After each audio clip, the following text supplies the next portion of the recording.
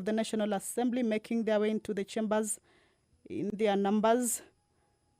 In a short while, we will be seeing the Speaker making his way also to the chamber for the business of this particular day or this afternoon to begin. The Ethics and Anti-Corruption Commission Amendment Bill, a bill moved jointly by the leader of the majority party and the leader of the minority party, a bill originating from the National Assembly, Bill number 11 of 2024. A bill that is at its second reading stage is also part of the business that members will be considering. This means that the debate will be starting. That is the Speaker of the National Assembly, Honorable Dr. Moses Wetangula, making his way into the chambers. That is the mess that is right ahead of him. He will be presiding over this afternoon sitting.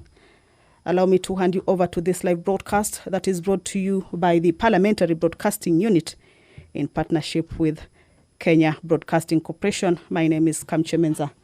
Good afternoon. Waheshimiwa tuombe. Ewe Mwenyezi Mungu ambaye kwa hekima na wema wako umetoa nyadhifa za viongozi na mabunge kwa ustawi wa jamii na utawala wa haki wa wanadamu. Tukusihi utazame kwa neema nyingi sisi watumishi wako ambao wameridhika kutuita ili tutekeleze shughuli muhimu za jamhuri yetu. Tukuomba uteremshie baraka zako sisi tuliokutanika hapa na utujalie tuyatende na kufikiria mambo yote yatakayofikishwa mbele yetu kwa njia ya haki na uaminifu, ili utukufu na sifa zako ziendelezwe na ili kustawisha amani, ufanisi na heri ya nchi yetu na wale ambao haja zao umezikabidhi mikononi mwetu. Amen.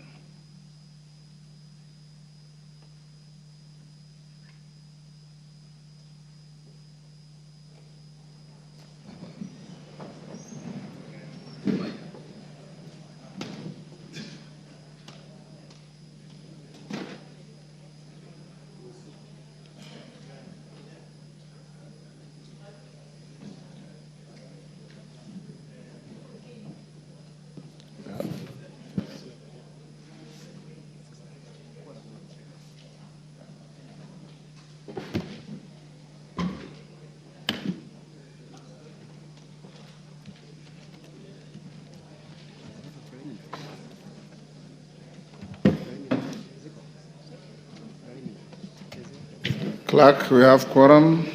We'll call out.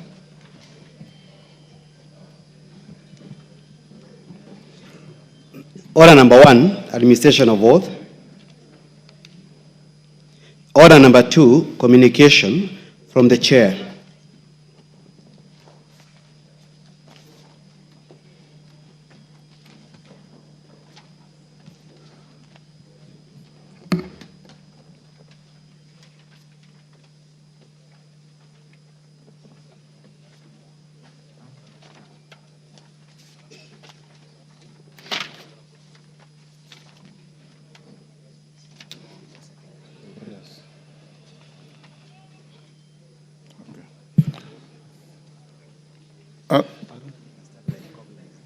Honorable members, those on their feet, take your seats.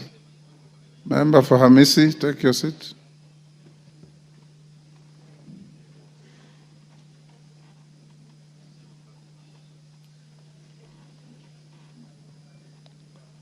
Take the nearest seats, honorable members.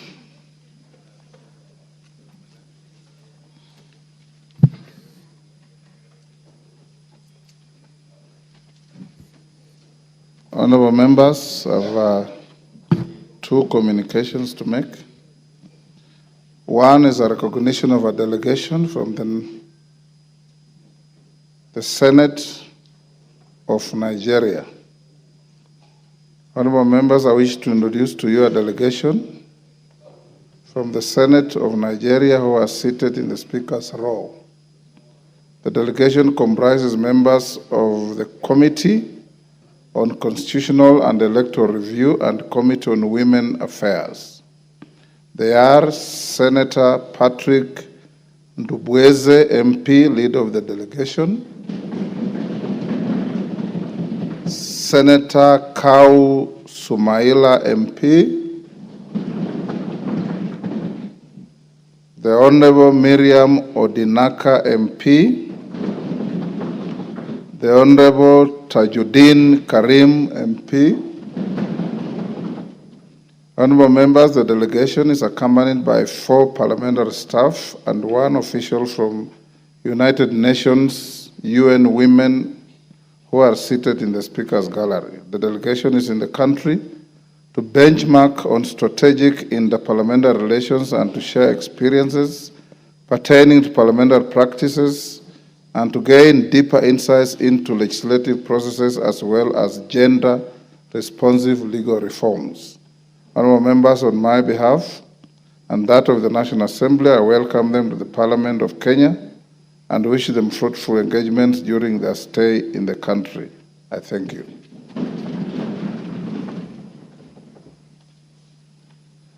Members at the bar, take the nearest seats.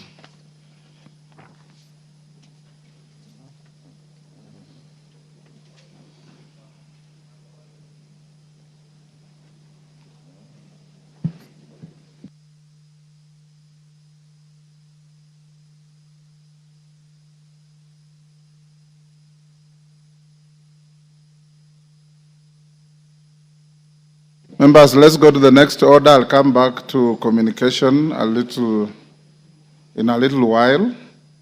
Call out the next order. Order number 3, messages. Order number 4, petitions.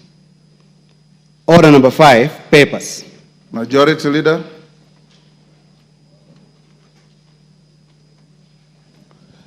Honorable Speaker, thank you very much. Honorable Speaker, I beg to lay the following papers on the table of the House today, Tuesday, October 01, 2024.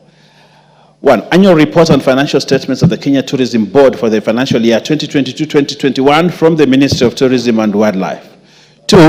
Audit of the financial statements for the Office of the Auditor General and Staff Car Loan and Mortgage Schemes for the financial years ended 30th June 2018, 30th June 2019, 30th June 2022, 30th June 2021, and 30th June 2022.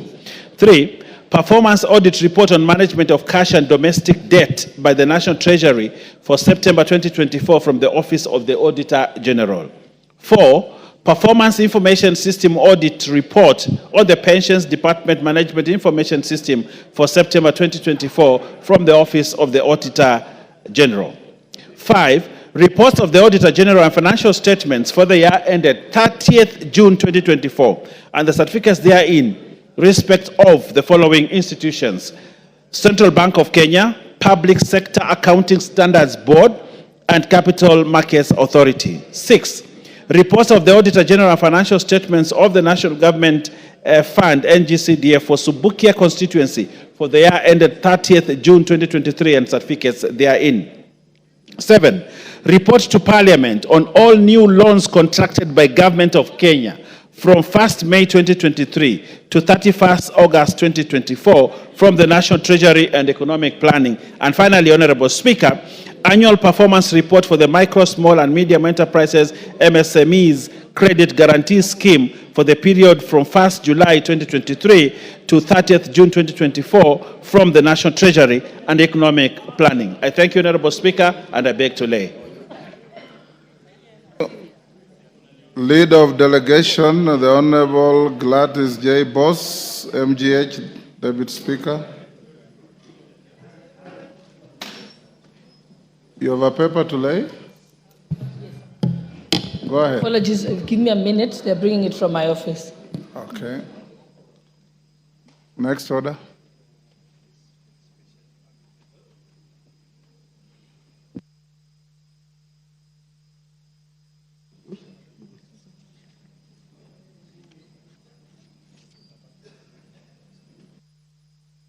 Six. Oh, okay. Yes. Okay. Yes.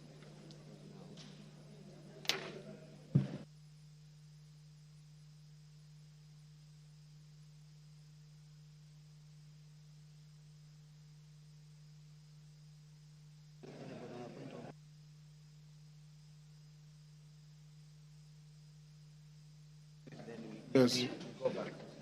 Honorable Shalay, how quickly is your paper coming?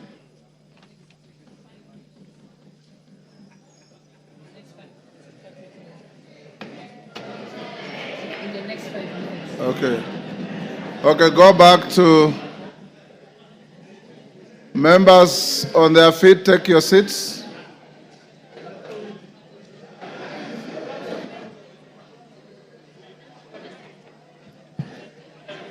Take your seats.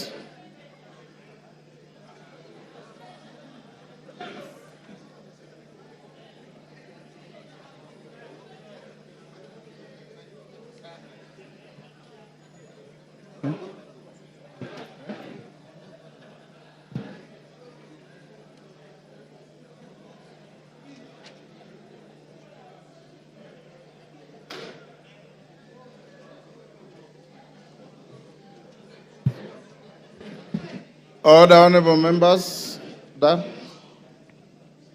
Honorable members, I have a second communication to make. Honorable members have a communication on a notice of motion for proposed removal from office by impeachment of His Excellency Gachagua, EGH, as the Deputy President of the Republic of Kenya. Honorable members, pursuant to Article 151B of the Constitution and Standing Orders 64 and 65, I wish to notify the House that I'm in receipt of a notice of a special motion dated Thursday, 26 September 2024, and received on Friday, 27 September 2024, from the member for Kibwezi West, the Honorable Ekomas Mwengi Mutuse MP. The Honorable member seeks a resolution of the House for the removal from office by impeachment of His Excellency Rigathi Gachagua, EGH, as the Deputy President of the Republic of Kenya. Honorable members, at the bar, take the nearest seats. The nearest, Clive.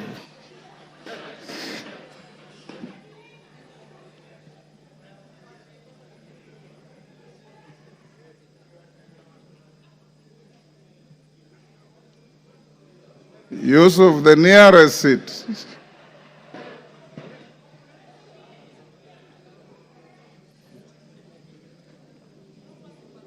Okay.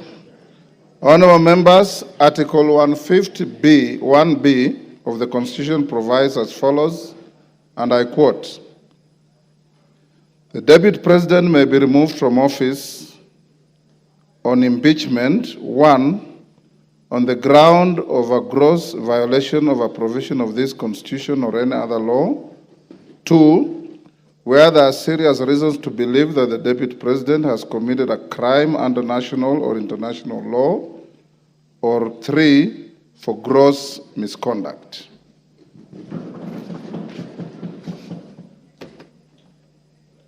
Honorable members, the notice of the special motion by the member for Kibwezi West seeks a resolution of the House for the removal from office by impeachment of our Deputy President on the grounds specified under Article 151B of the Constitution and sets out the particulars in respect of each ground. Honorable members, the special motion before the House presents an unprecedented constitutional moment in our democracy. Without doubt, it summons this House to test for the first time under the 2010 Constitution the provisions of our Constitution relating to the removal from office by impeachment of the Deputy President. It will be recalled that during the term of the 6th Parliament, on 27th April 1989, the then member for Embakasi, the Honorable David Mwenje, successfully moved the House to pass a vote of no confidence in the then Vice President and Minister for Home Affairs, the Honorable Josephat Karanja. The motion received an affirmative resolution of the House. Honorable members, it's instructive to note that upon the promulgation of the new Constitution of Kenya in August 2010, The then office of the Vice President assumed a new clothing as the office of the Deputy President. This new clothing embedded in it a new manner of election, assumption of office, and removal from office of the second in command. Whereas the previous constitution conferred upon the President the power to appoint and remove the Vice President, the Constitution of Kenya 2010 shifted the removal of the Deputy President to Parliament. This lays the ground for the notice of the special motion by the member for Kibwezi West. Honorable members, Standing Order 64.2 relating to removal by impeachment requires the Speaker to dispose of a special motion within 3 days of receipt of notice by a member. Standing Order 64.2 as read in the light of Articles 259, 5 and 6 of the Constitution gives the Speaker the deadline of today, Tuesday, 1st October 2024, to notify the House of receipt of the special motion and its admissibility or otherwise. Honorable members, having notified the House of the special motion, I'll now highlight the preliminary procedural and legal requirements relating to the processing a special motion for removal from office by impeachment of the Deputy President. Members at the bar, take the nearest seats.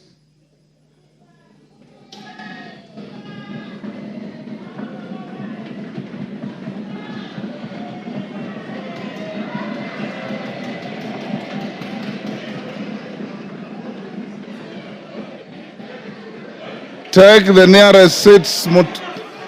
Honorable, take your nearest seats. Order. Order. Order. Wamumbi, take the nearest seat.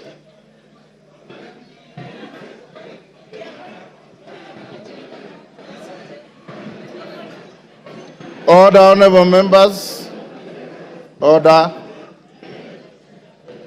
Order. Honorable members, Article 152 of the Constitution, order. Article 152 of the Constitution provides that the provisions of Article 145 of the Constitution shall apply with the necessary modifications the removal from office by impeachment of the Deputy President. In particular, Article 145(1) of the Constitution provides that a member of the National Assembly supported by at least 1/3 of all the members may move a motion for impeachment of the President on the grounds of gross violation of a provision of the Constitution or any law where there are serious reasons for believing that the President has committed a crime under national or international law or for gross misconduct. Procedurally, Standing Order 64(1) provides that before giving notice of a motion under Article 150 of the Constitution, a member shall deliver to the clerk a copy of the proposed motion in writing, stating the grounds and particulars in terms of Article 145(1) of the Constitution upon which the proposed motion is made, signed by the member and signed in support by at least 1/3 of all the members of the House. Further, honorable members, Standing Order 64(1)A lays out the criteria for admissibility of grounds for removal from state office. For clarity, Standing Order 64(1)A states, and I quote, "The grounds specified in a motion under this standing order shall be admissible if A, framed clearly to particularize and disclose a gross violation of the Constitution or other written law, where gross violation of the Constitution or other written law is indicated as a ground for the intended removal. B, stating with precision the provisions of the Constitution or other written law that are alleged to have been grossly violated, where gross violation of the Constitution or other written law is indicated as a ground for the intended removal. And C, accompanied by necessary evidence, including annexures or sworn testimonies in respect of the allegations. The foregoing procedural and legal requirements for the processing special motions are buttressed by precedents and jurisprudence in various speakers' rulings and court decisions. Honorable members, today I refrain from restating the jurisprudence and focus on determining the admissibility of the notice of the proposed special motion filed by the member for Kibwezi West. In determining the admissibility of the special motion, I am required to examine its form, threshold, framing of the grounds, and attachment of the necessary evidence. Standing Order 64.1 provides for the criteria for determining whether the proposed motion meets the requirements of the Constitution and the standing orders as to form and the threshold. On form, it should A, be in writing, B, state the grounds and particulars in terms of Articles 151B of the Constitution upon which the proposed motion is made, and C, be signed by the member, and D, be signed in support by at least 1/3 of all the members of the Assembly. Having examined the notice of the special motion by the member for Kibwezi West, I find that the special motion meets the requirements relating to form and threshold set out in the Articles 145.1 and 151B of the Constitution and Standing Order 64.1. I have also satisfied myself that the number of members who have appended their signatures in support of the special motion exceed the minimum threshold of 117 members in this House. Honorable members, with regard to admissibility of the grounds set out in the special motion, I am guided by Standing Order 64.1A, which provides that the grounds specified in a special motion shall be admissible if A, framed clearly to particularize and disclose a gross violation of the Constitution or other written law, where gross violation of the Constitution or other written law is indicated as a ground for the intended removal.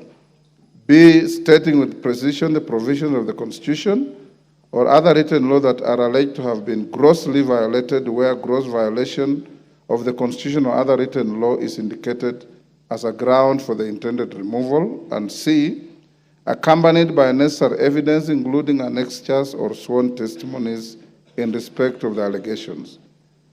Honorable members, having examined the proposed special motion, I note that in keeping with the requirements of Article 151B of the Constitution and Standing Order 64.1A, the member has stated 11 grounds for removal from office by impeachment of His Excellency the Deputy President.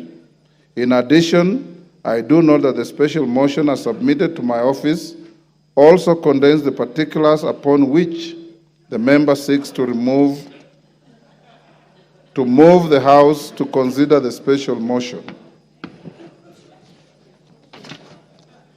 Honorable members, with respect to evidence, the member has attached documents including annexures and a sworn affidavit to substantiate the grounds stated in the special motion.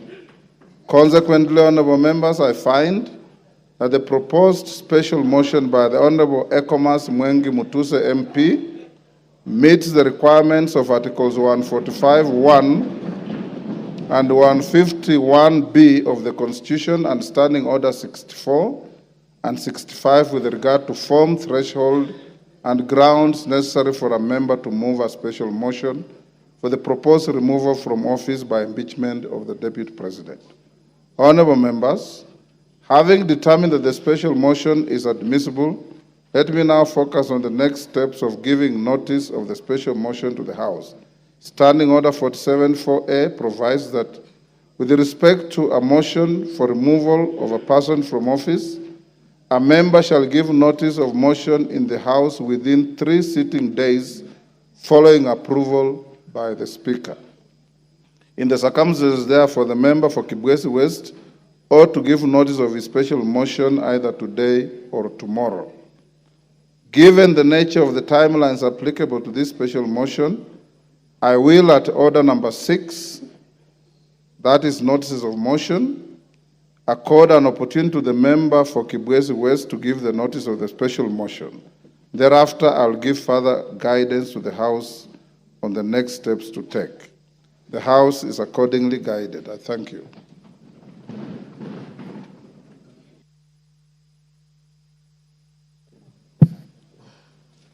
Honorable Gladys Boss, are you ready?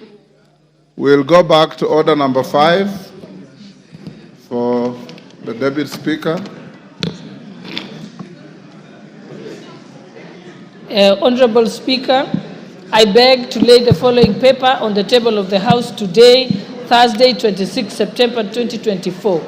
Report of the Kenyan delegation to the 64th session of the OACPS Parliamentary Assembly and the first session of Luanda, Angola from the 17th to the 21st of February 2024. Thank you, Honorable Speaker.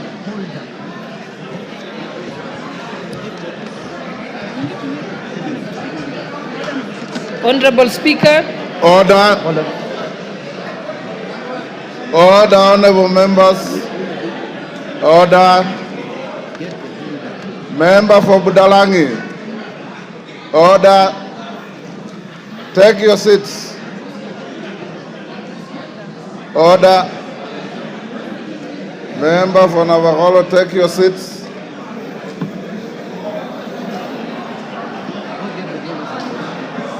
Order, honorable members, order. Order number 6, Honorable Sholay. Order number 6, notices of motion. Honorable Speaker, I beg to give notice of the following motion. That this House notes the report of the Kenyan delegation to the 64th session of the OACPS Parliamentary Assembly and the first session of the OACPS EU Joint Parliamentary Assembly held in Luanda, Angola from the 17th to the 21st of February 2024, laid on the table of this House on Thursday, 26 September 2024. Thank you, Honorable Speaker. The Honorable Mutuse.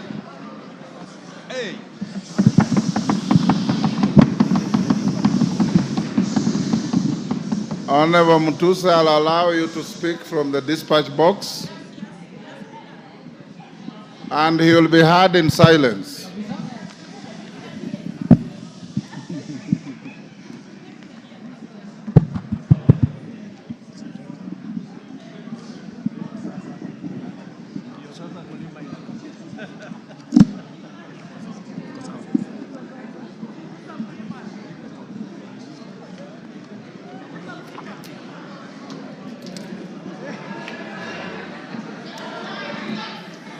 Thank you.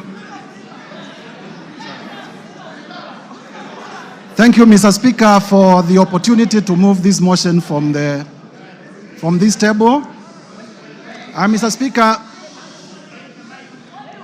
this is an historical moment, and therefore, with your permission and honorable members, Mr. Speaker, allow me to proceed to give notice of the following motion. Mr. Speaker, sir, honorable members, I beg to give notice of the following special motion as follows. Mr. Speaker, pursuant to the provisions of Article 150, Sub-Article 1B and Sub-Article 2 of the same, read together with Article 145 of the Constitution of Kenya that we passed in 2010, and as read together with our standing orders number 64 and 65 of the standing orders of the National Assembly, the Assembly of the Republic of Kenya. This Honorable House resolves to remove from office, by way of impeachment, His Excellency Rigathi Gachagua, EGH, the current Deputy President of the Republic of Kenya. Mr. Speaker, sir, and honorable members, this special motion was lodged with the Clerk of the National Assembly on the 27th September 2024 and contains 11 grounds for impeachment. Mr. Speaker, in compliance with the law, as stated earlier, the grounds are concise, precise, are particularized in the motion, and this is a motion, and are supported by cogent, convincing, persuasive, evidentiary material in the nature of documents, affidavits, and electronic evidence. Mr. Speaker, I will also be presenting live witnesses, viva voce evidence, who will testify to corroborate the evidence that we have adduced in support of the grounds of impeachment. Mr. Speaker, honorable members, in the interest of the time allocated, I am not able to go clause by clause, sentence by sentence, paragraph by paragraph, because as you notice, the grounds themselves constitute about 42 pages, and with the rest of the material, we have about nearly 100 pages.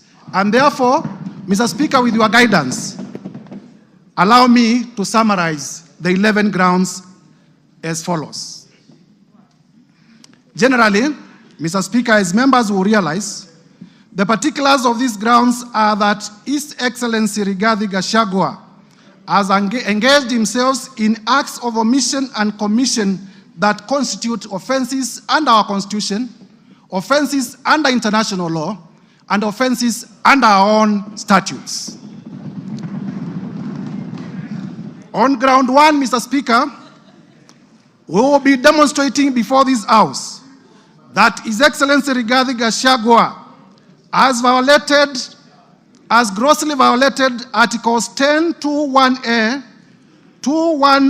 10(2)(b) and (c), Articles 27(4), Article 73(1)(a) and 2(b), Article 75(1)(c), and Article 129, Subarticle 2 of the Constitution of Kenya, as well as Articles 147(1), as read with Article 131(2)(c) and (d) of the Constitution of Kenya. And when the time comes, Mr. Speaker, I will be laying detail, article by article, to show the violations. On ground number two, Mr. Speaker and honorable members, at the opportune time, I will demonstrate to Kenyans that His Excellency Rigathi Gachagua has violated Article 147(1) of the Constitution and Article 152(1) of the Constitution of Kenya, the most progressive constitution in Africa.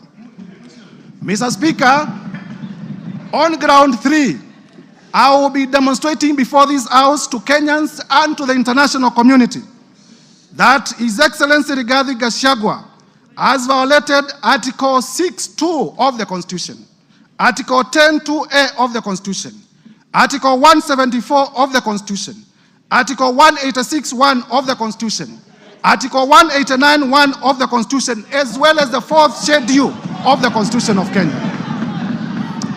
Mr. Speaker, this is the Constitution of the Republic of Kenya. It is not a mere document. It speaks to the soul of this nation. Under ground four, Mr. Speaker, I will demonstrate that His Excellency Rigathi Gachagua has violated Article 161 of the Constitution of Kenya. I will further demonstrate under ground five that His Excellency Rigathi Gachagua, the Deputy President, the current Deputy President of the Republic of Kenya, has grossly violated Article 3(1) as read together with Article 148(5)(a) of the Constitution.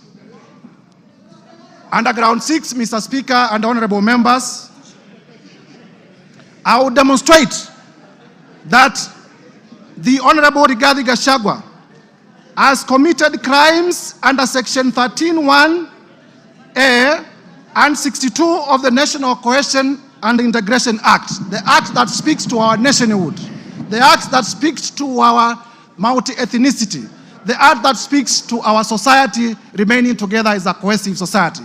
And I will demonstrate with videos, I will demonstrate with affidavits, I will demonstrate with documents that the man holding the office of the Deputy President has violated the same law that he swore to protect in his own oath of office.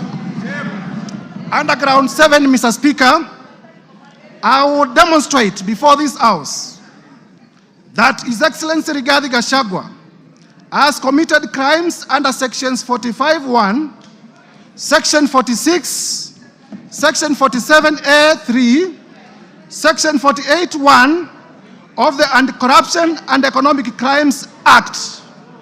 Anti-Corruption, Mr. Speaker, honorable members, Anti-Corruption and Economic Crimes Act, by using his office to unjustly enrich himself, by using his office to acquire within 2 months properties well beyond 5.2 billion. And Mr. Speaker, I will demonstrate before this House that during the presidential debate, if I may be listened to, Mr. Speaker, that during the presidential debate, His Excellency Rigathi Gachagua did declare that he was worth 800 million. We are aware that he's paid slightly over 1 billion, meaning that for the last 2 years, the much he could have accumulated justly is about 24 million. But I would demonstrate before Kenyans that he has properties to himself, the ones that I was able to get in my time of research, worth 5.2 billion Kenya shillings. This is what we call unexplained assets, and we must slay the dragon of corruption from the highest office. Mr. Speaker, under the same ground, I will also be demonstrating, this is ground number 7, that His Excellency Rigathi Gachagua has violated sections 2, 3, 4, and 7 of the Proceeds of Crime and Money Laundering Act. Mr. Speaker, you are aware that the Proceeds of Crime and Money Laundering Act is one of those laws pursuant to Section 2 of the Constitution of Kenya that we domesticated because of our international obligations about money laundering. And therefore, by proving the same, I will also be demonstrating before Kenyans that His Excellency Rigathi Gachagua has committed international crimes. Under ground 8, Mr. Speaker, I will demonstrate that the Deputy President of the Republic of Kenya has committed crimes under Section 132 of the Penal Code and Section 29 of the Leadership and Integrity Act. And honorable members will realize that the Leadership and Integrity Act is the law that was enacted by this parliament, none other than this parliament, to give effect to Chapter 6 on leadership and integrity of the Constitution. Under ground 9, I will be able to show, and Mr. Speaker, when we get to this ground, the ground of gross misconduct, I will be able to speak to the House in a very clear manner as to what constitutes gross misconduct as interpreted by our own courts. And I will be able to show that the person of the Deputy President is a bully. The person of the Deputy President has been threatening public officials. The person of the Deputy President has carried himself in a manner that brings disrespect to the office that he holds, and therefore has grossly misconducted himself. Under ground 10, Mr. Speaker, I will also specifically demonstrate that the person of the Deputy President has committed the offense of gross misconduct in the manner of insubordination, insubordinating the presidency and the Kenyan state. The Kenyan state is our soul, and if you insubordinate the state, you are not worth being a state officer. Lastly, Mr. Speaker, under ground 11, with your permission, when the time comes, I will also demonstrate, honorable members, if we may be listened to, I will also demonstrate that specifically the Honorable Rigathi Gachagua has committed crimes of gross misconduct, as I had earlier alluded to, in terms of bullying and threatening public officers. Mr. Speaker, in compliance with the provisions of Articles 145(1) of the Constitution, as read together with the National Assembly Standing Order number 65, honorable members, if you may listen, this is important. A total, Mr. Speaker, a total of 291 members of this National Assembly have graciously appended their signatures in support of this motion. 291 members. Mr. Speaker, it will be remembered, Mr. Speaker, it will be remembered that at this stage of moving the motion, the requirement of the law is that the motion should be supported by 1/3, translating to about 117 members. However, Mr. Speaker, we have 291. I therefore wish to thank my colleague members of Parliament for supporting this motion to over 83%. way beyond the required threshold of two-thirds, which is 67%, that is required at the next stage of voting for this motion. So, Mr. Speaker, there are times when we used to say this is an open and shut case. Mr. Speaker, sir, as a requirement of our standing orders, please allow me to read the names of the members who have signed in support of this motion.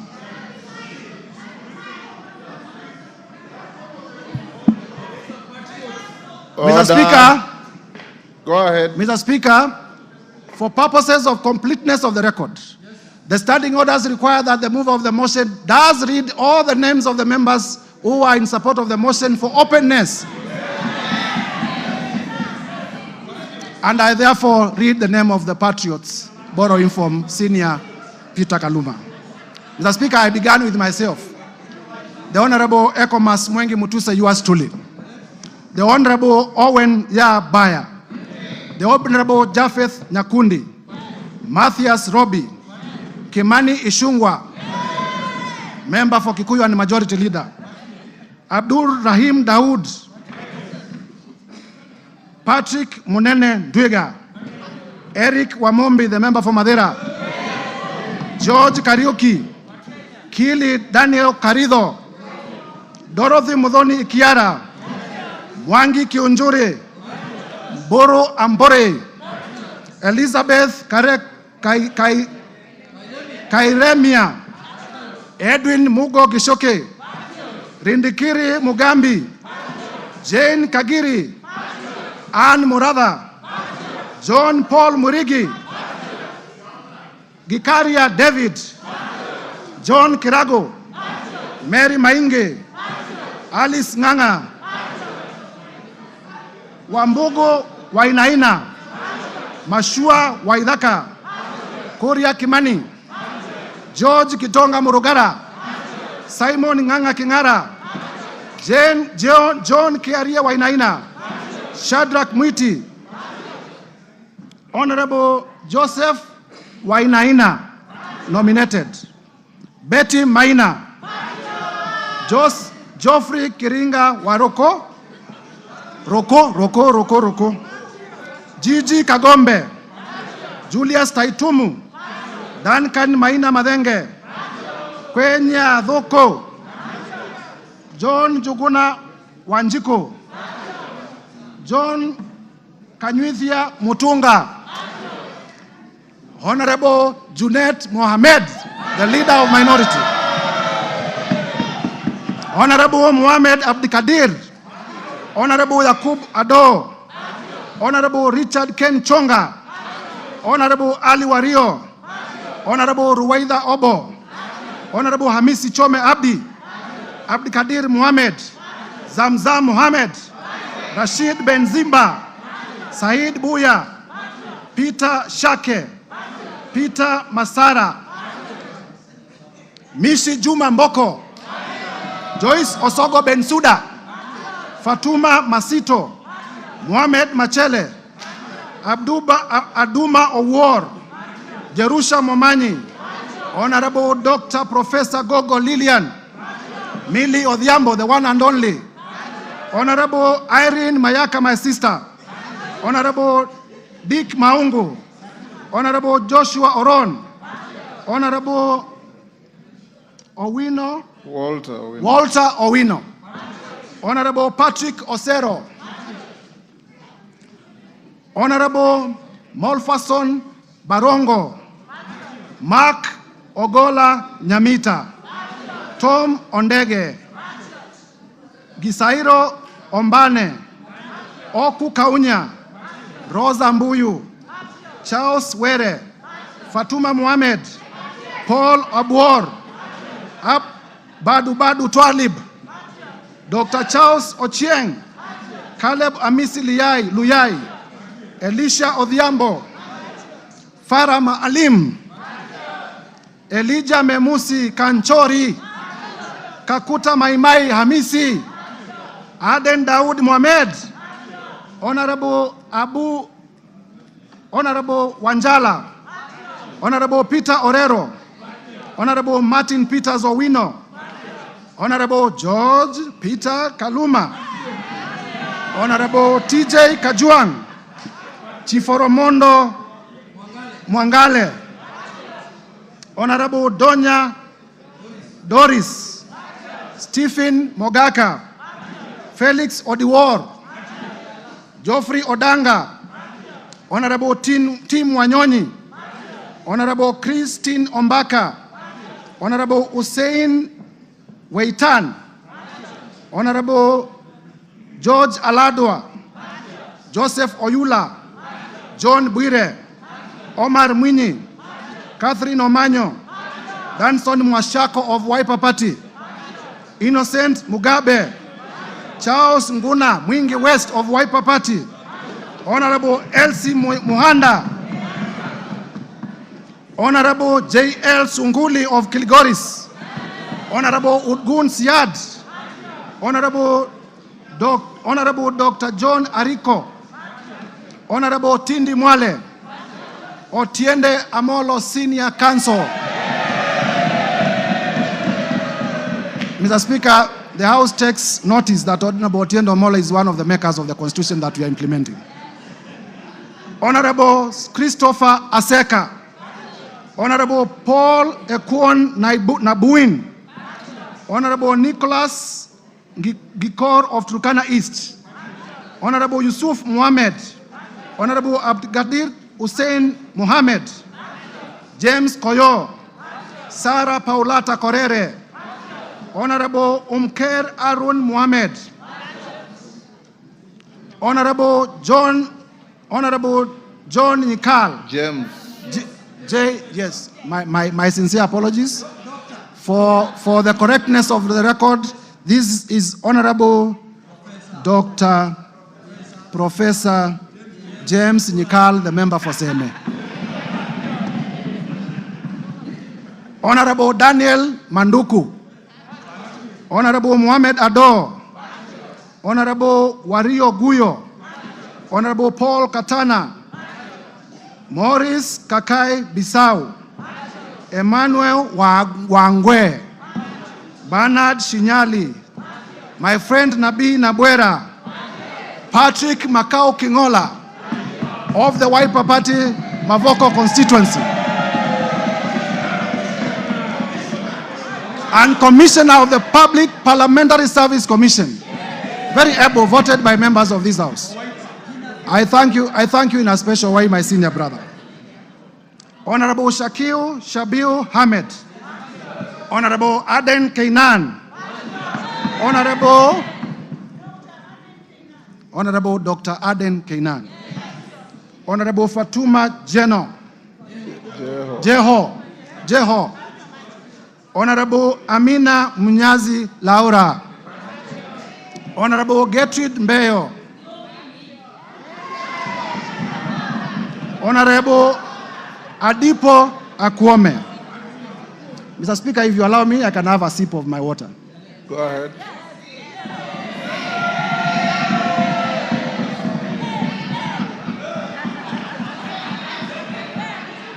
Number 134. Number 134, Abdi Omar Shurie, the chairman of the Committee of of this House on Public Debt. Honorable Tom Oluoch, the member for Dagoretti Beatrice Elachi. Honorable Samuel Arama, Honorable Guyo Jaldesa Professor, Honorable Anton Kibagedi, my brother, Honorable Samuel Atandi, my brother, Honorable Ruth Busia,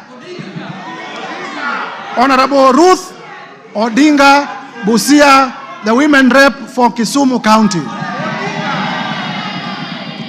Honorable Eve Obara, Honorable Johnson Manya Naika of Mumias East, Kipyegon Joanna, Omboko Milemba, Marwa Maisori, Moses Kirima, Lydia Aiga Mizigi, Adan Aji Yusuf, Mumina Bonaya, Charles Gimose, Mohamed Tubi, Zahir Janda, Clemens Lawyer, Zuleka Hulbal Harun,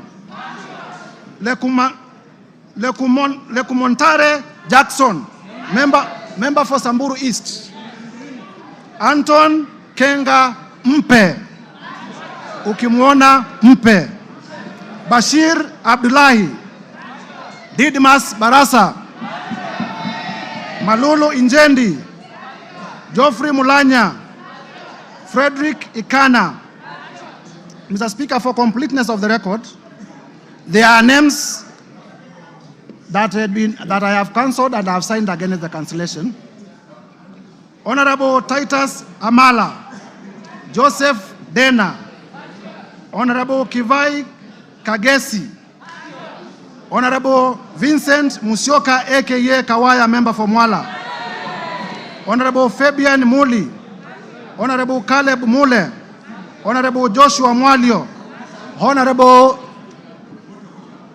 Honorable Dr. Rachel Nyamai Kaki, Honorable Nimrod Mbai aka KPLC, Honorable Dido Raso, Honorable Lekuton of Laisamis, Honorable Chief Whip Silvanos Osoro, Honorable Abdisarat K. Ali, Honorable Abdul Haro, Honorable Mary Emase, Irene Joki, Nebat Muriuki, George Gachagua, Stephen Karani, Gidhua wa Masukuru, Rahabu Mukami Washira, Joroge Wainaina, Elijah Njoroge Kururia, Epuyu Nanok Daniel, Mudhoni Marubu Monica, Kenneth Tungulu, Mudhama Stanley, Joseph Emanthe Namur, Faith Gitau, Cecilia Asieni Ngitit,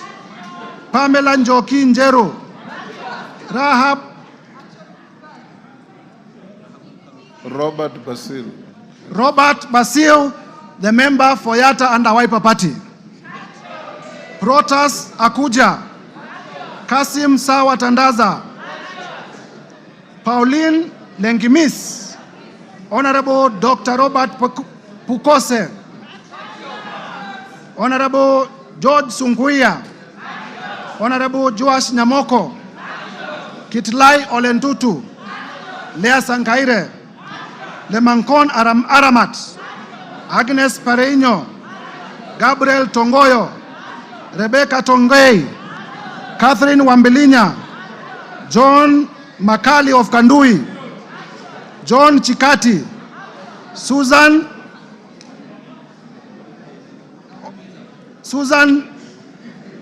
of Tharaka Nithi, the women rep for Tharaka Nithi County, Mburu Kahangara, Geoffrey Wandeto, Ronald Karauri, Jackson Koech,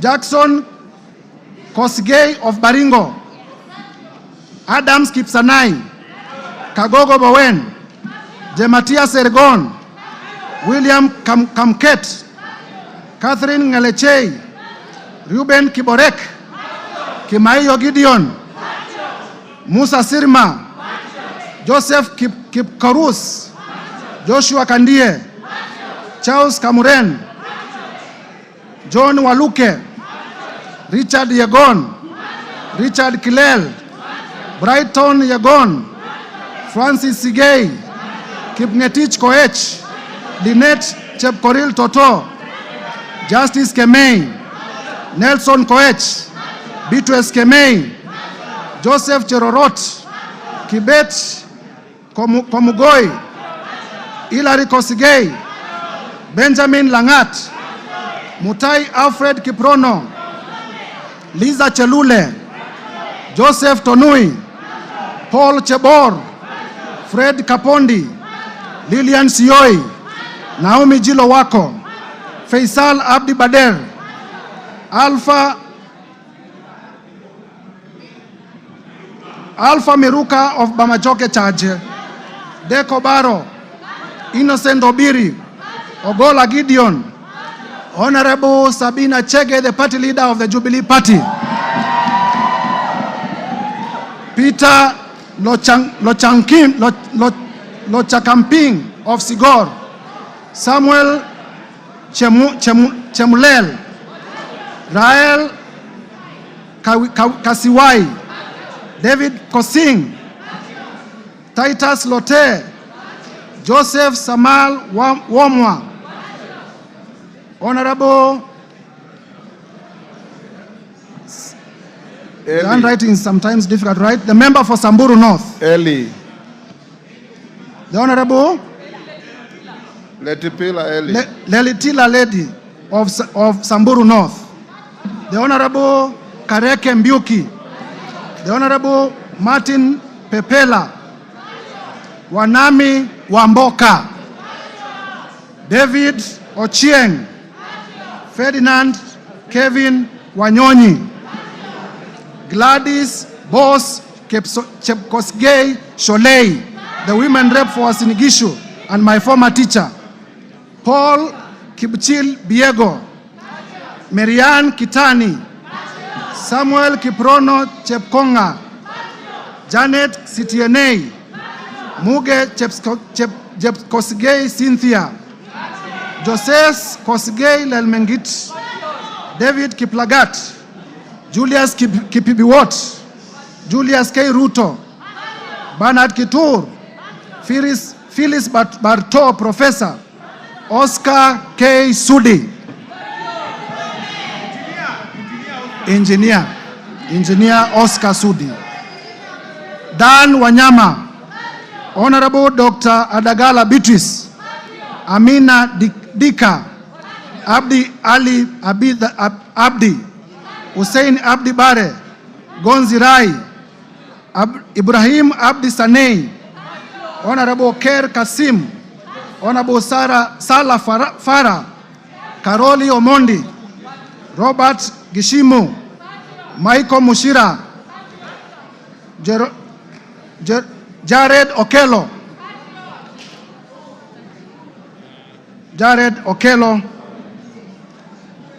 is my last name, making a total of 291 members. Mr. Speaker. Yes, wind up. Honorable members, as we wind up, as I alluded earlier, I presented to the Clerk of the National Assembly, and this afternoon, I'm laying on the table of the House the following documents. Number one, the special motion dated 26th of September 2024 and received by the clerk on the 27th of September 2024, and I have it in my hands and I'll be laying it shortly.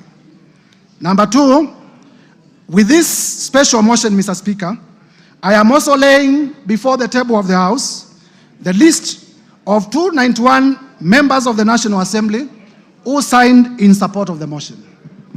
Mr. Speaker, number three, I will also be laying the bundle of evidence in support of the grounds in the motion. And number four, I will be laying the list of witnesses, all contained in this bundle. Mr. Speaker, Kenyans will be shocked. Indeed, Kenyans will be very shocked when we finally unravel and demonstrate the grounds and the supporting evidence. I therefore, through you, Mr. Speaker, humbly request the House Business Committee to allocate me ample time at the time of moving the motion so that Kenyans can appreciate in detail the injustices that have been committed against them by the person of the Deputy President. I thank you, Mr. Speaker, and I beg to give notice of the special motion and to lay the said documents on the table of the House.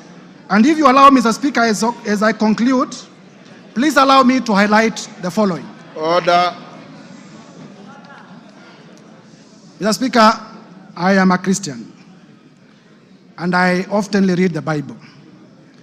And the Holy Bible, in the book of Proverbs 29 verse 16, says as follows: when the wicked are in authority, sin flourishes.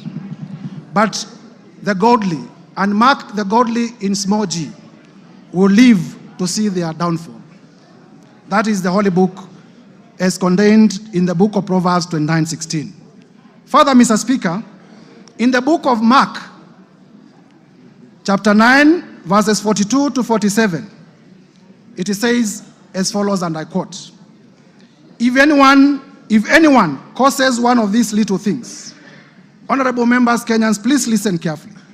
If anyone causes any one of these little things, those who believe in me, to stumble, it would be better for them if a large millstone were hung around their neck and they were thrown into the sea. 43, if your hand causes you to stumble, cut it off. It is better for you to end a life maimed than with two hands to go into hell, where the fire never goes out. 45, and if your foot causes you to stumble, cut it off. It is better for you to end a life crippled than to have 2 feet and to be thrown into hell. And if your eye causes you to stumble, pluck it out. It is better for you to enter the kingdom of God with one eye than to have 2 eyes and be thrown into hell. Mr. Speaker, if Kenyans cannot get services because of Deputy President Gachagua, we'll be pleading, pluck him out from government. Mr. Speaker, honorable members, it is my belief that these 2 quoted verses are also true to the Quran and to other holy books. Turning now to our own jurisprudence. Honorable members, because many of us are political practitioners, even those who are not lawyers, would remember that in nullifying... Order, Mutuse, you are giving an motion, you are not debating the motion. Yes, I'm finishing. Yes. I'm finishing. In nullifying the 2017 presidential elections, His Lordship, the Chief Justice Emeritus, the Honorable David Maraga, pronounced himself in the following words: The greatness of any nation lies in its fidelity to the Constitution and adherence to the rule of law, and above all, respect to God. And Mr. Speaker, it is this persuasion, Mr. Speaker, that has made me to bring this motion of impeachment against the person of the Deputy President, His Excellency Rigathi Gachagua. For the record, and Kenyans, listen, I have no grudge, I have no malice, I have no ill will, I have no personal vendetta against His Excellency Rigathi Gachagua. I am just doing my duty as a citizen of the Republic of Kenya and executing my mandate as a member of this House as mandated under the Constitution to bring this motion. I will therefore, Mr. Speaker, with your permission, lay the documents before the House and beg to give notice of the motion. I thank you, Mr. Speaker. Hand over the documents to the clerk.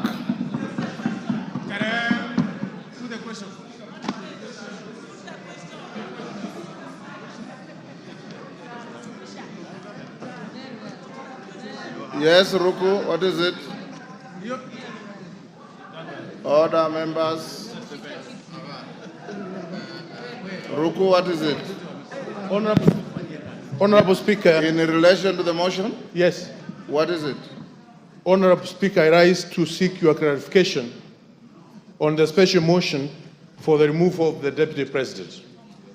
Honorable Speaker, as you are aware, 4 seats in the House are vacant following the resignation of the Honorable Obio Wadai and Honorable John Badi upon being appointed as Cabinet Secretaries. Further, as you are aware, the seat of Magarini constituency was declared vacant following a successful election petition. The Banisa constituency seat was also declared vacant following the unfortunate demise of our colleague.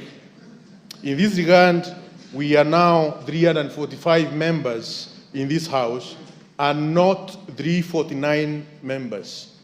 Honorable Speaker, in this right, what the threshold shall you use to determine whether the special motion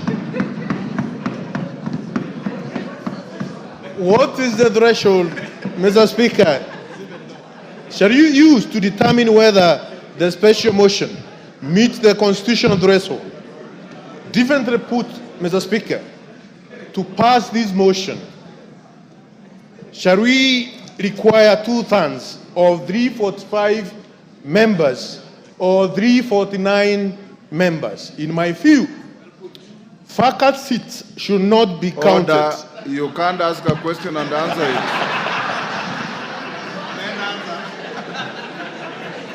You cannot ask the question and answer it. Honorable Speaker, let me prosecute. I'm trying to prosecute my point of order. In my view, vacant seat should not be counted in determining the voting threshold. Further, I wish to seek your clarification on whether our proceedings are varied in the right of the 4 vacant seats. Thank you, Honorable Speaker. Thank you. You've made your point. Bashir?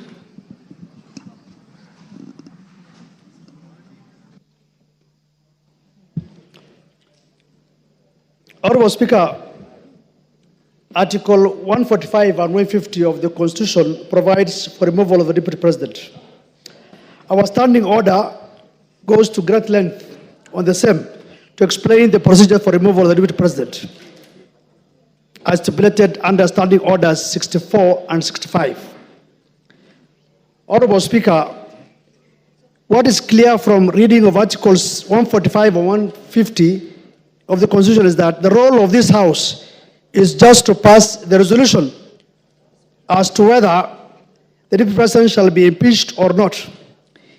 It is the exclusive role of the Senate to conduct the trial process. Simply put, we are the initiators and the Senate will be the trial house.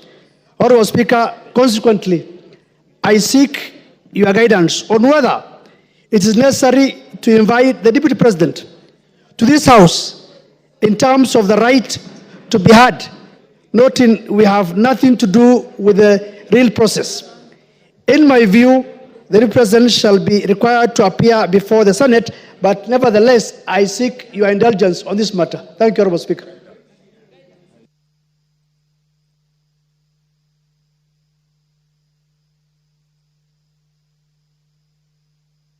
Honorable members, we'll leave it there. Yes, Junet. Mr. Speaker, I don't intend to anticipate the debate. I will not allow you to. Yeah, because this is just a notice of motion. But, Mr. Speaker, there are matters that surround the notice of the motion that needs your guidance and action, Mr. Speaker, because, Mr. Speaker, this is a very momentous issue. Because, as you are aware, when this country gave itself the new constitution, Mr. Speaker, Kenyans were very happy. And this is one of the moments in this House, Mr. Speaker, when we are going to exercise Article 150, which has not happened before. So, Mr. Speaker, this is a very, very important matter for this nation, Mr. Speaker, that is being exercised through this House. But having said, Mr. Speaker, as you're aware, there are members from our side and members from the other side who have signed to this petition, to this motion, Mr. Speaker. And, Mr. Speaker, I wanted to get your assurance as the boss of this House, as the leader of this House, as the Speaker of this House, Mr. Speaker, that the 291 members of Parliament who have signed to this motion, Mr. Speaker, their safety and security will be guaranteed, Mr. Speaker. Because the motion does not end at the tabling, at the notice of motion today. It will go through a process. It will be formally again moved. Members will debate and members will vote on it. Mr. Speaker, we want those 291 members of Parliament to turn up here the day of voting, Mr. Speaker, without missing any one of them, Mr. Speaker. Mr. Speaker, we have just passed the new Inspector General of Police the other day here, Mr. Kanja. Not really. He must take responsibility as the Inspector General of Police, Mr. Speaker, to guarantee the safety, as the Inspector General of the country, Mr. Speaker, to guarantee the safety and the security of the 291 members of the... Mr. Speaker, you know this thing. What we are doing is not a small thing, Mr. Speaker. When Trump was being removed, was being impeached in the United States, Mr. Speaker, you know what he attempted to do. And what can happen here, you know, Mr. Speaker. And let us not fight, let us not begrudge anyone, because what the House is doing is constitutional, because the House is just exercising its mandate. It's not doing anything outside the Constitution. There is nothing unconstitutional that's happening in this House, Mr. Speaker. You can impeach a cabinet secretary, you can impeach a deputy president, you can impeach the president if you wish so. So, Mr. Speaker, this is an exercise that is given to us by the Constitution. So, Mr. Speaker, you've made your point. I have made my point, but I conclude by saying this, Mr. Speaker. That, Mr. Speaker, when we were elected, Mr. Speaker, as members of Parliament, we became the staff of the Parliamentary Service Commission. Each member here, Mr. Speaker, their employer, they are employees of the Parliamentary Service Commission, which you are the chairman, Mr. Speaker. So, Mr. Speaker, I have spoken on behalf of the members because when they were signing, that is what they told me. Mr. Speaker, as the minority leader, they told me, we are in support of this thing, we are really ready to move, but we want things done legally and procedurally and within the Constitution, inside Parliament and outside Parliament. Thank you, Mr. Speaker. Thank you. I don't want to open debate. Yes, Whip, what's your point of order? Honourable Speaker, I also seek your guidance and indulgence on the notice of motion that has just been tabled here today, because we all agree that post-2010 Constitution, this is unprecedented. In as much as it happened years back, this is very new, post-2010 Constitution, and we will need a bit of some guidance. Ordinarily, Honourable Speaker, any motion that is brought before this House and that is of public interest goes through the entire process, including public participation, Honourable Speaker. I need to seek your guidance and indulgence on the place for public participation as far as this notice of motion is concerned. Because looking at the jurisprudence that has been made by the courts and the lower legislative arm, which is the county assemblies, on the impeachment of the governors and deputy governors, Honourable Speaker, you'll realize and notice that many impeached governors or their deputies challenge their impeachment based on the process of public participation, Honourable Speaker. This is unprecedented, and of course it's my view that to replicate the same, to what happens on the impeachment of governors and deputy governors, and they invoke the element of public participation across the country. You've made your point. Thank you, sir. Yes, Majority Leader. Before you, Majority Leader, Farah has been raising his hand. I'll give you 1 minute, Farah. Mr. Speaker, I also join the other colleagues in this, but I've just one very important, most important in this country to raise. Not only do we have to protect the lives of 291 members of Parliament who have appended their signature there, we must also protect the system. The IG must protect our president to the hilt.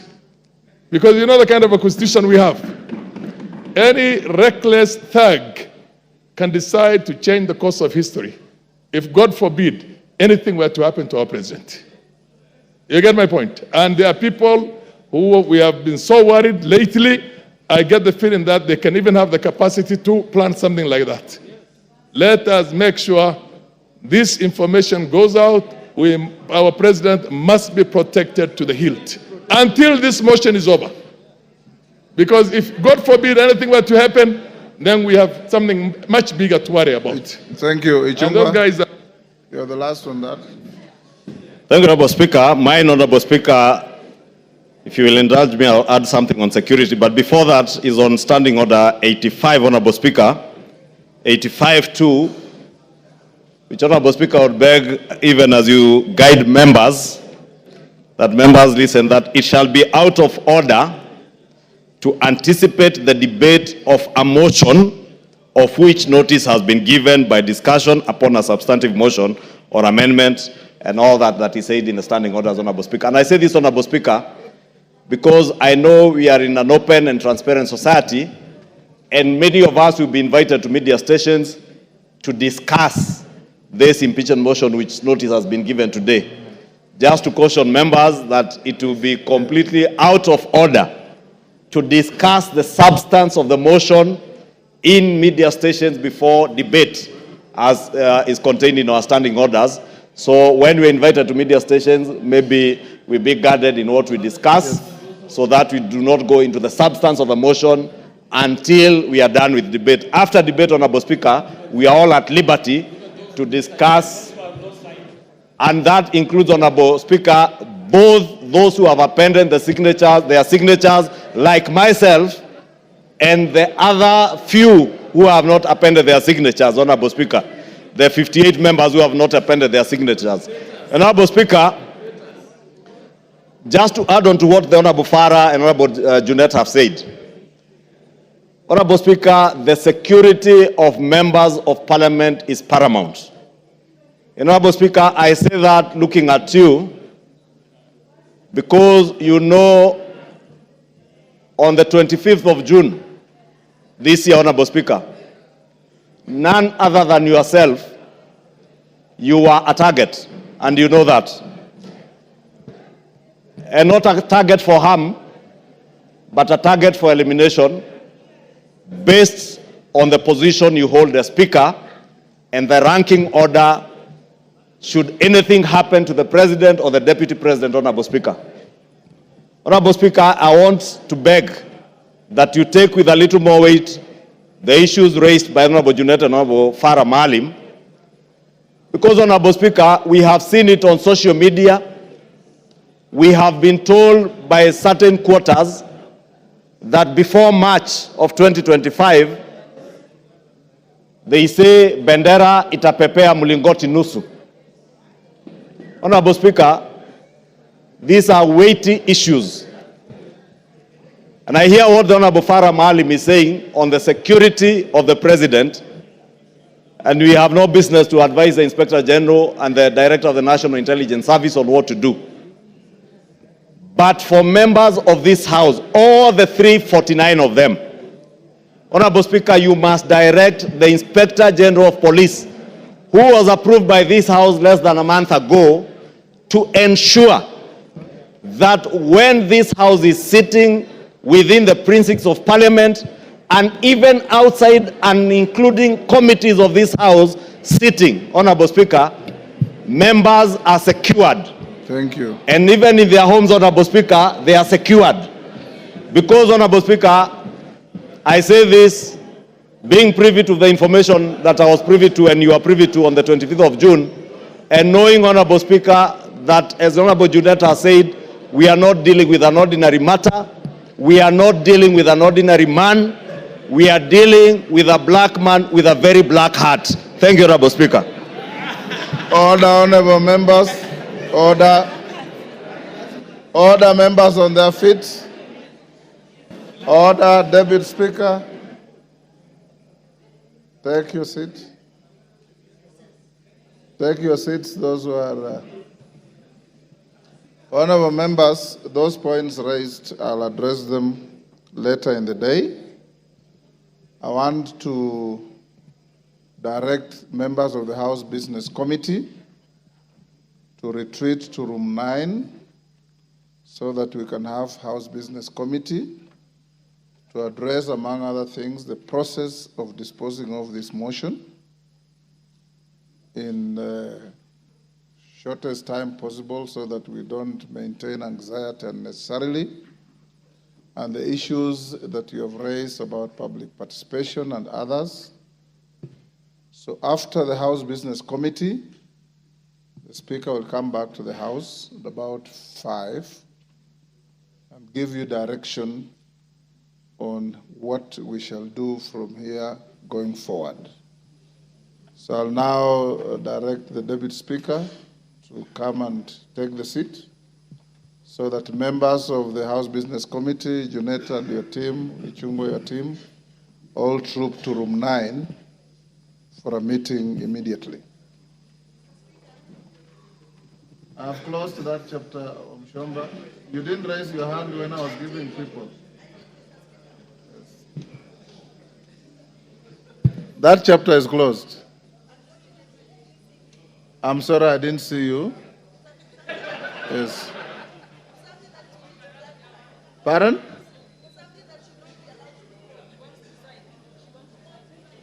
To take the seat. Deputy Speaker, take the seat.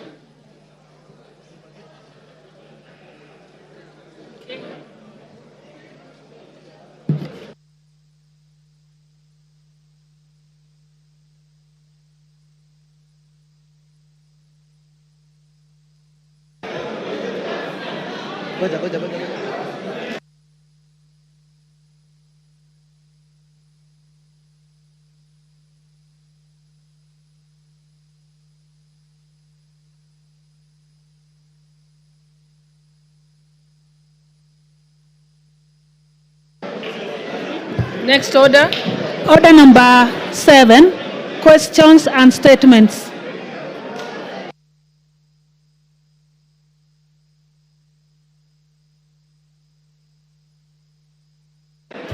Honorable members, order.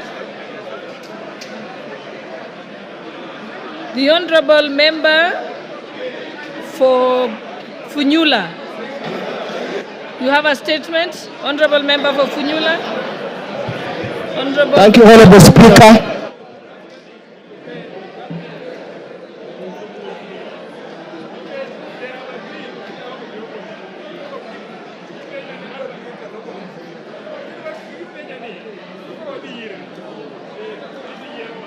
Honorable Speaker.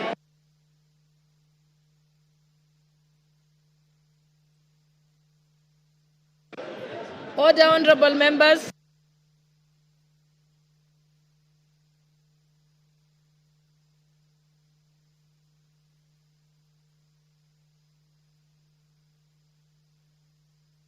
Order, honorable members. Order, honorable members.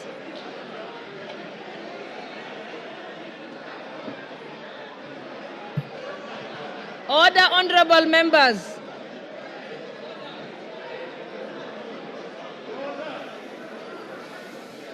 Order, honorable members.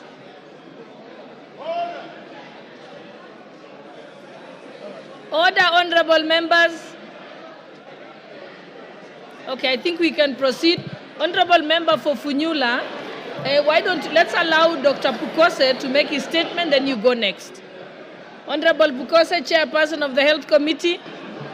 Honorable members, please. Thank you, Madam Speaker. Thank you, Madam Speaker.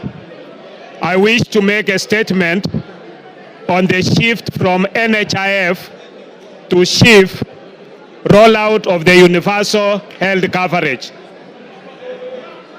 Honorable Speaker, the Ministry of Health and Social Health Authority is today rolling out the Social Health Authority healthcare services and benefits under the 3 funds. That is the Primary Health Care Fund, Social Health Insurance Fund, and the Emergency Chronic and Critical Illness Fund established under the Social Health Insurance Act number 16 of 2023 that was enacted by this House almost a year ago. This act is being operationalized by the government. Access to SHA healthcare services and the benefits being offered by SHA is being rolled out today, 1st October 2024. As the chairperson of the Departmental Committee on Health, I rise to give a statement on matters concerning the procurement of the Integrated Health Information Technology System by the Ministry of Health, which has elicited a lot of debate. Honorable Speaker, members of the Departmental Committee on Health have raised concerns regarding the procurement of this system. In response to these concerns, the Ministry of Health was invited to clarify the procurement process and to provide evidence of compliance with the Public Procurement and Asset Disposal Act, Cap 412C. Honorable Speaker, the committee made the following observations from its engagements with the ministry. 1, the Ministry of Health, through the State Department for Medical Services, undertook the procurement of integrated health information technology system as part of the implementation of universal health care in the country. The ministry submitted that the primary aim of this integrated system is to address the existing challenges in the healthcare sector, including issues of interoperability, data quality, accessibility, and affordability. The Ministry of Health is aligned with the Kenya Health Sector Strategic and Investment Plan, the Kenya Health Data Collaborative, and the Kenya Digital Economy Blueprint, all under the guidance of Section 105 of the Health Act, Cap 241. Honorable Speaker, the system procurement involves a contract valued at Kenya shillings 104,808,136,478, set to be executed over a 12-year period. The Ministry of Health has partnered with MS Safaricom PLC as a strategic partner with the procurement conducted under the specially permitted procurement procedure. The procurement covers the development and implementation of integrated health information technology system, including digital healthcare platforms. The tender is structured in 2 major cost components. Initial investment by the strategic partners of Kenya shillings 34,003,483,013 over 2 years, and infrastructure support and maintenance of Kenya shillings 70,804,653,465 over 10 years. In adherence to Public Procurement and Asset Disposal Act and the tender regulations, the ministry indicated that the procurement process began on 6 June 2023, when the then Cabinet Secretary for Health requested the use of the specially permitted procurement procedure for the medical equipment supply project, healthcare information technology, that's the transition project, and the supply of community health promoters, CHP kits. The National Treasury approved the request on 13 June 2023, subject to conditions regarding the preparation of tender documents that include specifications, conditions of tendering, and contracting and justification for the use of SPPP, detailing the procedure of onboarding the strategic partners. This process was followed by the ministry's compliance and further approvals. The bid documents were issued on 9th May 2024 and closed on 15th May 2024. After the tender evaluation and negotiation, the ministry submitted a draft contract to the Office of the Attorney General for review and necessary advisory in line with Section 134(2) of the PPADA.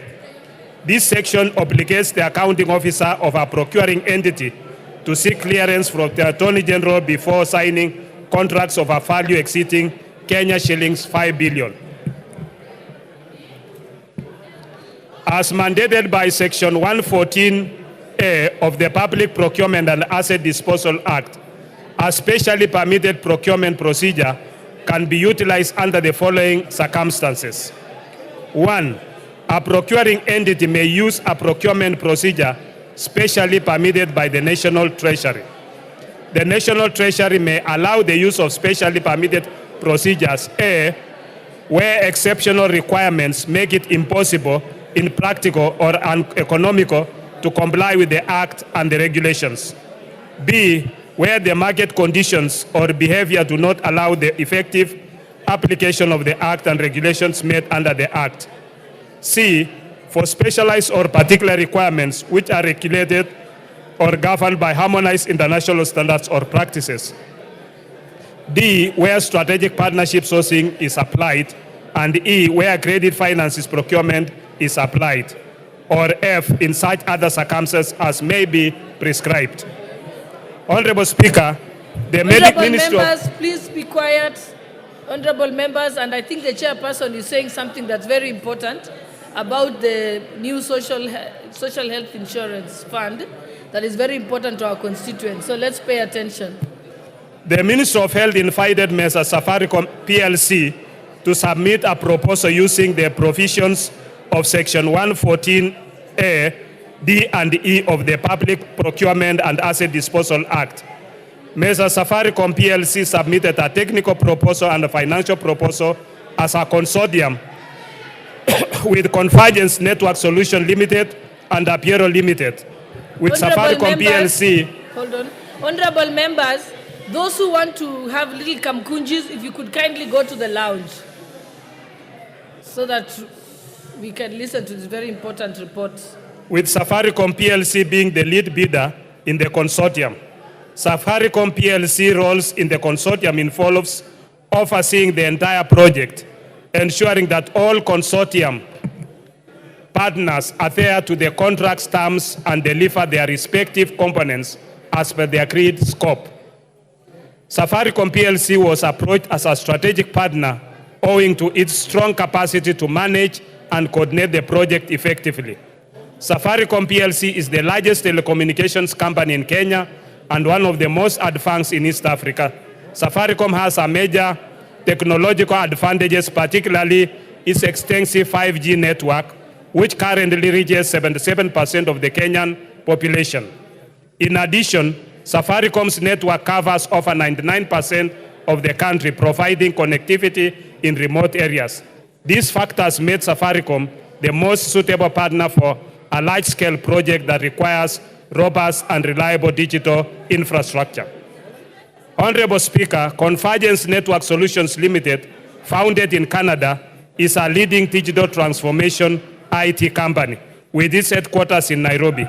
It established operations in Kenya in 2014 when it was incorporated on 2nd April 2014. From its profile, Convergence Network Solutions Limited has a presence across East Africa in 7 countries, including Rwanda, Zambia, and Uganda. Convergence Network Solutions Limited specializes in cyber recovery solutions, identity security management, analytics, and data modeling, IoT, enterprise system integration, integrated physical security, and enterprise collaboration and customer engagement. Apiero Limited, on the other hand, is a private company limited by shares and which has incorporated in Abu Dhabi global market on 11 July 2023, with its business activities being computer programming activities, treasury financial systems and applications development, call centers activities, regulation of the activities of providing healthcare, education, cultural services, and other social services, excluding social security, market research, and public opinion polling, computer consultancy, and computer facilities management activities, data processing, hosting, and related activities. Apiero Limited is owned by Sirius Holding, which has over 25 subsidiaries and presence in over 28 countries. The latter is an international holding company, the largest UAE holding company with over USD 250 billion market capitalization and 479 subsidiaries across 9 industries. Honorable Speaker, I wish to inform this House that the system being procured is not just a social health authority system, but a national integrated information technology system for the entire health sector, a digital superhighway. The system, therefore, this digital superhighway is therefore not solely managing social health insurance, but provides for the various components aimed at delivering a comprehensive and integrated healthcare system for the country. These components encompass the development of a health information management system, a health information exchange platform, core business services such as provision of telemedicine and track and trace for pharmaceutical products, the Social Health Authority Insurance Management Platform, an enterprise resource planning system, national logistics and supply chain management software, a learning platform, a data lake, and analytics system, as well as the necessary digital health infrastructure to support these systems. The Ministry of Health averred to the committee that it secured the necessary approvals from the Cabinet Secretary for the National Treasury and the Attorney General for the use of the specially permitted procurement procedure, with main justification for the procurement of the system being the obligation set out in Section 105 of the Health Act, Cap 241 of 2017. This section provides for the establishment and maintenance of a comprehensive and integrated health information system by the Ministry of Health.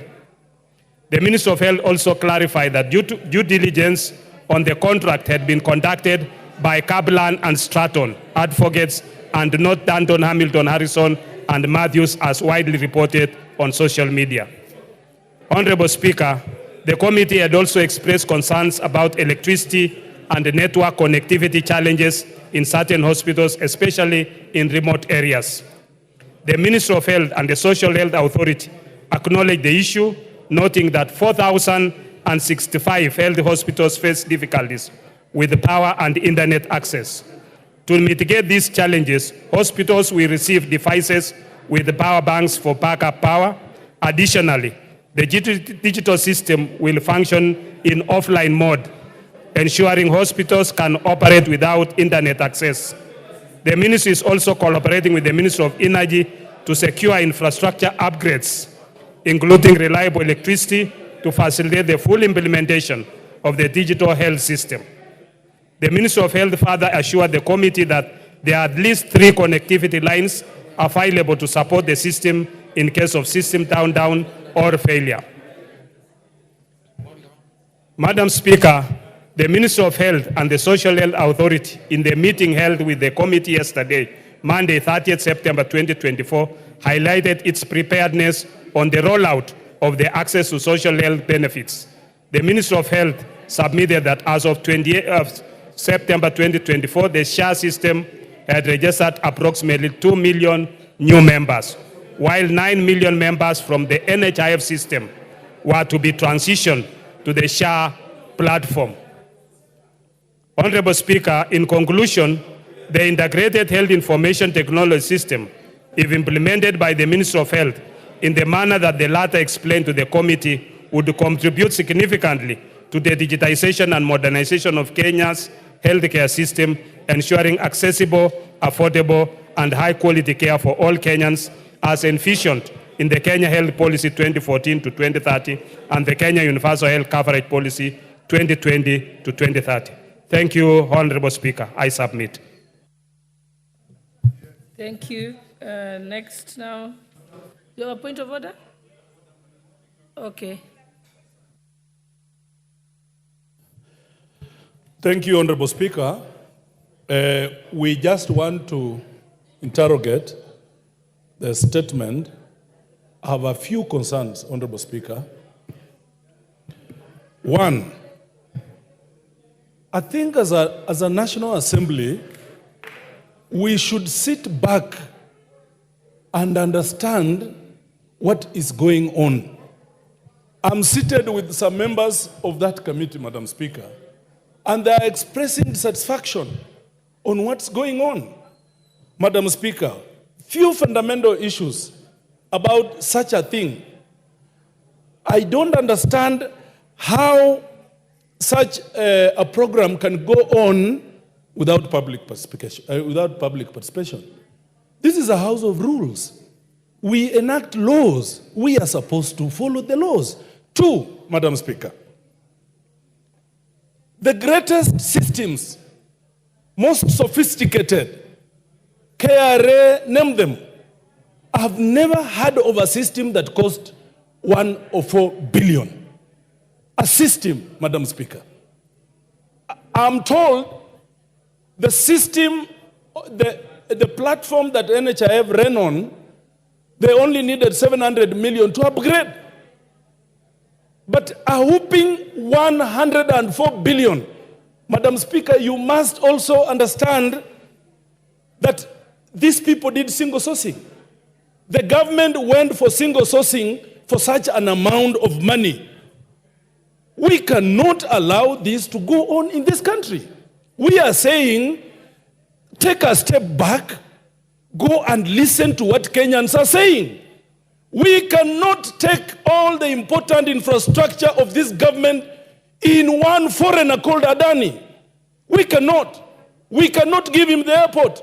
We cannot give him Ketraco. We cannot give him our health system. It's going to collapse.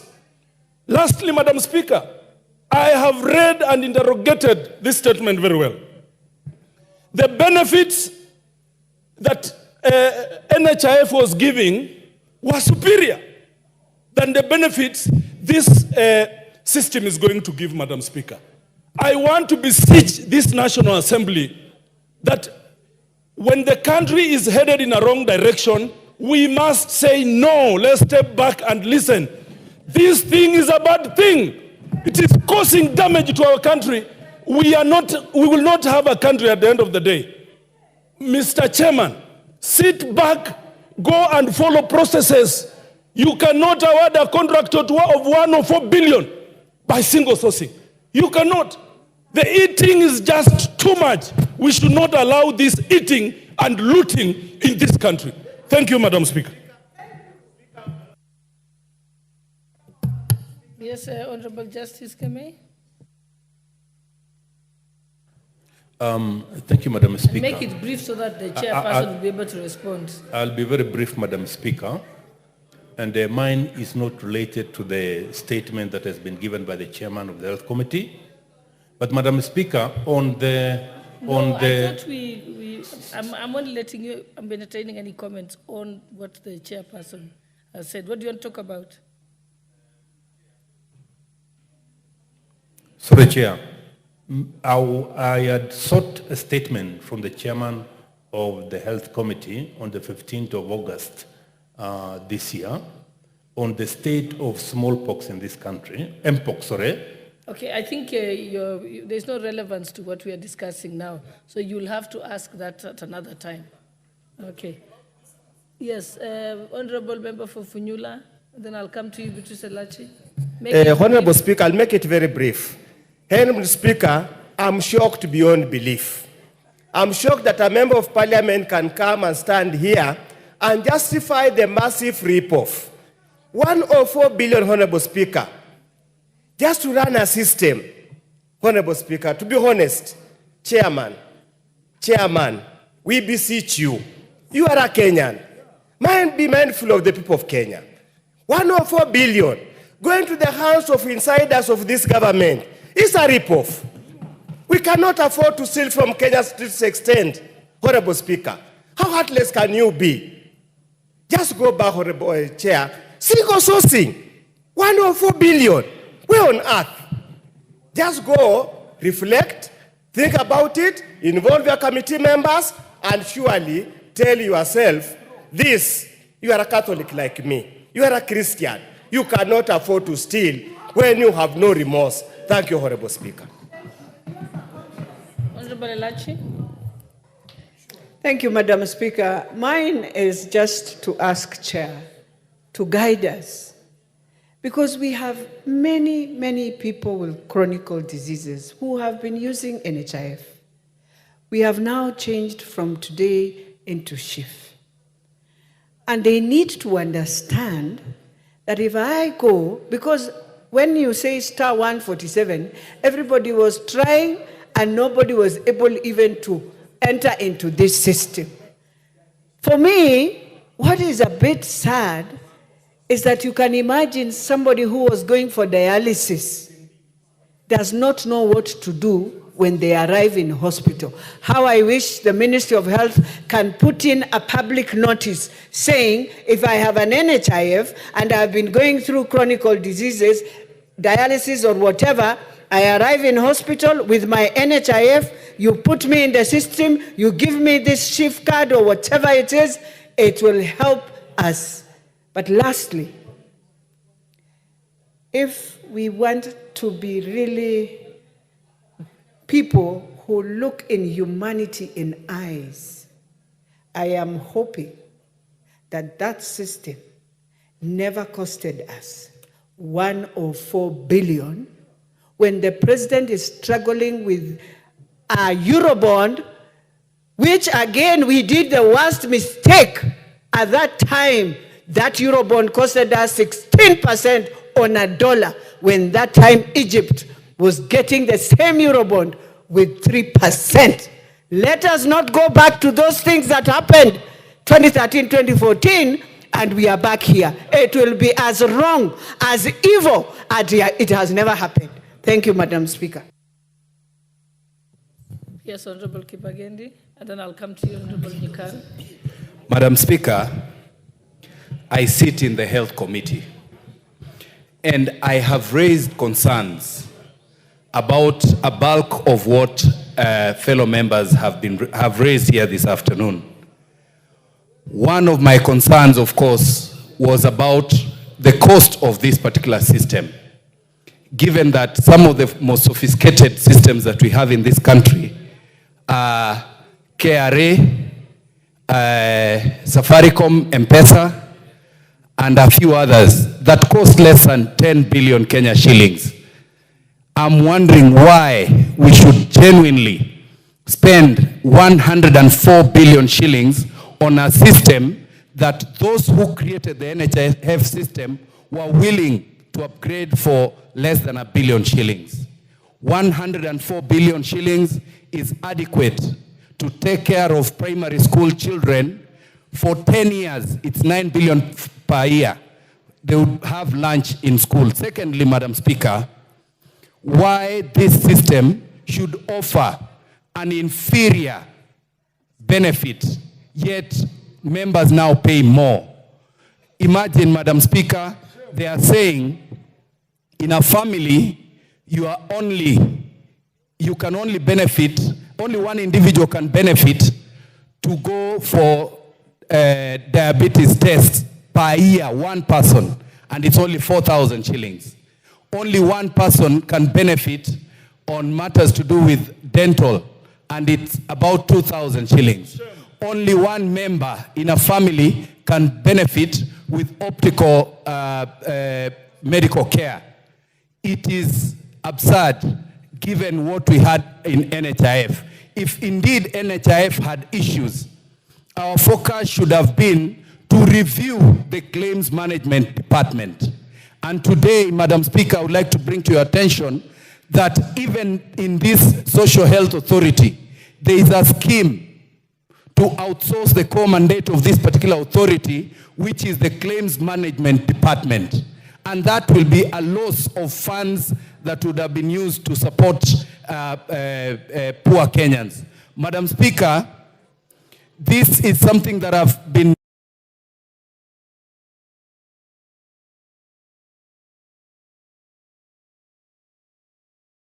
to request that through our committee, we step back and look at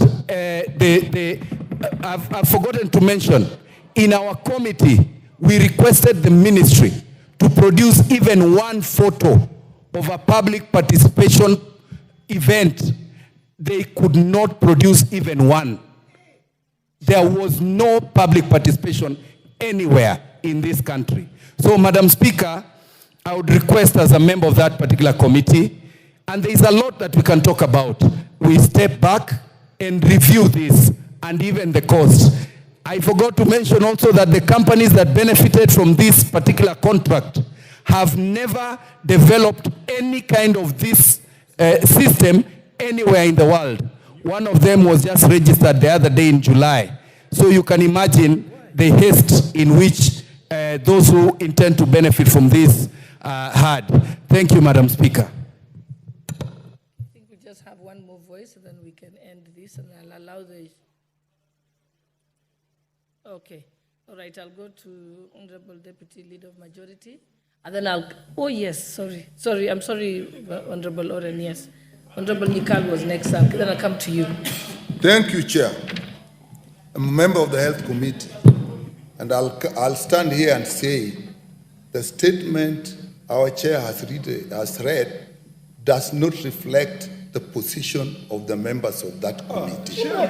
Statement number one, and I say it with courage.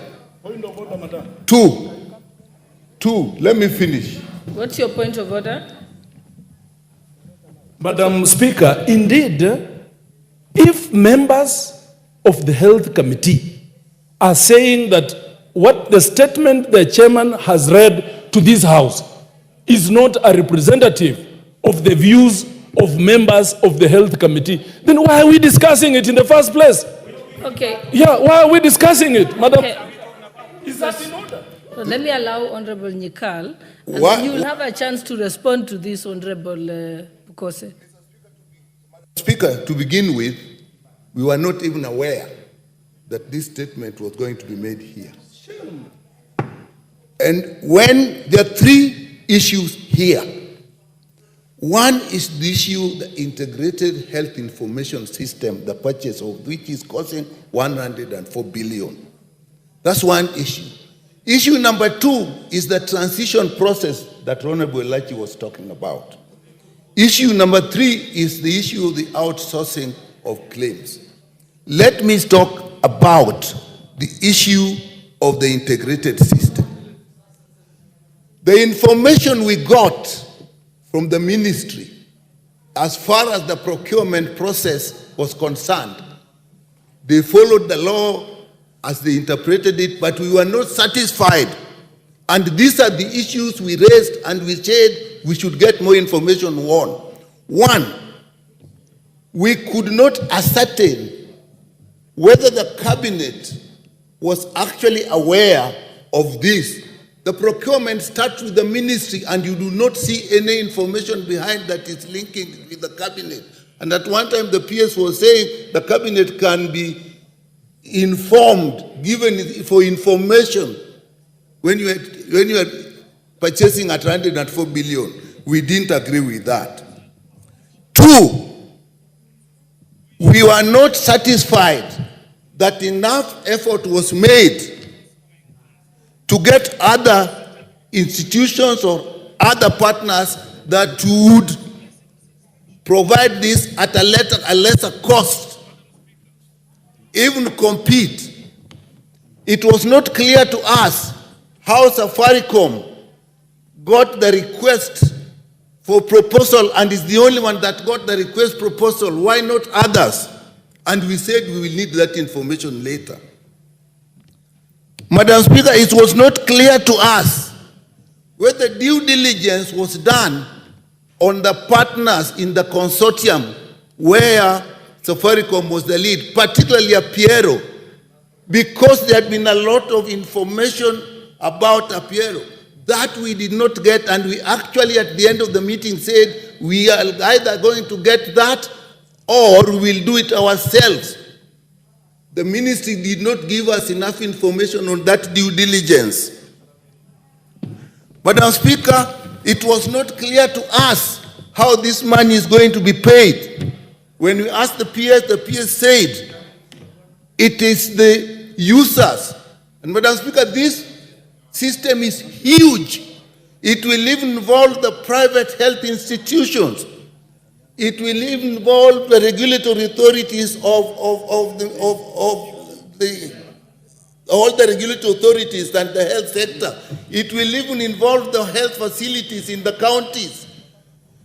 And it was not clear how these users will actually pay for it. And we were informed that they are going to do a cash flow, a simulation of how this will be paid.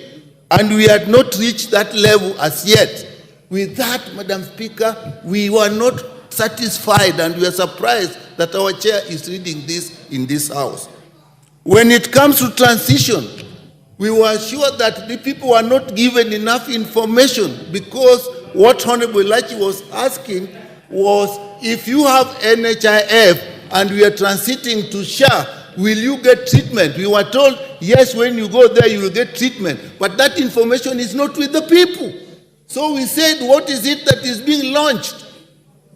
You can launch the beginning of a process, but you cannot say you have shifted and people therefore will not get that service. So we were not satisfied. On outsourcing, on claims, that was one of the biggest issues we raised during the discussion on this law here. We asked, and they said, for the time being, chair will do it itself. And we are not sure whether that is so because the law provided that May. We were concerned about the May. Those who are here may remember. So, Madam Speaker, in the view of the committee, we have not reached a conclusion about this. So with that, Madam Speaker, I say it does not represent the view of members of the committee. Okay, let me give Honorable Macaulay the point of order. I will come to you so that you can respond. Just note them down. Thank you very much, Honorable Speaker. Honorable Speaker, Honorable Nyikal is a ranking member in this House and a serious expert in matters health. He has made statements here, which I think, because this is a House of Records, he says the chair of this committee have submitted a report in this House which does not reflect the views of the committee members. Would I be in order, Honorable Chair, to demand that the chair of the committee tables in this House the minutes of the committee and a list of members who have signed for the adoption of that report? That's the only way we can clear the air. What's your point of order, Honorable KJ? I'll come to you. Let KJ make his...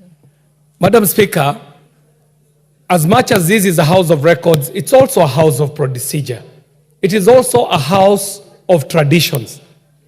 To my mind, what has been laid on the floor of the House today is not the property of any committee. Neither is it the property of the chair. In fact, if I was keen enough to listen to what the chair said when they were moving this, the chairperson, Dr. Pukose, said that he's presenting as a ministry statement. And the ministry is at liberty to transmit statements to this House at any moment. And even responses that come from requests for statements actually are directed to chairpersons.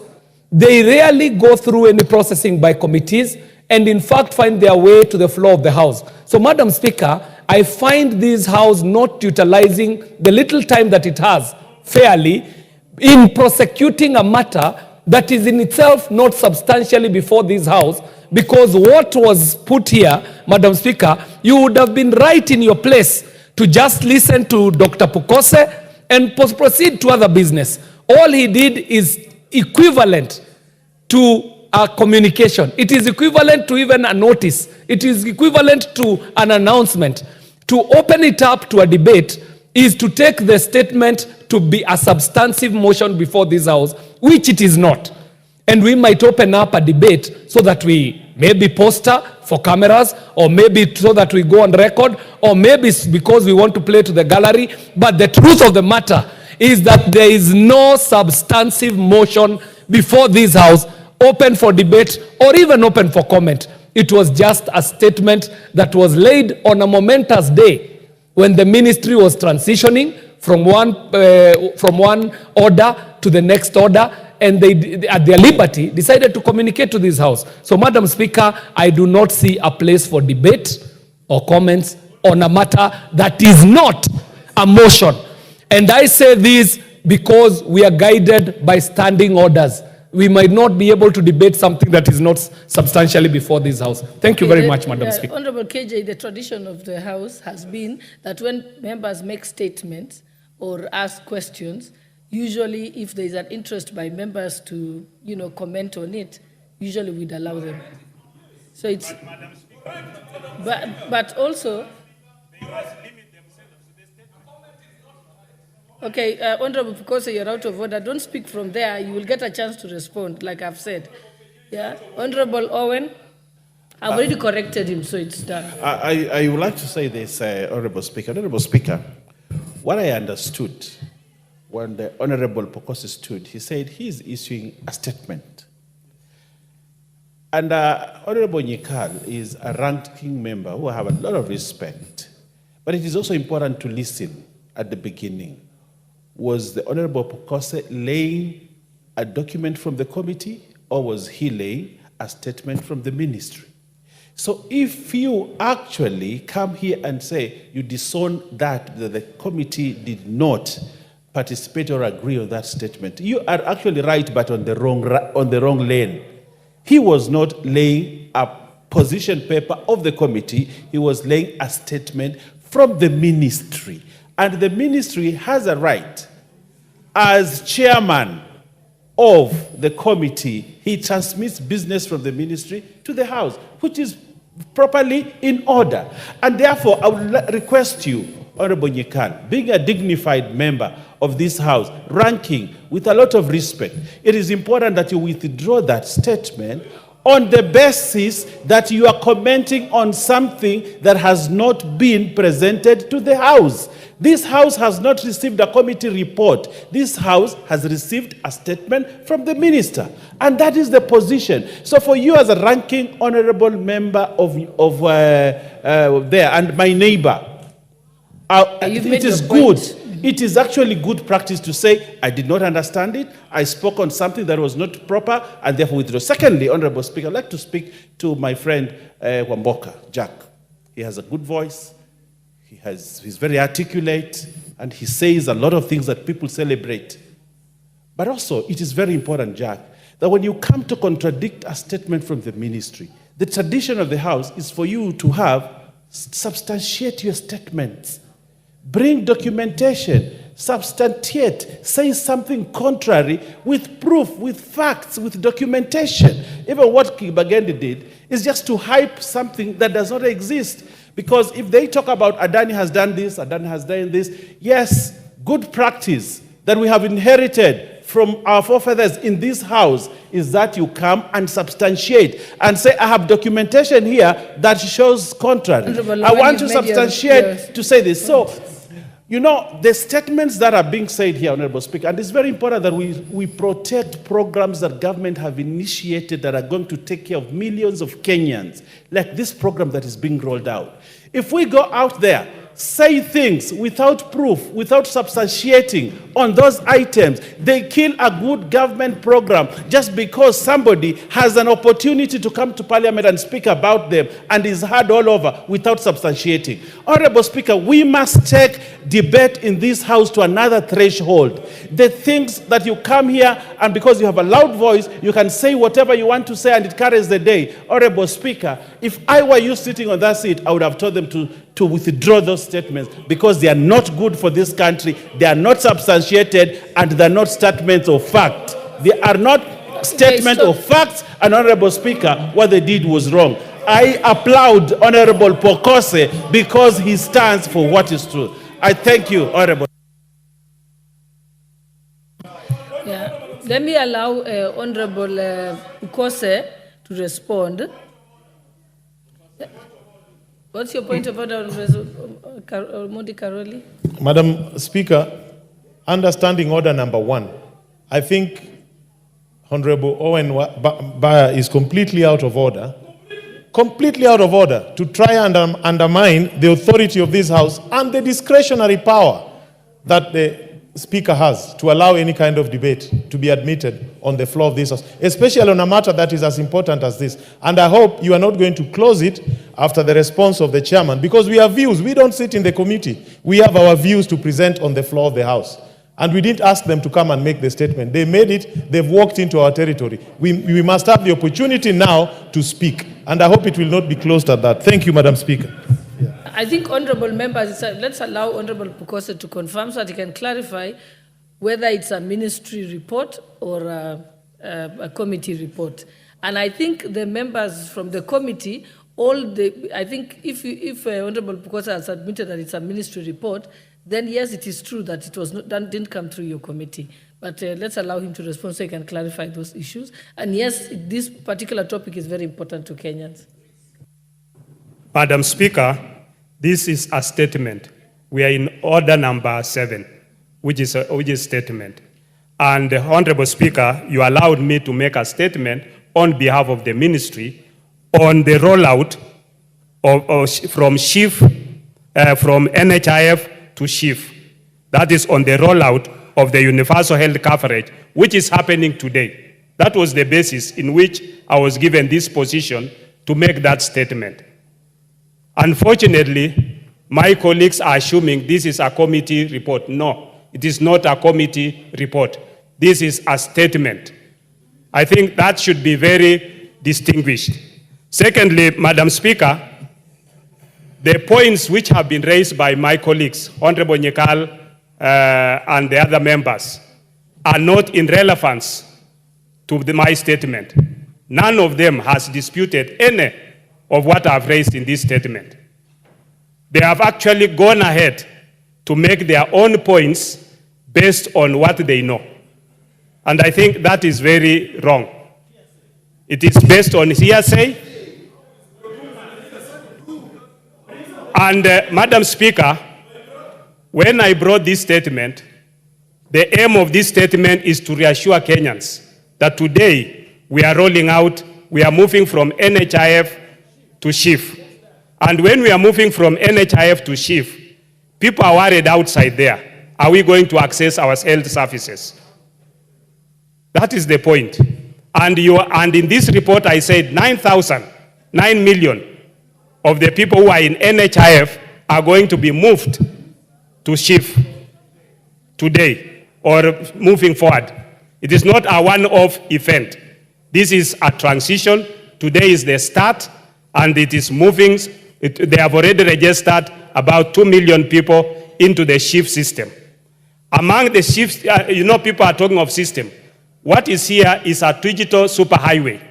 SHIF is just a small, the ERP for SHIF is just a small component of it. The rest is a huge component. And members, my committee members, Honorable Kibagendi, Honorable Nyekal, they are aware.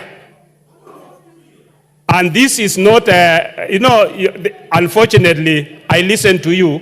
I didn't dispute what you are saying, but you are talking from an ignorant point. Because what is happening is you have... Give him a chance to complete explaining. You have, unfortunately, and this is where we get problems, because you want to go and explain to your people, and you don't have facts. In this digital superhighway, it is connected to the national registration parish and many other systems within it. It's a huge thing. It has two components. When we now go into the digital superhighway, it has two components. And this is not a SHA system. This is a digital health authority system. It's a Ministry of Health system. So what happens is you have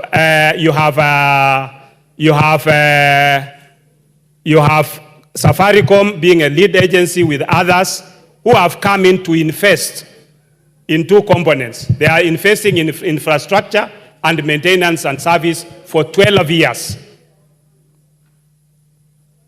Okay? And the procurement method, as I read it here, which they used, is the specially permitted procurement procedure. That is as per the ministry. Yeah? And they presented their documents, which I said, I didn't read that part, but they went to the Attorney General has commented, the National Treasury has commented about it, and they've given them a go-ahead. We are not stopping anything that is happening there. The committee is still in the process of looking at looking at certain areas, which we agree. That is the committee position. But this is the ministry has its position. And as a chair, I'm communicating the ministry's position. I think, Honorable, because you've clarified the issue, you've said that's a ministry position, and I think you've confirmed yourselves, Honorable Nikal, that as the committee, you're still interrogating this matter. So this will not prohibit the committee from continuing.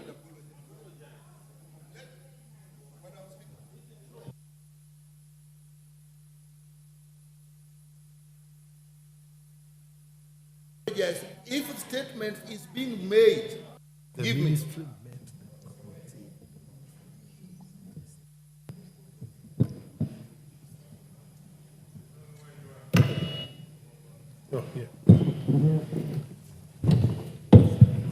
One, if the ministry wishes to make a statement to the public, it is not through this house. If the ministry is making a statement, it does not make reference to the discussions that has become before the committee. Once the ministry brings out the issues that they brought and discussed before the committee, it therefore becomes our discussion as well.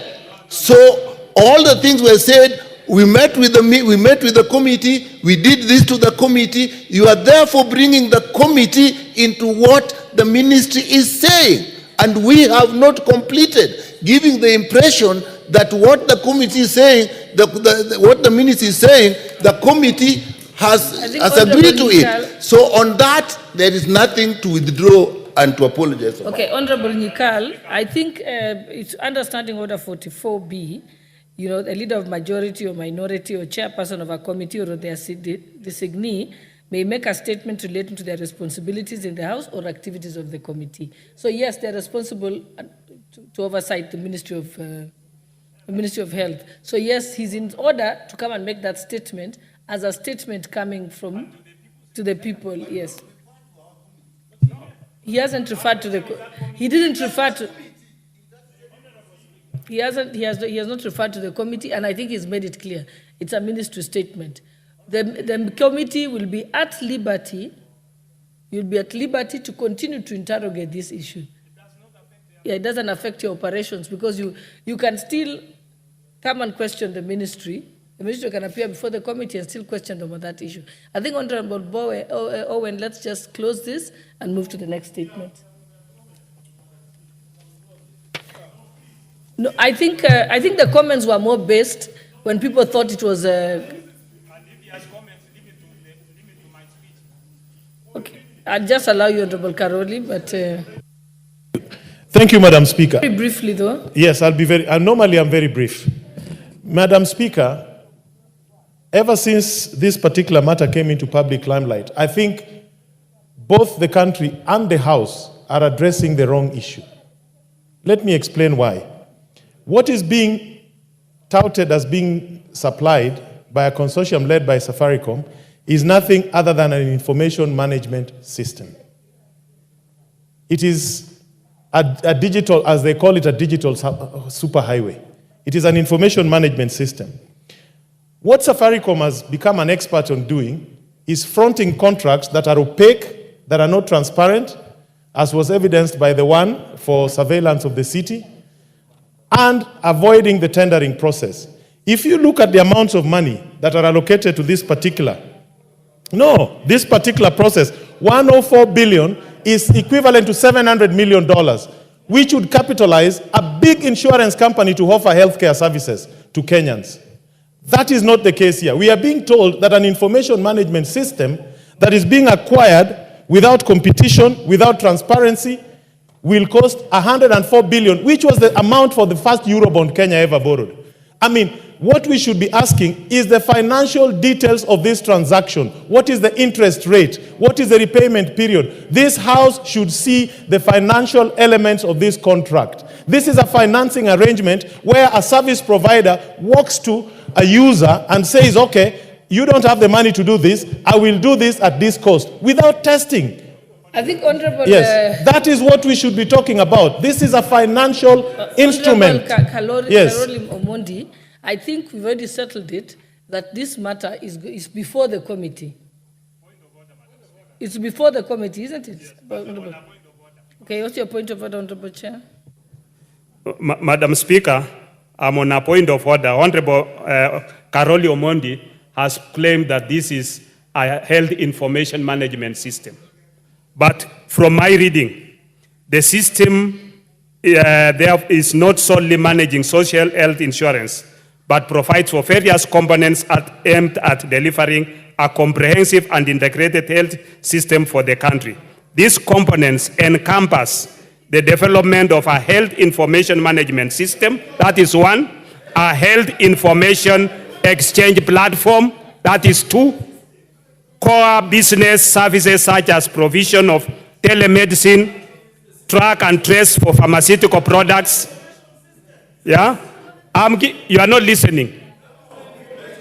The health information system is just one. There is track and trace for pharmaceutical products. There is core business services such as provision of telemedicine. There is development of a health exchange platform. It is many things. No, that is different things. Okay, you know, the Honorable- problem is you are not listening. Okay, Honorable Pukose. Okay, Honorable Pukose, I think now we are flogging a dead horse.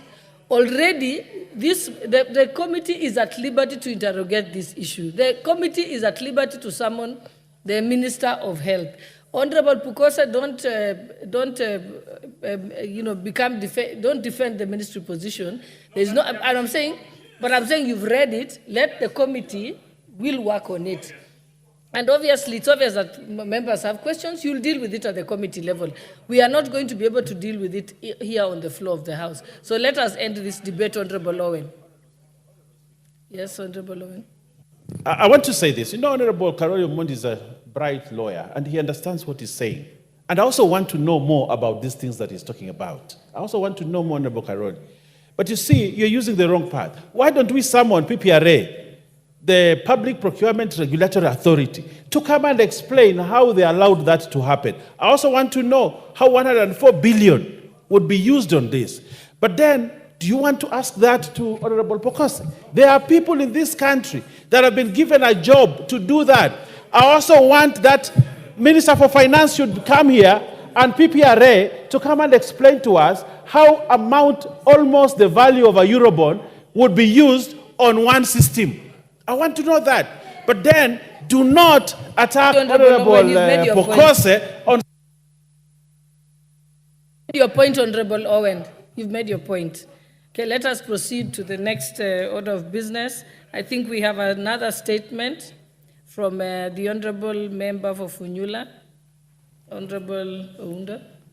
Thank you, Honorable Speaker. This is a request for statement. Honorable Speaker, pursuant to the provision of Standing Order 44.2c, I rise to request a statement from the chairperson of the Departmental Committee on Administration and Internal Security regarding the welfare of prison officers.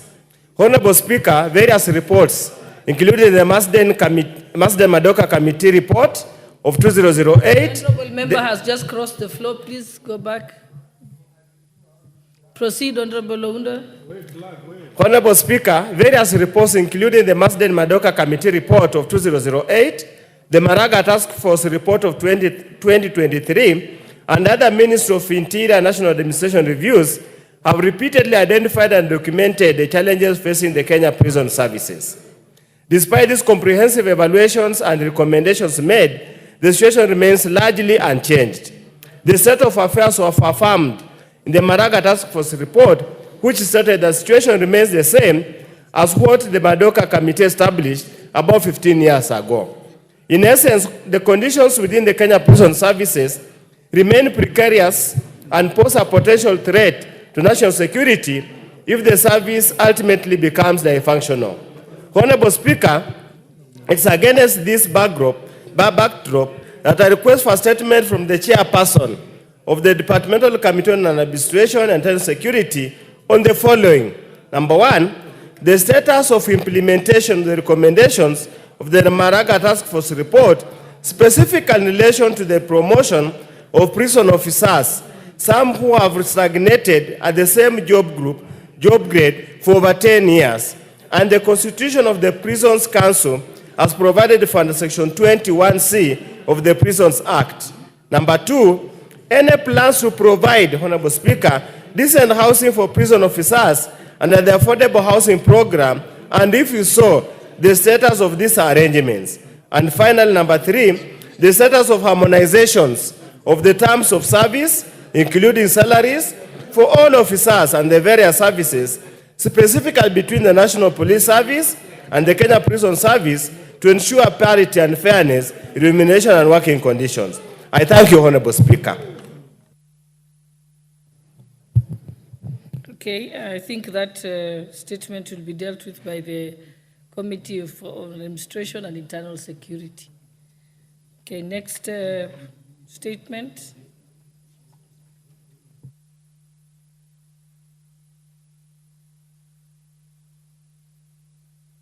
Is there anybody from that committee, Administration and Internal Security? Give me the mic. Thank you very much, Madam Madam Speaker. But that statement is to actually the State Department of Correctional Services, which falls under Justice and Legal Affairs. So I believe that will be the right committee which will handle the statement, and that can be done within 14 days if it is forwarded immediately to the State Department of Correctional Services. Thank you for that correction. Now I remember actually that was moved to Justice and Legal Affairs. Okay. The next statement is by Honorable Member for Langata. Thank you, Madam Speaker. Honorable Speaker, pursuant to the provision of the Standing Order 44(2)(c), I rise to request a statement from the chairperson of the Departmental Committee on Defense, Intelligence and Foreign Relations regarding the current management and public access to Uhuru Gardens. Honorable Speaker, Uhuru Gardens is one of Kenya's most significant national monumental facilities. It holds deep historical value as it is the site where the Kenyan flag was hoisted during the Declaration of Independence on the 12th December 1963. It symbolizes the birth of the nation and Kenya's freedom from colonial rule. The facility is a site that represents Kenyan national identity, national pride, where citizens can reflect on the country's history, achievement, and aspirations. For many years, Uhuru Gardens was a valuable recreational space for the local community and tourists. The expansive green space allowed people to engage in physical activities such as morning runs, picnics, relaxation, and now more so content creation for the young people called the Gen Zs, hence promoting physical and mental well-being.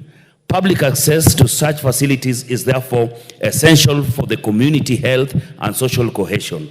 The situation changed when the facilities was placed under the military oversight, which has restricted public access. Honorable Speaker, it is against this background that I rise to request for a statement from the chairperson of the Departmental Committee on Defense, Intelligence and Foreign Relations on the following.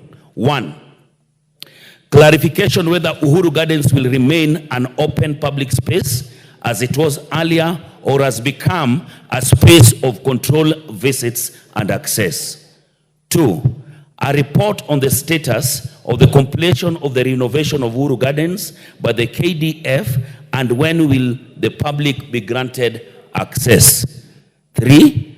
The reasons for permission of certain activities such as marathons, music concerts at Uhuru Gardens while the general public is denied access. 4. Plans in place to ensure that Uhuru Gardens is listed under the e-citizen platform, specifically the 222 portal, to allow citizens to make payments or bookings for the public access and events, thus ensuring accountability and transparency. I thank you, Madam Honorable Speaker. Thank you. That particular statement will be marked to the Committee on Defense, Intelligence and Foreign Relations. Is there any member of that committee here? Okay, the Deputy Majority Leader, you'll ensure that that is acted on. And you can tell them they have 2 weeks to respond. Next is a statement by the Honorable Fatuma Zainabu, member for Migori. Thank you, Madam Speaker. Honorable Speaker, pursuant to the provision of Standing Order 44/2/C, I rise to request for a statement from the chairpersons of Departmental Committee on Environment, Forest, and Mining regarding mining activities in Makalda Gold Belt in Migori County. Honorable Speaker, the Makalda Gold Belt in Migori County is known for its riches in precious minerals such as gold and copper. The minerals are precious national resources that ought to be extracted for the benefit of the nation, the local communities, and the future generation as envisaged under Article 69 of the Constitution. It is of great concern that mining activities in Makalda seems uncoordinated, hence violating the rights of the residents to the benefit from the minerals. Additionally, in September 2023, the Cabinet Secretary for Environment, Climate Change and Forestry gazetted 6,165 acres of land in Makalda area as forest land, despite the land being ancestral home to over 20,000 households that have lived on and practiced artisanal mining on the land for many years. The gazettement of the land without public participation threatens the permanently disinherit residents of their ancestral land and disconnect them from lifelong benefits expected to accrue from the minerals in the region. This has caused spate of violence, conflicts among artisanal miners and small mining companies and foreign mining companies as locals seek to preserve their right to land and the benefit from the mineral resources. Honorable Speaker, it is against this background that I seek a statement from the chairperson of the Departmental Committee on Environment, Forest and Mining on the following. 1. Provide a report on all reconnaissance, prospecting or mining licenses issued under the Mining Act Cap 306 for mining in Makalda, including details of the farms, terms of the licenses, the minerals in respect of each license, and the status of mining activities for each mineral. 2. Criteria for award of mining licenses and clarification on the reasons for granting licenses to foreign firms, including the number of local miners from Migori County granted mining licenses. 3. Provide a report on whether the directive of cession of copper mining in Makalda region, citing its declaration as strategic mining, followed by the process set out in the Mining Strategic Mineral Regulation 2017, and if not, the reason for its enforcement in Makalda. 5. Provision of report of payout of royalties to Migori County government and the local communities for minerals mined from Makalda, and if not, the reasons for non-remittance. And 6, steps being taken to resolve the stalemate between the locals and the foreign miners that led to closure of mining activities, and when the area will be reopened since it supports the livelihood of many. Thank you, Madam Speaker. Thank you. Yes, Honorable Member, I can't quite see you. Where Makalda sits. Thank you, Honorable Speaker. I just wanted to support statement by my women leader from Migori County, and I want let it be known in the House that we have a petition with the Departmental Committee on Environment on the settlement of that land, where the Minister for Environment refused totally to appear before the committee. And listening to our women leader, you'll realize the statement is capturing both environment and mining. And majorly mining, she has clarified that there are a lot of issues to be done to assist the community also to benefit from the minerals. So I would request, Madam Chair, for us to help our people. We need to make the Minister for Environment to honor the summons from the committees. And again, I would request that we extend the petition or the statement so that we get some clarity from the Ministry of Mining for the benefit of our people. I thank you, Madam Speaker.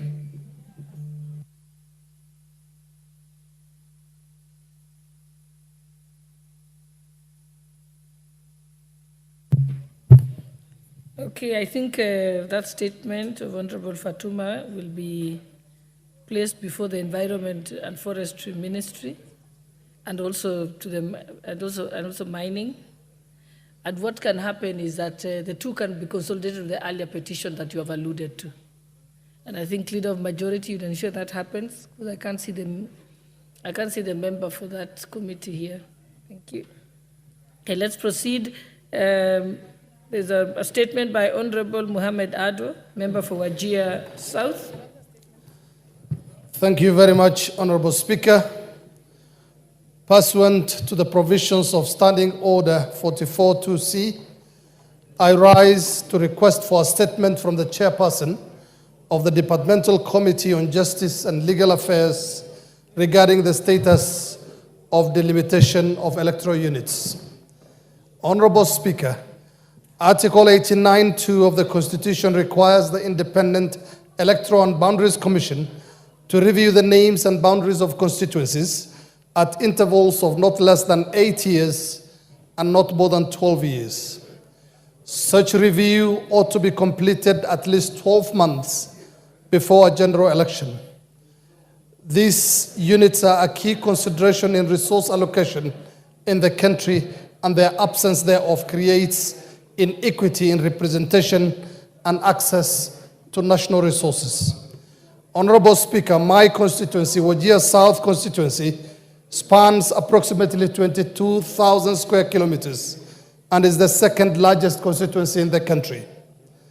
It is 10 times the size of Kiambu County.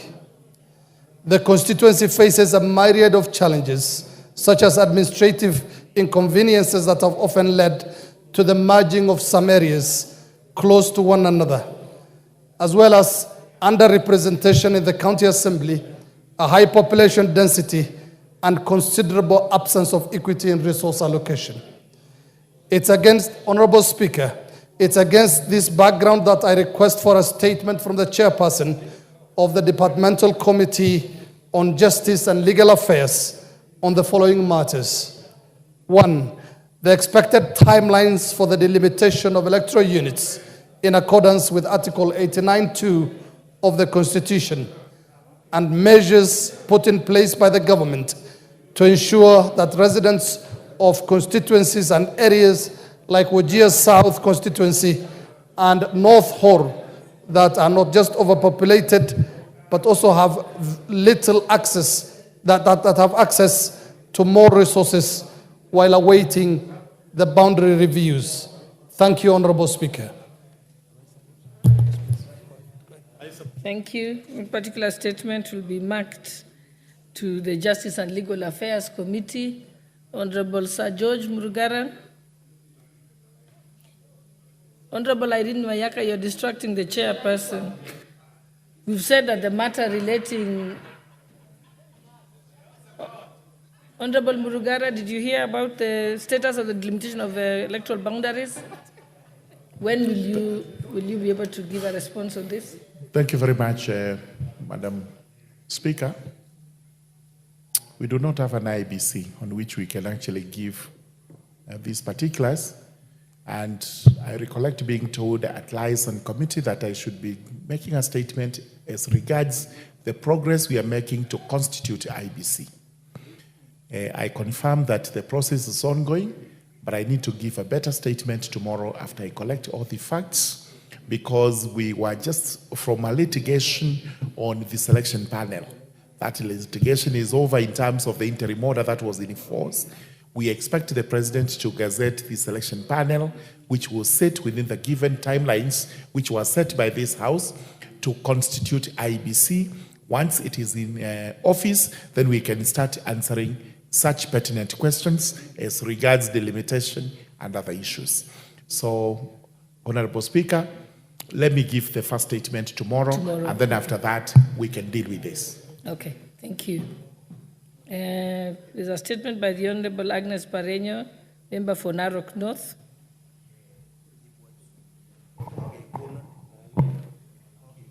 Thank you, Madam Speaker. Honorable Speaker, pursuant to the provision of Standing Orders 44-2C, I rise to request for a statement from the chairperson of the Departmental Committee on Trade, Industry and Cooperative regarding the sale of Ufundi Cooperative Plaza by Ufundi Sacco. Honorable Speaker, Ufundi Cooperative Plaza in the Nairobi Central Business District has for several years been the subject of a vicious court battle between Ufundi Savings and Credit Cooperative Society Limited and its 14,999 members.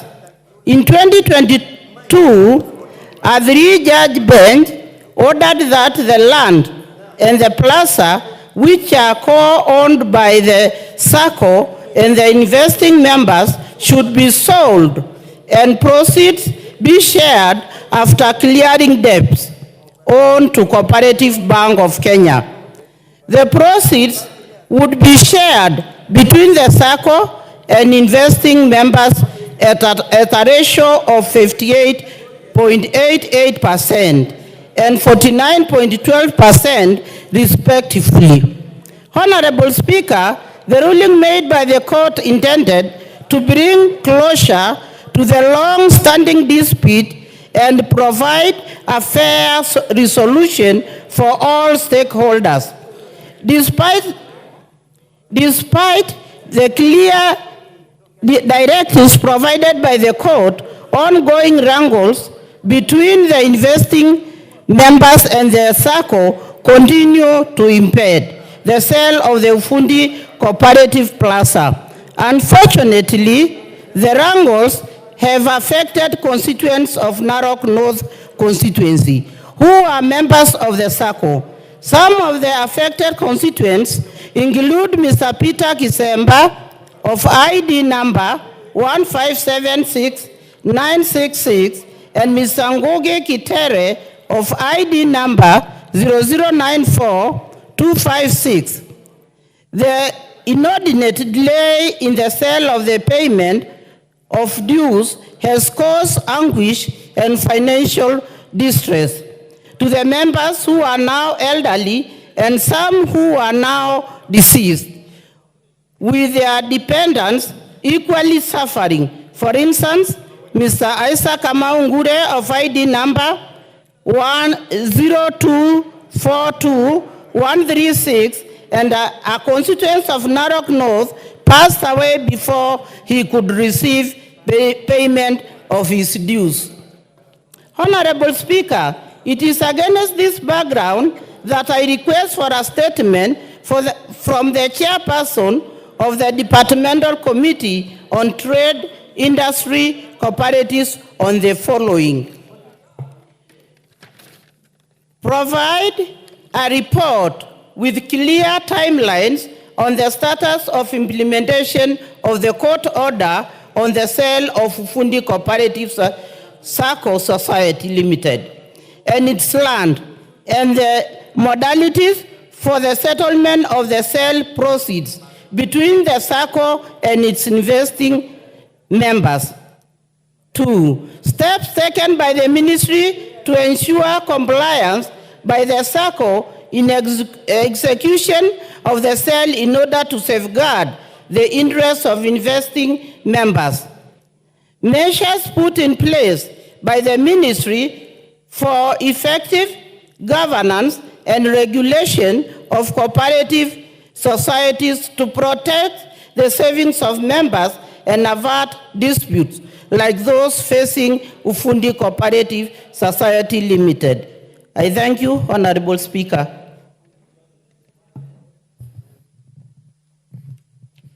Thank you. That statement will be back to the Ministry of Trade, the Committee of Trade, Industry and Cooperatives. Is there a chairperson of that committee here? Yes, Honorable Lounda.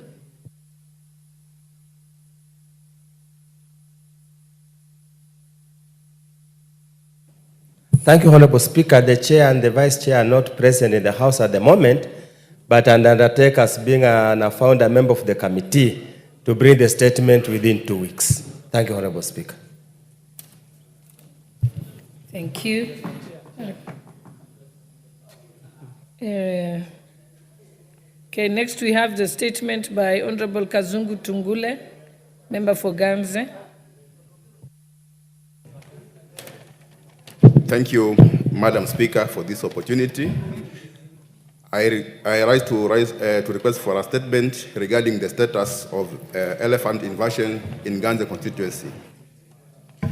Honorable Speaker, pursuant to the provisions of Standing Order 44-2C, I wish to request for a statement from the chairperson of the Departmental Committee on Tourism and Wildlife regarding the increased invasion of elephants in Ganze constituency. Honorable Speaker, the current state of elephant invasion in Ganze has become a matter of great concern, particularly in Mitangani, Ndigiria, Bandari, Murimwandege, and pockets of Bamba and Mahera locations. The elephants have exhausted all water sources utilized by residents for domestic and livestock use. Furthermore, the invasion of the mentioned areas has rendered farming activities impossible, leading to increased dependence on unreliable and erratic relief food supplies. In addition, the risk caused by the elephants has compelled parents to escort their children to and from school, hence impeding them from engaging in profitable economic activities. The fear of attacks by elephants is causing schools to commence later and end earlier than scheduled, which negatively affects learning in schools. Honorable Speaker, the matter was reported to Kenya Wildlife Services officers in Gede, in Malindi, but the response has been lethargic. As a result, for the last 6 months, elephants have been roaming freely in residential and agricultural areas. It is also regrettable that for the last 6 months, the Ministry of Tourism and Wildlife has done little on rounding up the herds of elephants from the residential areas. Honorable Speaker, it is against this backdrop that I seek a statement from the chairperson of the Departmental Committee on Tourism and Wildlife on the following. 1, provide a report on the measures that the ministry is taking to ensure that the herds of elephants are returned back to the Tsavo East or other designated conservation areas, and challenges that KWS is facing in such situations.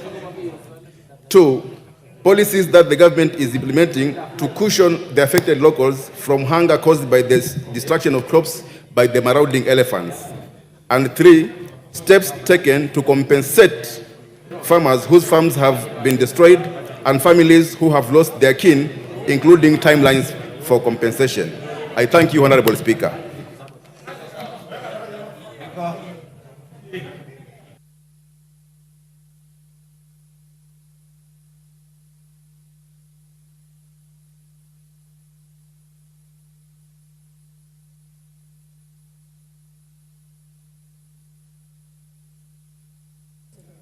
Okay, the next statement. Which one is the next statement? This one has finished, so mark it to the Ministry of Wildlife and Tourism. Okay. Yeah, this is now marked to the Ministry of Tourism and Wildlife, the Committee on Tourism and Wildlife.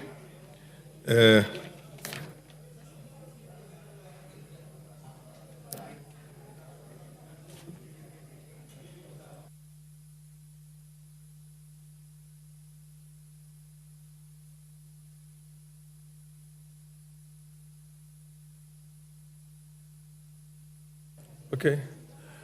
The leader of majority, Baya. A statement was sought from the Minister of Tourism and Wildlife by the Honorable Kazungu Tungule, MP for Ganze. We will.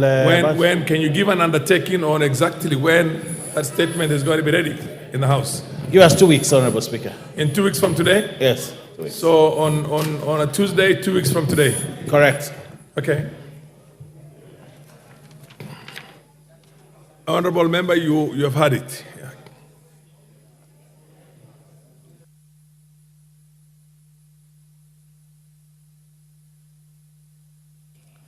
Next order. Order number 8, the Technopolis Bill, National Assembly Bill number 6 of 2024, second reading, question to be put.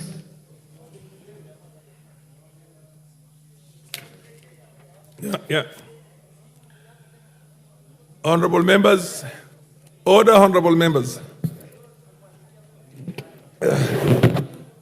Honorable members, I now put the question that the Technopolis Bill, National Assembly Bill number 6 of 2024. As many of that opinion say aye. As many as the contrary opinion say no. The ayes have it. Next order. A bill for an act of parliament to establish the Technopolis Development Authority to provide a framework for the development and management of the Technopolises and for connected purposes.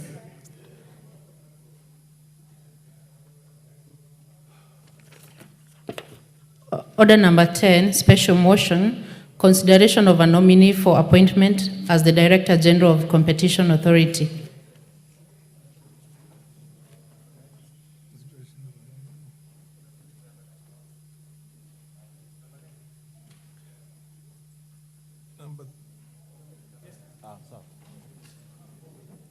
Honorable Speaker, move.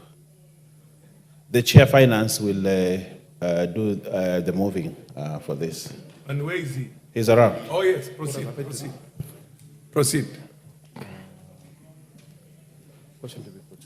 The Chair Finance Committee, proceed please. Honorable Speaker, I rise to move that taking into consideration the findings of the Joint Committee on the National Assembly Departmental Committee on Finance and National Planning and that of the Senate Standing Committee on Finance and Budget in its report on the vetting of a nominee for appointment as a Director General of the Competition Authority laid on the table of the House on Thursday, the 26th of December 2024, and pursuant to Section 12(1) of the Competition Authority of the Competition Act, Cap 504, and Section 3 and 8 of the Public Appointments Parliamentary Approval Act of 2011, that this House approves the appointment of one Mr. David Kibet Kimei as the Director General of the Competition of Kenya. Honorable Speaker, the Competition Authority of Kenya is a regulatory body responsible for enforcing competition law in Kenya. It aims to promote fair competition, prevent anti-competitive practices, and protect consumer welfare. The Competition Authority of Kenya plays a critical and crucial role in fostering a competitive market environment, which is essential, Honorable Speaker, for economic growth and innovation in Kenya. Honorable Speaker, the Office of the Director General of the Competition Authority is established under Section 12(1) of the Competition Act, Cap 504, in the following terms.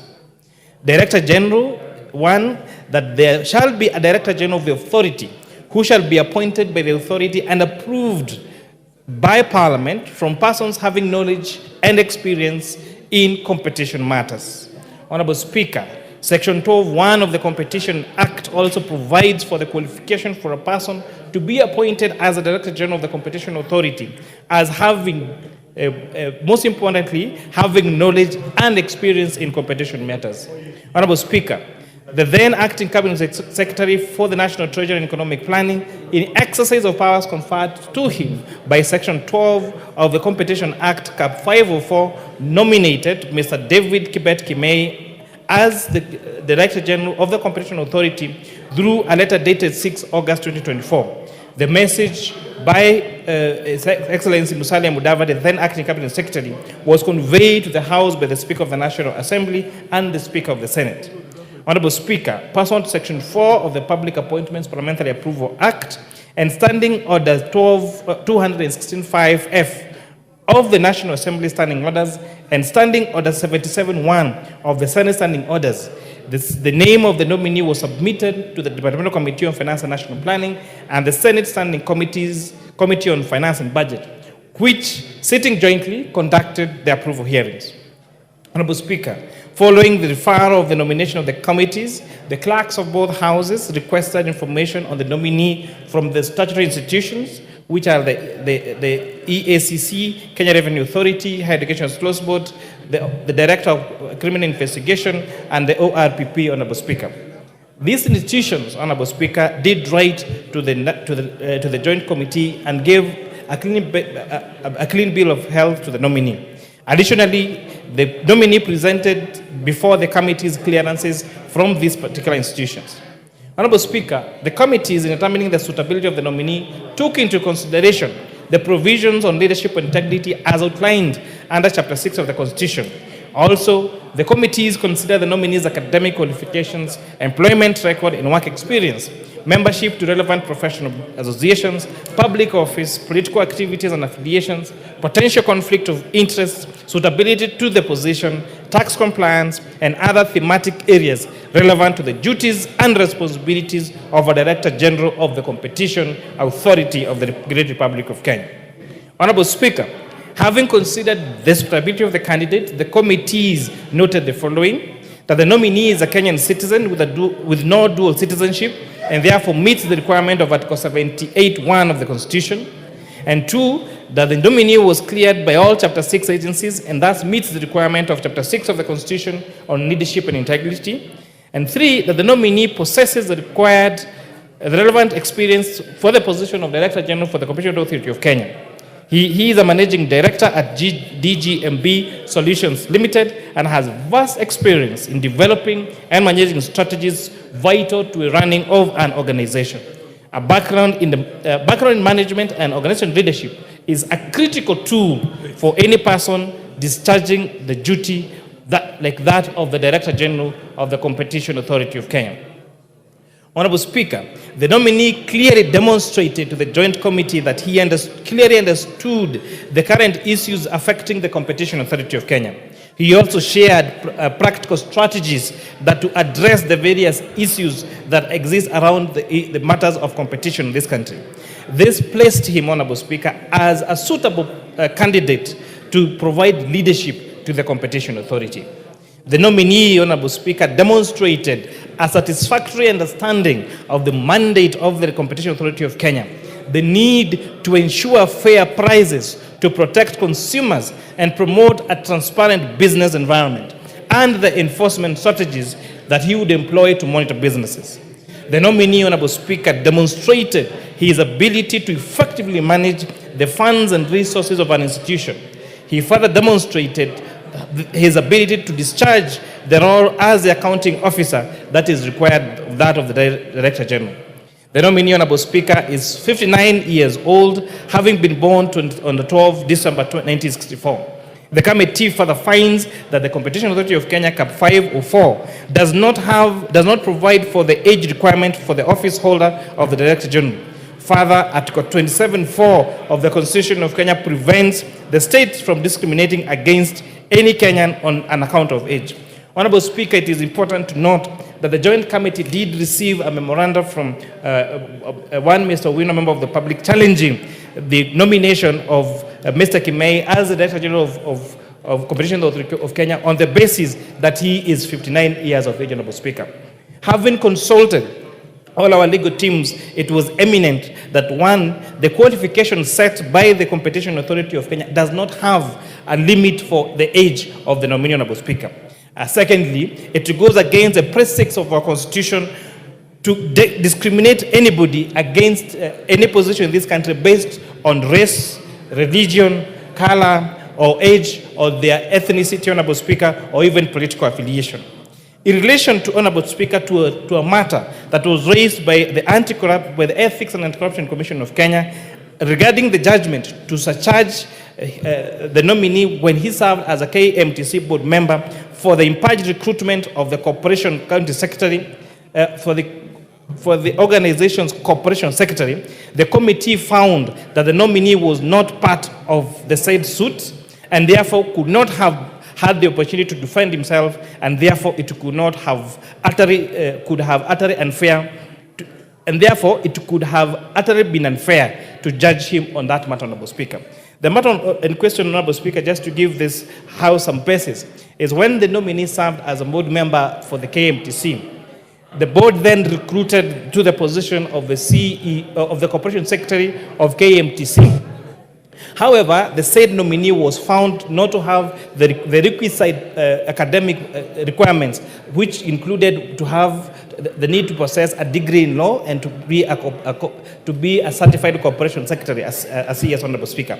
However, considering that was a board decision, and although even a court ruling had been issued, the suit was against the board of KMTC, and KMTC as a body corporate, and not to him as an individual member of that board, Honorable Speaker. And therefore, considering that he was not party to the suit, and therefore had not been accorded time to go and justify himself and defend himself, and a chance for his version to be had, the joint committees found that using that as a basis to deny this candidate the approval for this particular position of Director General would be unfair and would make him not have a recourse to be had, Honorable Speaker.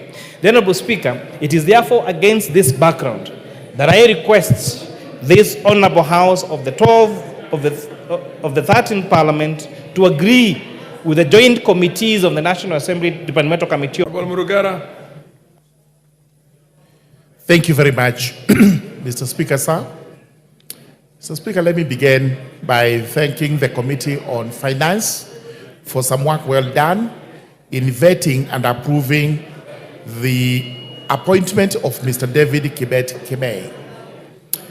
Without having to rehash exactly what the chairperson of the Finance Committee has submitted regarding this candidate, may I confirm that the candidate has immense experience in matters relating to competition, finance, and business. It is important to note that the Competition Authority of Kenya, the CAK, is actually under the Competition Act, Chapter 504 of the laws of Kenya, which is established specifically to ensure that the issues of competition in the country are dealt with in a manner that protects and promotes business in the country. The purpose of the Competition Authority is to promote, safeguard competition, also ensure that our national economy is protected, and the consumers who are the beneficiaries of the protection actually are not subjected to unfair and misleading market conduct or conditions in the country. Therefore, the task ahead of Mr. David Kemei is to ensure that we as consumers in the country are protected from unfair competition practices, which are quite often in Kenya. Those include bringing in substandard commodities. They also bring in undercutting, charging less than the market can allow, practices which expose consumers to substandard goods. Mr. Speaker, sir, Mr. Kibet-Kemei will have to move to enforcement and the compliance with the Competition Act of Kenya. Here we will require him to ensure that this law is actually implemented to the fullest to ensure that, again, consumers and the economy of the country is protected. It is important to note that Mr. David Kibet-Kemei did undergo a full vetting, and he was able to satisfy members of the Finance Committee that he was suitable for this job. And therefore, in view of the report that has been given to us, the submissions that have been made here, we do not have any hesitation in agreeing with the Committee on Finance and calling upon this Honorable House today to approve the appointment of Mr. David Kibet-Kemei. With those remarks, I beg to second. Thank you very much. Honorable members, I now propose the question. Order, honorable members, order. Can you take your seats? Take your seats.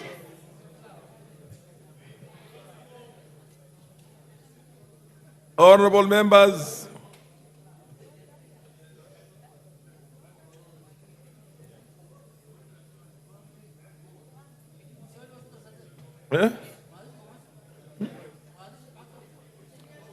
honorable members, take your seats. Order, honorable members. I now propose a question that taking into consideration the findings of the Joint Committee of the National Assembly Departmental Committee on Finance and National Planning, and the Senate Standing Committee on Finance and Budget in its report on the vetting of a nominee for appointment as the Director General of the Competition Authority, laid on the table of the House on Thursday, the 26th September 2024, and pursuant to Section 12(1) of the Competition Act, Cap 504, and Section 3 and 8 of the Public Appointment Parliamentary Approval Act of 2011, this House approves the appointment of Mr. David Kibet Kemei as the Director General of Competition Authority. Yes, the Honorable Bayer.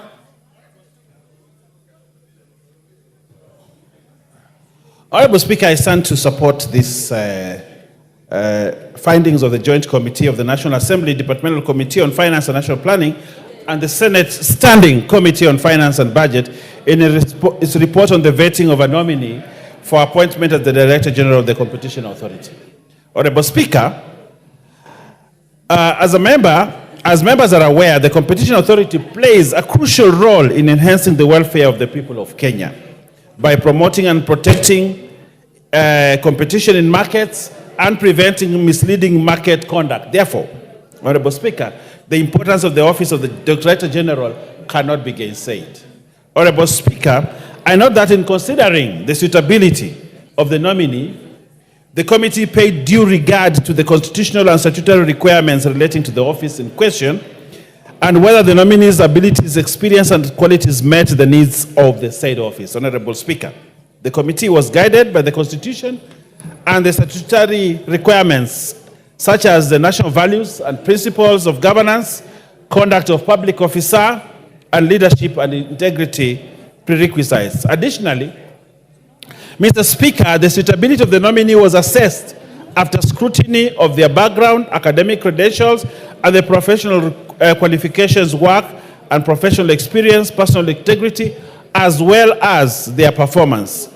The nominee, Honorable Speaker, Mr. David Kibet Kemei, has over 33 years' experience across many sectors, including academia, regulatory tourism, health, communication, and energy. Through his extensive employment record and work experience, the nominee is well equipped with the skills and expertise needed as Director General for the Competition Authority. Mr. Speaker, further, the nominee has clearly demonstrated a clear roadmap, according to the report, to promote growth in the sector, including creating a level playing field for businesses, advocating for regulatory reforms that promote transparency and competition, developing a regulatory framework that supports their competition, and promoting regional and global integration to foster a competitive environment that benefits both local and international business. Honorable Speaker, in conclusion, I urge this House to make a swift and favorable decision in approving Mr. David Kibet Kemei to the position of Director General of the Competition Authority of Kenya, thus reinforcing our commitment to protecting, strengthening, and improving the efficiency of our economy, which is vital for driving economic growth. Honorable Speaker, I support the appointment of David Kemei to be the Director General of the Competition Authority, and the report is available. The committee has done a good job, commendable job, and I want to thank the committee and the Senate committee, and therefore request this House to not waste time, but approve the appointment of David Kemei Kibet to be the Director General of the Competition Authority. Honorable Speaker, I support and request the members to support, and if the Honorable Pokose is around, he can request that we put the question and we approve. Honorable Speaker, I thank you. Majority Leader, the MP for Super South, the Honorable Karoli Omondi. Thank you very much, Honorable Speaker. I rise to support the nomination of David Kibet Kemei to the position of Director General of Competition Authority. As I'm doing so, I can see Honorable Marianne Keitan is smiling. There's a particular reason for that smile. Honorable Keitany and I happen to have worked with David Kemei many years ago when we established the first independent regulatory authority, then known as Electricity Regulatory Board, now Energy and Petroleum Regulatory Authority, EPRA. I give Mr. Kemei very strong recommendation because from that group at ERB at that time, now EPRA, our inaugural chairman is now the Speaker of this House. Our inaugural CEO is now the Deputy Chief Justice of this Republic. Mary Ann Keitany, the first Chief of Staff, Lady Chief of Staff in the Republic of Kenya, and now a member of this House. One good engineer, Kevin Kariuki, is now the head of power at African Development Bank. And yours truly, Karoli Omondi, the first Chief of Staff in the Republic of Kenya, is now a member of this House. Now, let me begin by giving further information about David Kemei. He was very instrumental in helping us set up rules and regulations that would deal with competition in the power subsector, consumer protection, compliance issues, and dispute resolution. I'm very confident that David Kemei will be able to be a good Director General and discharge the functions of a regulator properly, of exercising independent authority and ensuring that the market work and consumers are protected and that disputes that emerge are settled expeditiously and equitably. Thank you, Honorable Speaker. I beg to support. The Honorable Mary Ann Keitany.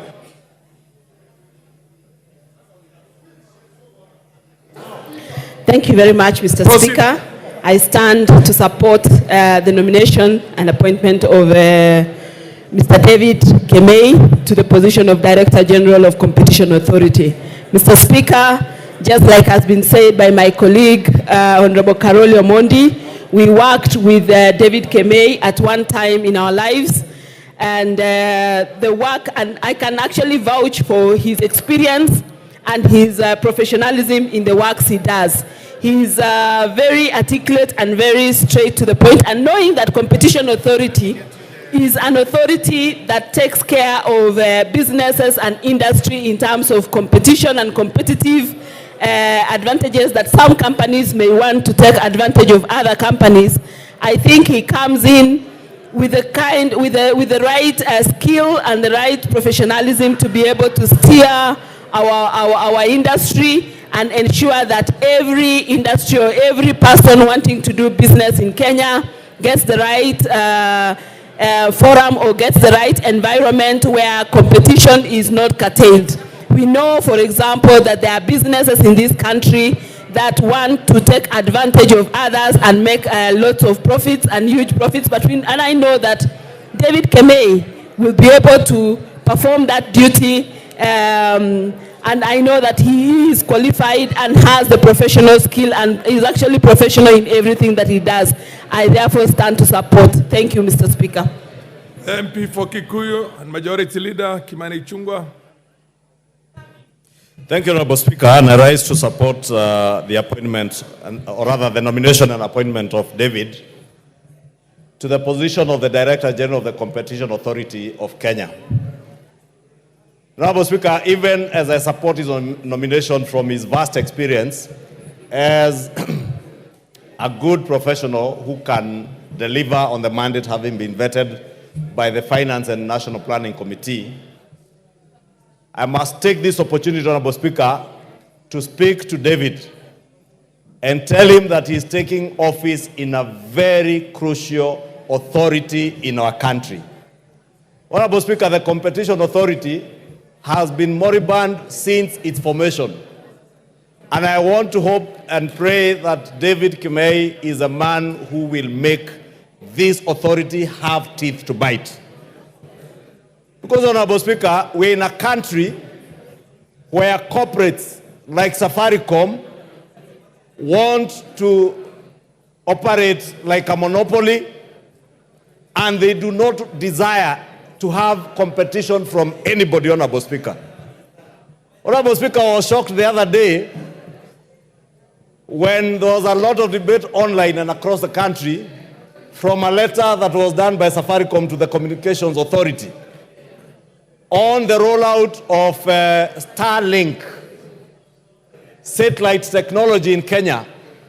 Honorable Speaker, as much as Safaricom may have a point in terms of the national security issues and issues touching on traceability of the gadgets and where they are and for what purpose they are being used, but we see corporates like Safaricom and others, Honorable Speaker, who take advantage of their dominance in the market to kill competition in the country.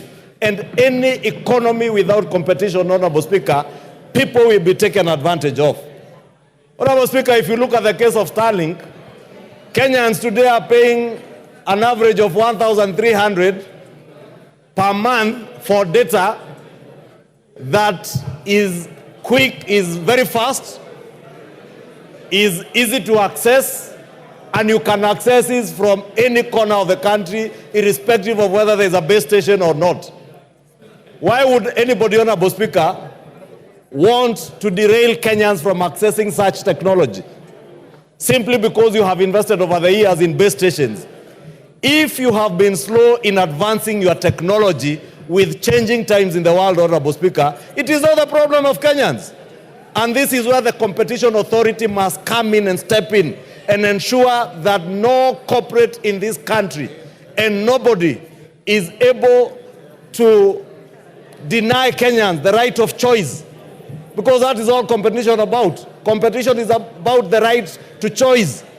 Kenyans must be able to choose, even with Kenya Power and Lighting Company. We must be able to choose whether we want power connected to our homes by KPLC or by another competitor, Honorable Speaker, who can distribute power from the national grid. It cannot be that since for the last 60 years, we have depended on KPLC, and in this day and age where people are even, Honorable Speaker, I saw something online, I think it was in India or Bangladesh, where people are using solar lighting and creating a grid in a village by interconnecting their own solar panels across their village.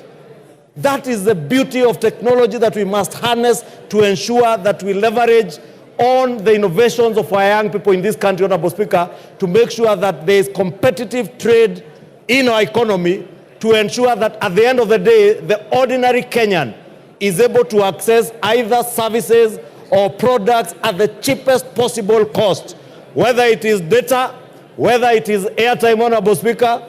And as much as I don't like Elon Musk, Honorable Speaker, I saw him promising us that with time we'll be able to make emergency calls for free by converting our cell phones to satellite phones.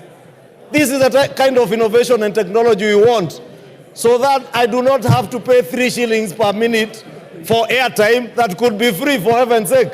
Honorable Speaker, I support this nomination, but I want to ask Mr. David Kemei to make sure that the Competition Authority has teeth to bite and ensure Kenyans get value for their money, and the industry, all industries are competitive. With that, I support. The MP for Wajir North, the Honorable Sene. Sene, are you in the House? Because I see your name here. Mr. Speaker, thank you. I have no problem with the nominee offered the opposition as the Director General. David Kibet Kimei is qualified and competent to do the job. However, Mr. Speaker, I have serious concerns on how opportunities are being shared in this country. Mr. Speaker, ethnicity, marginalization, diversity, very important values that are so clear in our constitutions are just on paper, they are not in action. Opportunities has become the preserve of only the major tribes in this country. Mr. Speaker, I'm not a flower girl to sit in this house to always approve names for only few communities, Mr. Speaker. Kenya belongs to 47 tribes. 47 tribes. Day in, day out, we are approving names. I ask, are other Kenyans not competent? Are they not qualified? I'm reminded of the predecessor of this gentleman, David Kibet. One Dr. Adano has been acting for 21 months. 21 months in the same position. That begs many questions. There were so many irregularities in the recruitment of officers in the same office.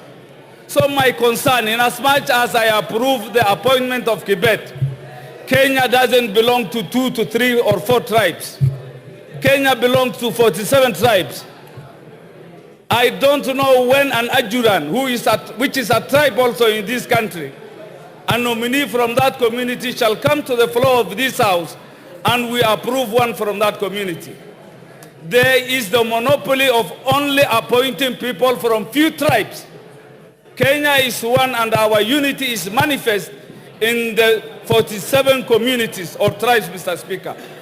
In as much as I approve the nominee, I beg for regional balance. I beg for equity. I beg that all Kenyans are treated equally. I beg that Somali is not an ethnic, it's an ethnicity but not a tribe. That the Somali community is a nation of tribes.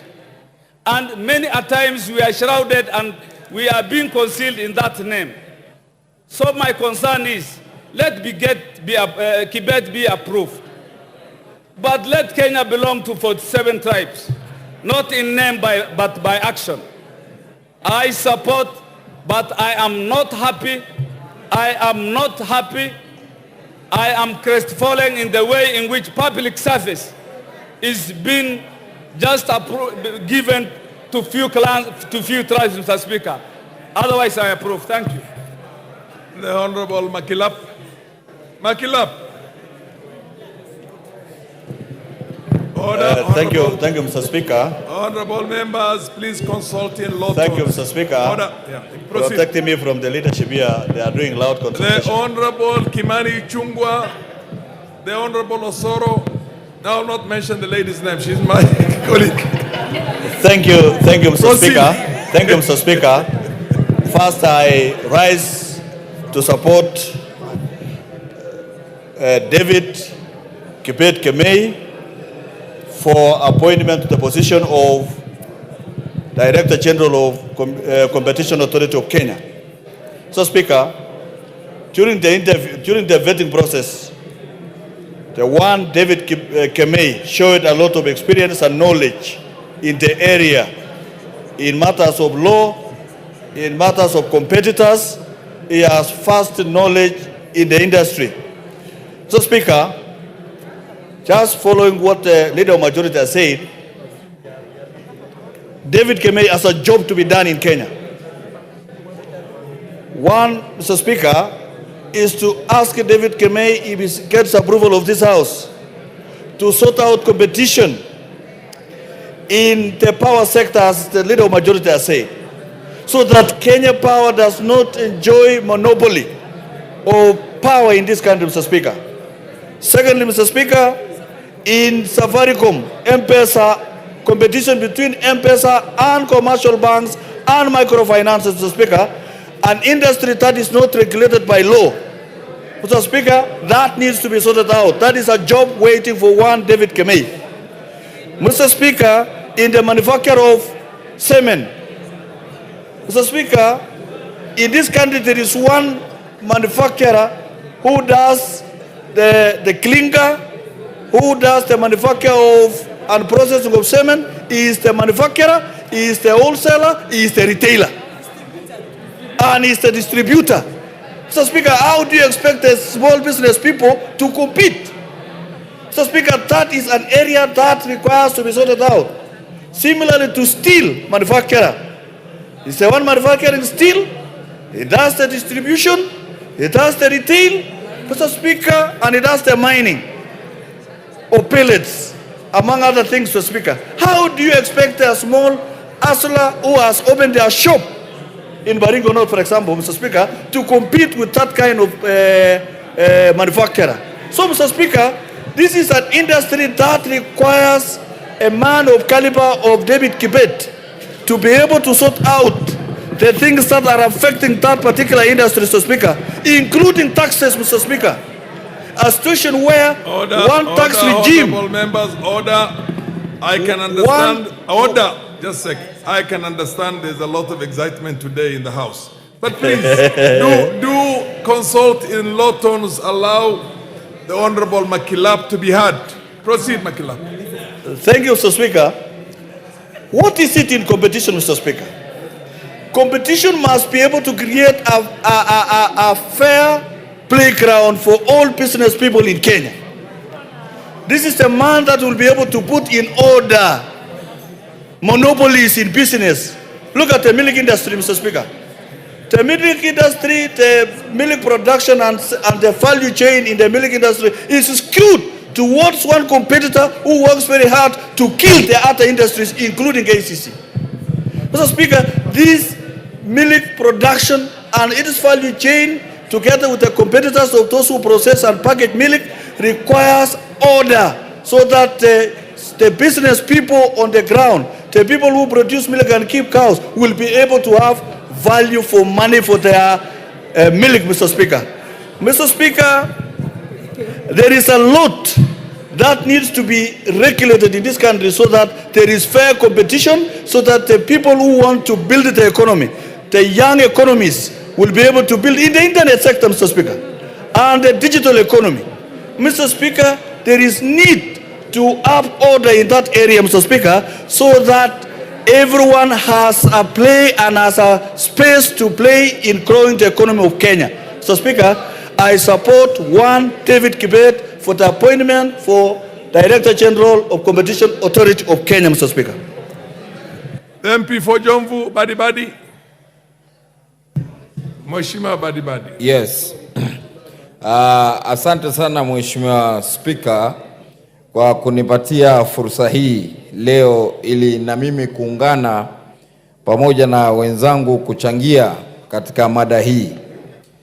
Leo Mheshimiwa Speaker, mimi nataka pia kushikana pamoja na wajumbe wenzangu katika kuunga mkono uteuzi wa Bwana David Kimei katika halmashauri ya ushindani, yani Director General katika Competition Authority. Vile vile Mheshimiwa Speaker, niko na sababu ambazo zinanifanya kuwa niweze kuunga mkono hoja hii. Ni kwa sababu Bwana David Kimei ameongelelewa na wengi sana juu ya utendakazi wake na kuwa ni mtu ambaye ataweza kusaidia katika kuona kuwa halmashauri hii inaweza kunawiri. Mheshimiwa Speaker, tumeona kiongozi wetu wa wengi ndugu Kimani Ichung'wah akizungumzia juu ya hali ilivyo katika Kenya Power, na ni muhimu pia na mimi niunge mkono kusema kwa mambo kama haya. Ni muhimu kuona kuwa mtu mwananchi anaweza kujichagulia, lakini hali ilivyo mwananchi anawekwa katika hali kuwa hana budi, lazima awe ataweza kutumia moto wa Kenya Power. Vile vile Mheshimiwa Speaker, nataka kumwambia Bwana David Kimei ya kwa kuwa hii kazi yake ni ngumu sana na lazima ajitolee na serikali impe nguvu ya kuona kuwa namna gani wale mabwenyenye ambao watakuwa wakitaka kuzuia ili waweze kumonopolize biashara, kuona kuwa ameweka ushindani wa kila moja. Mheshimiwa Speaker, nikisema hivyo ni kumaanisha kuna uwekezaji wa nafaka, yani grain handling, ambao kuna makampuni pia Mheshimiwa Speaker wanataka kujitolea kuona kuwa kule Mombasa washindane pamoja na wengine ili wafanye biashara ile, lakini wanaekewa vikwazo vingi katika kuona kuwa wanaweza na wao kuingia katika uwanja wa ushindani ili kufanya mambo yale. Kijana mmoja mkurugenzi mdogo sana pale anaitwa Mohamed D, ambaye yeye aling'ang'ana pande ya mambo ya documentation na mengine mingi kuona kuwa ili aweze katika hiyo kampuni ishindane na wale mabwenyenye wengine. Mheshimiwa Speaker, hatuwezi kuenuka ikiwa tutaacha wale mabwenyenye peke yao wenye nguvu wafanye biashara. Kwa hivyo mimi nasema ni muhimu huyu bwana David Kimei aone kuwa tukimpelekea maneno pia kumwambia awe ataweza kuwasikiza ili aweze kufungua mlango wa ushindani wa kibiashara na mambo mengine katika watu wetu. Vile vile leo tuna hasara. Mheshimiwa Spika, imepatikana mafuta kule Turkana ambapo kwa zamani sisi pale Mombasa kwetu kulikuwa na refinery pale Changamwe. Hivi sasa imefungwa, hakuna ushindani ambao unaweza kuendelea. Mafuta haya yanapatikana, yanachukuliwa pelekwa nchi za nje, wanafanyiwa na yanakuwa refined, kisha tunarudishwa tunauziwa. Kwa hivyo hiyo kwa Kiswahili nasema ni goji kirba, kirba goji. Yani sisi tuna mafuta tutoe nje tufanyiwe refining alafu kisha turudishwe. Hii kampuni refinery lazima ifufuliwe na serikali ili iweze kushindana na wale Waarabu wengine pale katika nchi za nje na kutupa kazi katika watu wetu ambao walikuwa wanafanya katika refinery ile. Leo Mheshimiwa Spika, watu wengi wamefutwa kazi. Watu wengi wameenda kutafuta kazi katika nchi za nje. Mdogo wa mamangu mwenyewe, bwanake alikuwa anaitwa Kibwana, anafanya refinery. Kwa experience yake baada ya refinery kufungwa, leo ameenda kufanya kazi Qatar katika nchi za nje kusaidia watu wengine, na hali hii miradi ikiweza kufunguliwa wanaweza kuleta ushindani na watu wetu kufanya kazi hapa. Kwa hivyo Mheshimiwa Spika, nashukuru sana na nampongeza David Kimei. Asante sana. Madam Ngele Chei, the MP for Elgeyo Marakwet, followed by akifuatwa na Mheshimiwa Mazamzam. Thank you so much, Mr. Speaker, for giving me this opportunity. And Mr. Speaker, I want to contribute to the appointment of Mr. Kimei. I know David Kimei personally as a person, and he is someone, a very hardworking person, who has actually steered a very successful DGMB Solutions Limited, and has proven to be somebody who can take an organization from one level to another. And that is the experience that we need in the public service nowadays, Mr. Speaker, because many a times we fail, not because we don't have the right people with the right knowledge, but experience is the best way we can handle this noble organization. Last, Mr. Speaker, Kimei is also somebody who is known to be very transparent, very honest. This is somebody you can depend upon, and this is somebody who is, you can guarantee that can discharge his duties without fear and favor. I therefore support the committee, Mr. Speaker, on the issue of David Kimei. Thank you, Mr. Speaker. Mheshimiwa Zamzam. Asante sana Mheshimiwa Spika. Kwanza kabla sijaendelea niweze kuelezea wale ambao wanashughulika na IT ama pale juu wasiweze kutoa mazungumzo yangu, manake tumeingia bunge tuzungumze, watu wetu wanaangalia. Mheshimiwa Spika, Mheshimiwa Spika, nichukue fursa hii niweze kumshukuru na kumpongeza ndugu yetu David Kimei kwa kuteuliwa katika halmashauri hii. Mheshimiwa Spika, Mheshimiwa Spika, ni mtu ambaye David Kimei amekuwa ni mtu mwenye mujitama ambao wa kueleweka, ni mtu ambaye amejiweka katika hadhi ambayo inatakiwa kuwekwa katika halmashauri hii. Mheshimiwa Spika, Mheshimiwa Spika, nikiweza kupigia upatu ndugu yangu Mheshimiwa Badi, naweza kusema hivi Mheshimiwa Spika, halmashauri nyingi Mheshimiwa Spika, unapata kama alivyozungumza wana ile mambo ya kufanya biashara mtu mmoja, yani monopoly. Yeye mtu mmoja ndio anataka kufanya biashara peke yake Mheshimiwa Spika. Na mimi nataka kusema kwa mfano ile green bulk ya handlers ya kule Mombasa, unapata kuna wenzetu ambao wana uwezo wa kufanya biashara hii Mheshimiwa Spika, lakini mtu mmoja amekatalia, yeye peke yake ndo anafanya hiyo biashara Mheshimiwa Spika. Wenzake wamepewa nafasi ya kufanya, lakini unaona mambo enda kotini na nini. Kwa hiyo tunajua ndugu yetu David Kimei anaweza kainyoosha Mheshimiwa Spika na mambo yakawa sawa Mheshimiwa Spika. Tunaangalia pia katika halmashauri ya stima, Mheshimiwa Spika, kuna mambo mengi ambayo yanaendelea, na akiweza kutoa mwanya ambao tutapata wengine ambao waweza kufanya shughuli hizi, Mheshimiwa Spika, ikawa mambo ya stima yanaenda vizuri, Mheshimiwa Spika. Kwa hiyo mimi nataka leo kumpongeza, na pia nimwambie ndugu yangu Badi, pole sana kupoteza bodyguard wako. Mwenyezi Mungu amrehemu, amhifadhi na wema, na Mwenyezi Mungu akupe nguvu ndugu yangu Badi. Asante sana Mheshimiwa Spika. Lilian Kogo. Yes, order Lilian. Thank you so much, Honorable Lilian. Speaker. Yes, Owen Baya. Honorable Speaker, while I support the sentiments on David Kimei, but in this debate, on the point of irrelevance, is it really right for honorable members to fight a company without a substantive motion? The issue of grain bulk is being fronted as if it is the main motion. Grain bulk is a respectable company that is doing good business out there. But when we drag its name here because of, I don't know, whatever war they have in Mombasa, I think it's unfair for this company, for the staff of that company, and for the organization called Grain Bulk. I think we need as a country to support this organization without having really to badmouth them in Parliament just because you cannot compete with them out there.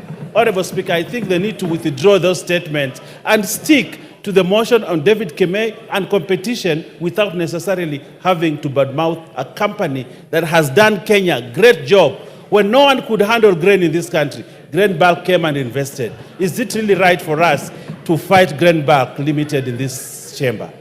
Thank you, Honorable Speaker. Hold Zamzam, weko nini?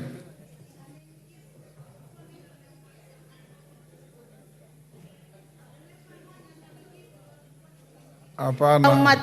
Asante Mheshimiwa Spika.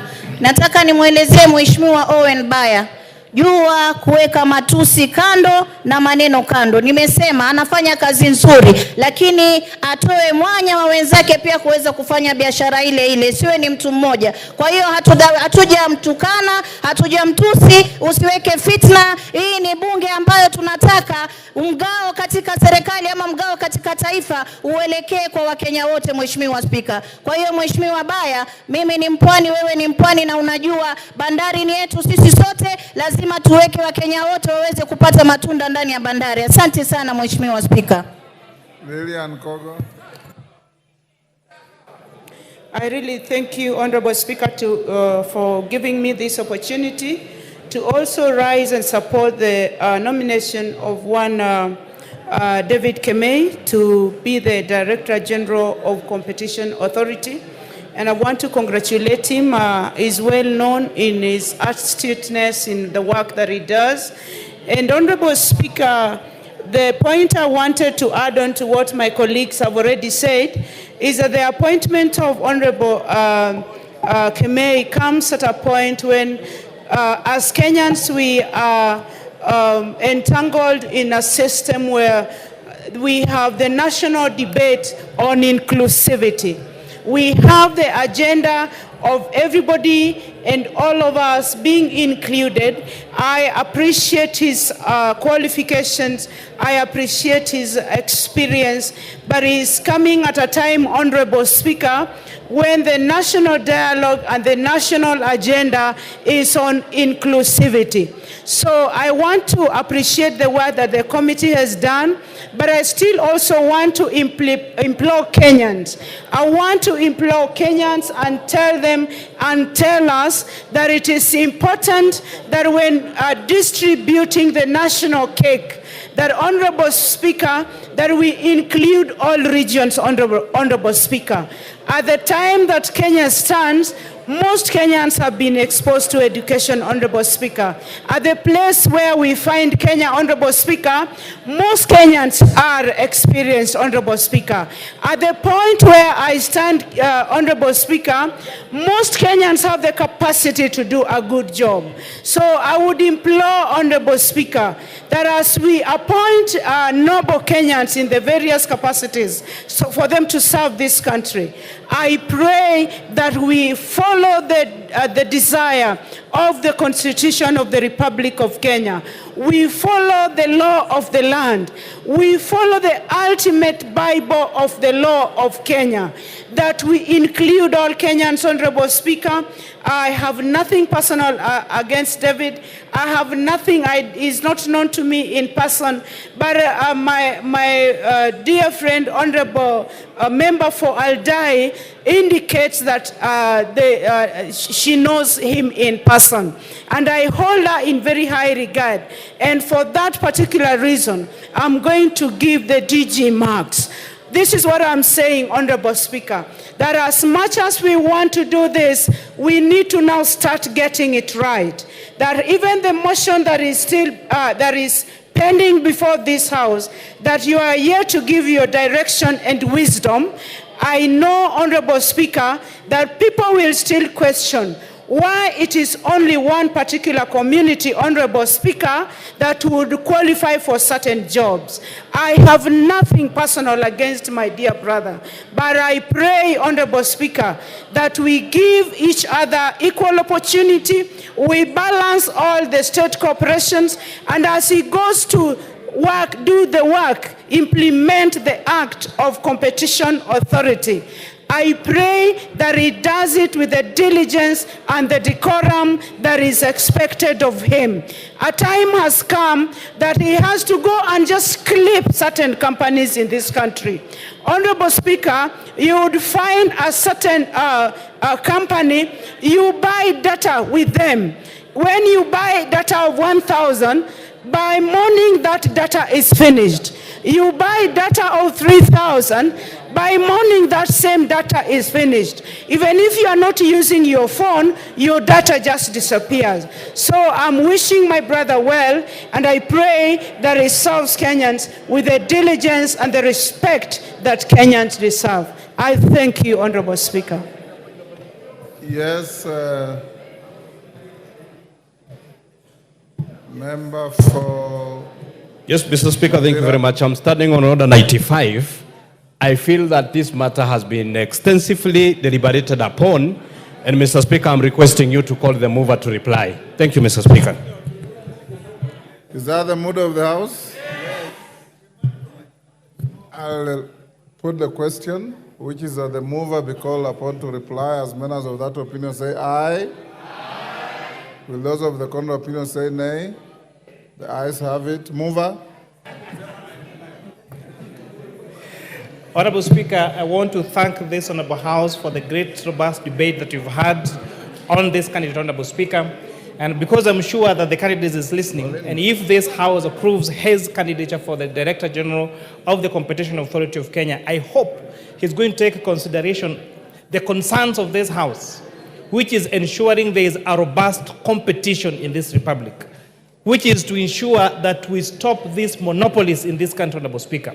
Because monopolies have been shown by research to cause many problems, whether it is substandard products in the market, whether it is price manipulation, Honorable Speaker, whether it is hindering the growth of small and medium-term enterprises, Honorable Speaker, whether it is the abuse of the market, whether it is prevention of economic efficiency, Honorable Speaker, or even preventing concentration of economic power to a few people, Honorable Speaker, or a few institutions, Honorable Speaker.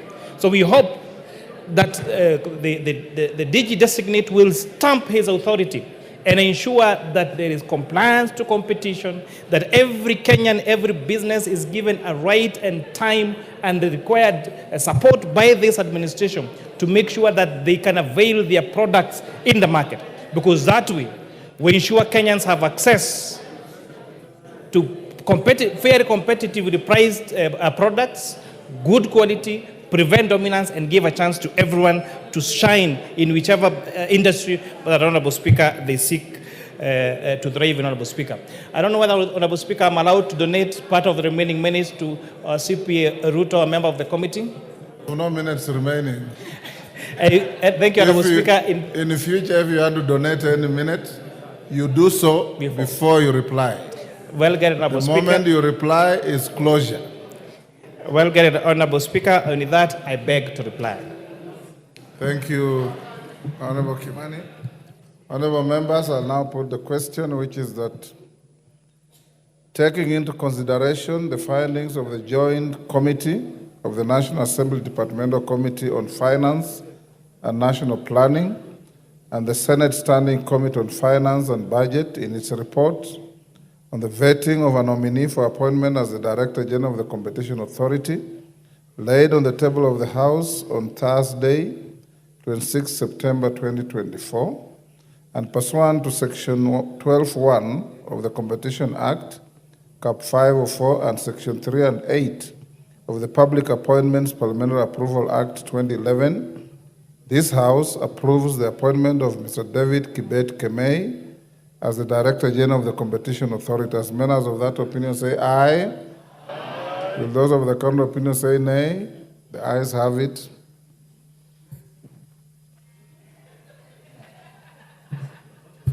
Honorable Member McLeod, take your seat.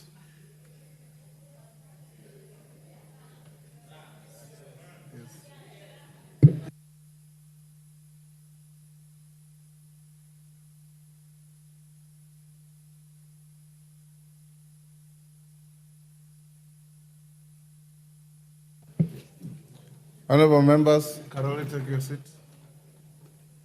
Member for Webuye, take your seat.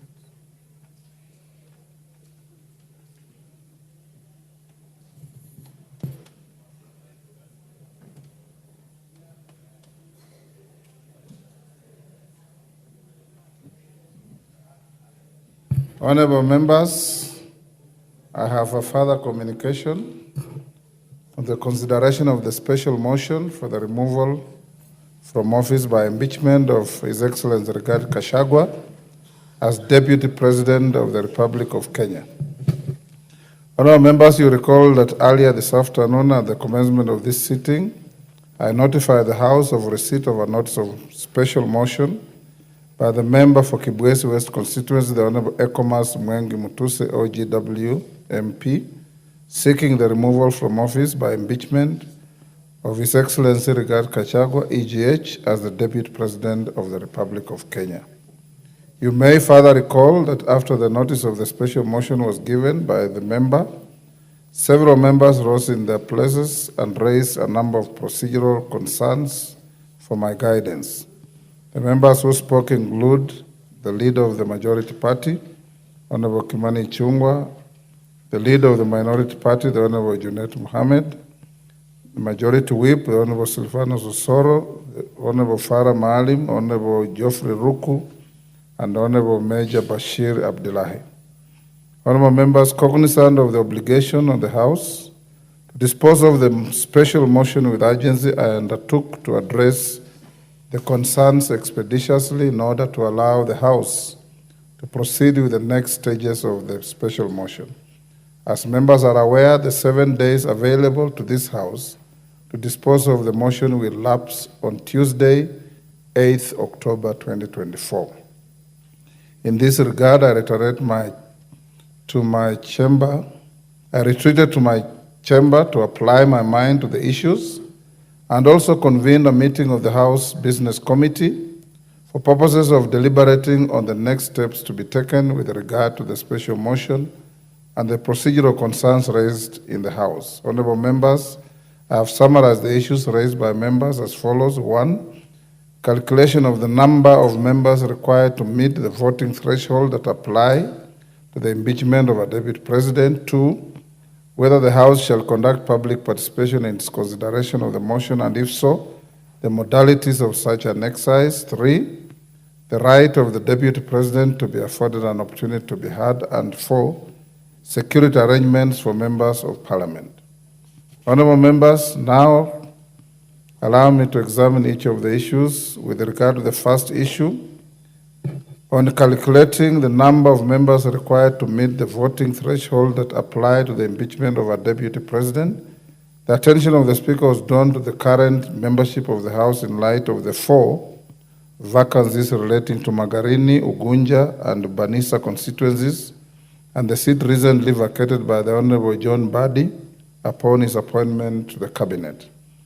The query around this issue sought guidance on whether calculating the voting threshold prescribed in Article 145 of the Constitution would take into account the vacancies and the existing 345 members of the House. I wish to refer the House to the express provisions of Article 145, 1 and 2 of the Constitution, which provide clear guidance on this issue. The articles provide, and I quote, "A member of the National Assembly, supported by at least a third of all the members, may move a motion for the impeachment of the President. On the ground of gross violation of a provision of this Constitution or any other law, where there are serious reasons for believing that the President has committed a crime under national or international law, or C, for gross misconduct. 2, if a motion under Clause 1 is supported by at least 2/3 of all the members of the National Assembly, the Speaker shall inform the Speaker of the Senate of that resolution within 2 days. The President shall continue to perform the functions of the office pending the outcome of the proceedings required by this article. Members will note the instructive words in both provisions subject the prescribed threshold to all the members, to the extent that no reference is made to existing members.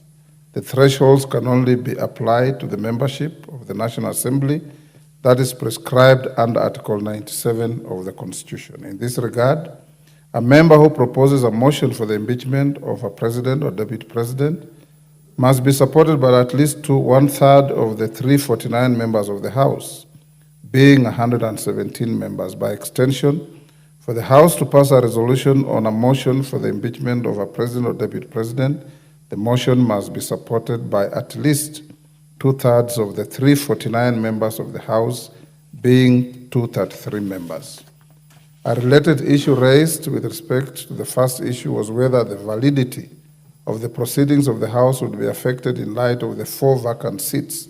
Notably, Article 124(3) of the Constitution provides that the proceedings of a House of Parliament are not invalid merely on account of a vacancy in its membership. That settles the issue. Honorable members, the second issue was on the conduct of public participation. In consideration of the special motion and the modalities of such an exercise, at the very outset, permit me to note that it would be absurd for any person to imagine that a motion such as the one present before the House may be concluded without the participation of the public. Honorable members, Article 1182 of the Constitution categorically enjoins Parliament to facilitate public participation and involvement in the legislative and other business of Parliament and its committees. My attention has also been drawn to various court decisions relating to the removal from office of state officers, including county governors. I'm indeed persuaded that the public participation is an integral element of the process of removal of an elected state officer from office. Having reiterated the centrality of public participation in the process, how then shall the public participate in the consideration of the special motion?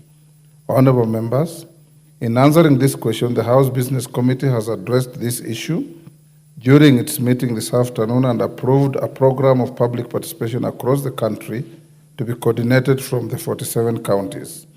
The clerk shall communicate the full details of the program for the information of the public through print and electronic media advertisements to run from tomorrow, 2nd October 2024. Honorable members, with regard to the administrative arrangements to facilitate public participation, the House Business Committee also resolved on the following modalities. 1, that the public participation will be undertaken on Friday, 4th October 2024. Consequently, all other parliamentary activities previously scheduled between Thursday, 3rd, until Monday, 7th October 2024 shall be suspended. That this unprecedented occasion is one which requires the House to summon all members to avail themselves and participate in all activities relating to the special motion. Further, Standing Order 68 provides that a motion for the removal of a person from office takes precedence over all other businesses on the order paper. Consequently, the consideration of the special motion shall have priority over all activities in the House, whether domestic or foreign. 3, that the House Business Committee will seek a resolution of the House to A, suspend the sitting of the House on Thursday, 3rd October 2024, in order to facilitate the administrative arrangements for public participation, and B, hold a morning sitting on Tuesday, 8th October 2024, and commence an early afternoon sitting on the same day to consider the special motion. Further, honorable members, I have been requested by the mover of the motion and in consultation with the House Business Committee to convene a forum for a briefing of members on the modalities of the public participation program. In this regard, I will interrupt tomorrow morning's sitting at noon and adjourn the House for this purpose. I also direct the clerk to make necessary arrangements for the briefing of the House at this session. Honorable members, the third issue touched on the manner of affording the Deputy President an opportunity to be heard and the modalities of the same. In this case, Standing Order 67 obligates the House to afford the Deputy President an opportunity to be heard either in person, through a representative, or both.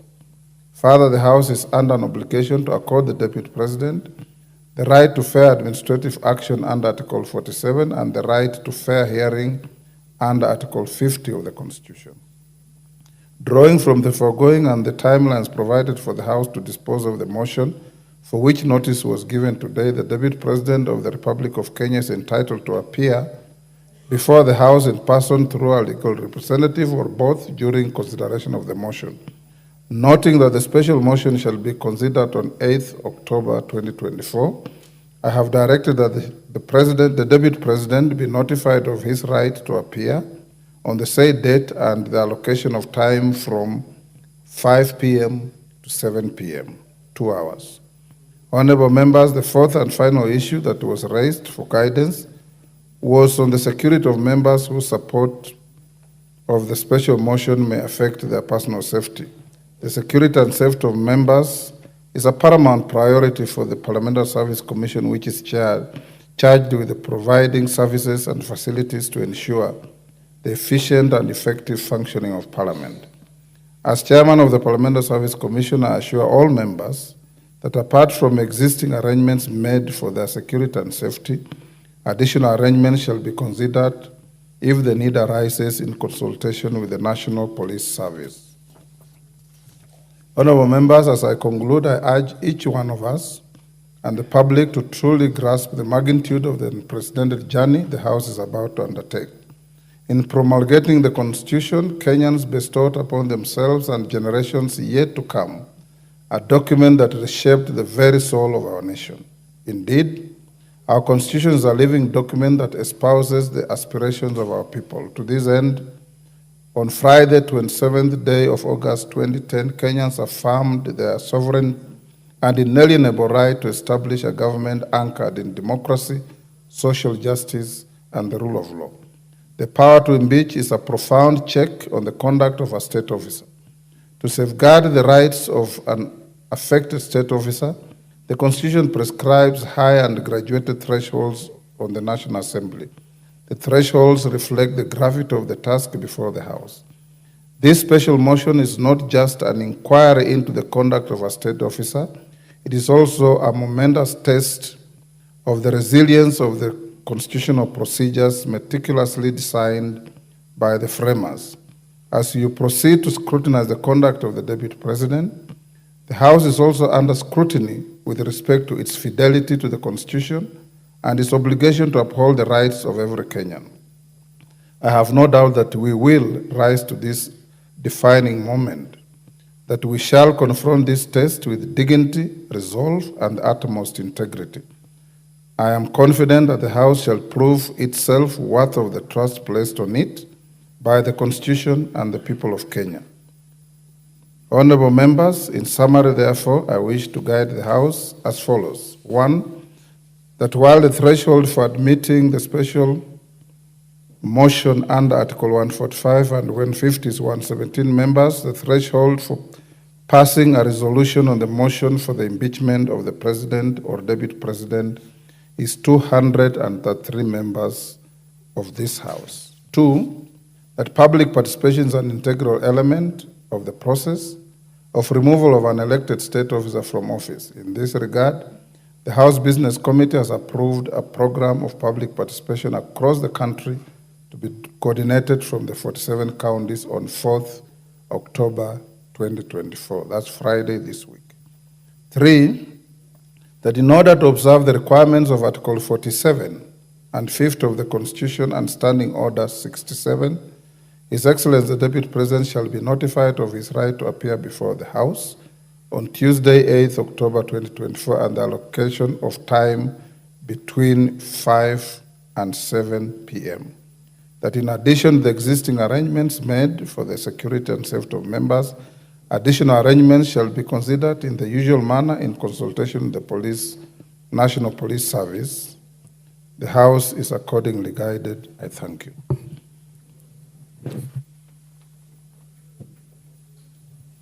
Who is that? Kamket. On the ruling? Okay, give him the floor. Thank you, Mr. Speaker. Mr. Speaker, while I appreciate your guidance, Mr. Speaker, I seek slightly more guidance on the matter of public participation. The threshold for public participation is not very clear. Honorable Kamket, take your seat.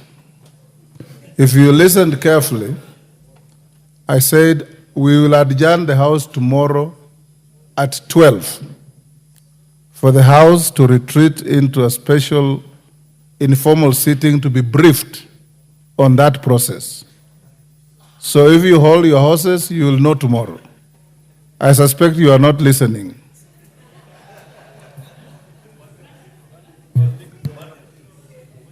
He was? Yes, Kamket. Your colleague here says you are thinking about banditry. Far from it, Mr. Speaker. Yes. It's a genuine concern, Mr. Speaker, but I'm happy by that guidance, except that the Constitution and the standing orders, there is no clear threshold on that matter of public participation. So I'll stand guided by Lawyers will tell you that the threshold is defined by what a reasonable man, and I believe a reasonable woman too, will see as reasonable. Yeah. Very well. Yes, Oundo. Thank you, Honorable Speaker. I just wish further clarification on the issue of listening to the Deputy President and what follows thereafter, considering that the motion must be dispensed of on the same particular day. There is a reasonable expectation that after being heard, whoever is hearing you is given adequate time to review what you have said and incorporate the same in the decision. And I do believe, Honorable Speaker, a House sitting as it is equivalent to a court of law or high court, and very rarely do they make immediate decision or make an immediate judgment before they review and analyze all the evidence presented. I do hope you will apply yourself and guide us adequately so that whatever decision we make at the end of the proceeding or the sitting is not invalidated on account of unfair treatment of the accused, so to speak. Thank you, Honorable Speaker. Yes, Mama Zamzam. Mheshimiwa Spika, nilikuwa na swali, mbona aje saa 11 mpaka saa 2? Naona muda utakuwa umekwenda sana na tutakuwa na wasiwasi. Wajua Mheshimiwa Spika, giza ina siri zake. Kwa hiyo sijui mbona asije mapema Mheshimiwa Spika, tulimalize kwa mwangaza. Asante sana.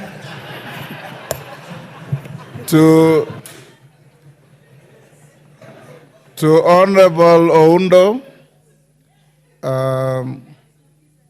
if you read the Constitution very carefully, you will see that this is the House where charges are framed. The trial chamber is the Senate. This chamber could easily vote on the motion after the mover and the seconder if there's nobody debating it. and forward all the material to the Senate for trial. To the extent that we will debate the matter, and with abundance of caution, we have invited the subject of the motion, if he wishes, to come before the House and say whatever he may wish to say to the issues that he will have been confronted with. We are not obliged to bisect or dissect or respond to what he says. You are obliged to vote and then forward the materials to the Senate for trial. That notwithstanding, having given him 5 to 7 to speak, the House should be informed that should there be interest to continue with the debate thereafter, we are going to move a procedural motion for the House to sit on Tuesday 8th from 9 a.m. to midnight. So you'll still have time to deal with any issue.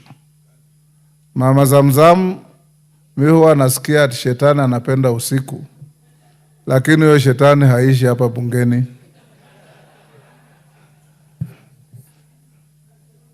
Yes, member for Kapchai.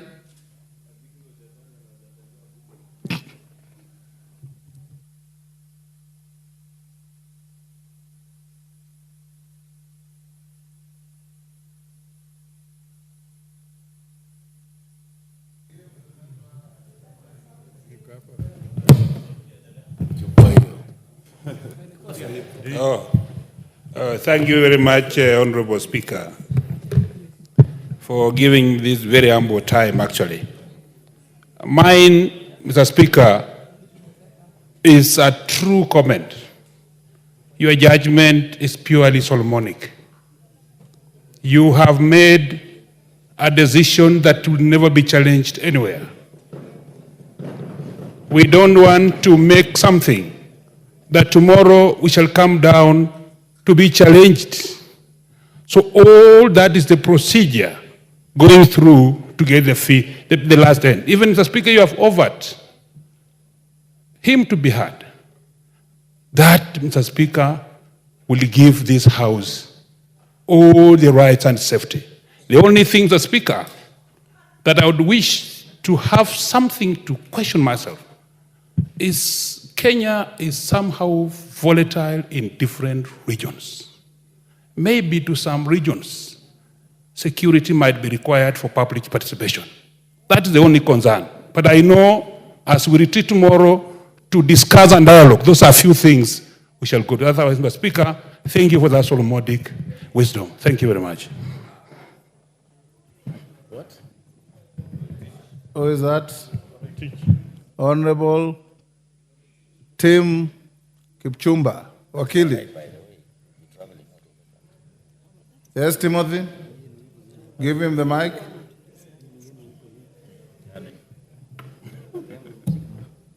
My clerks, today you are firing blanks.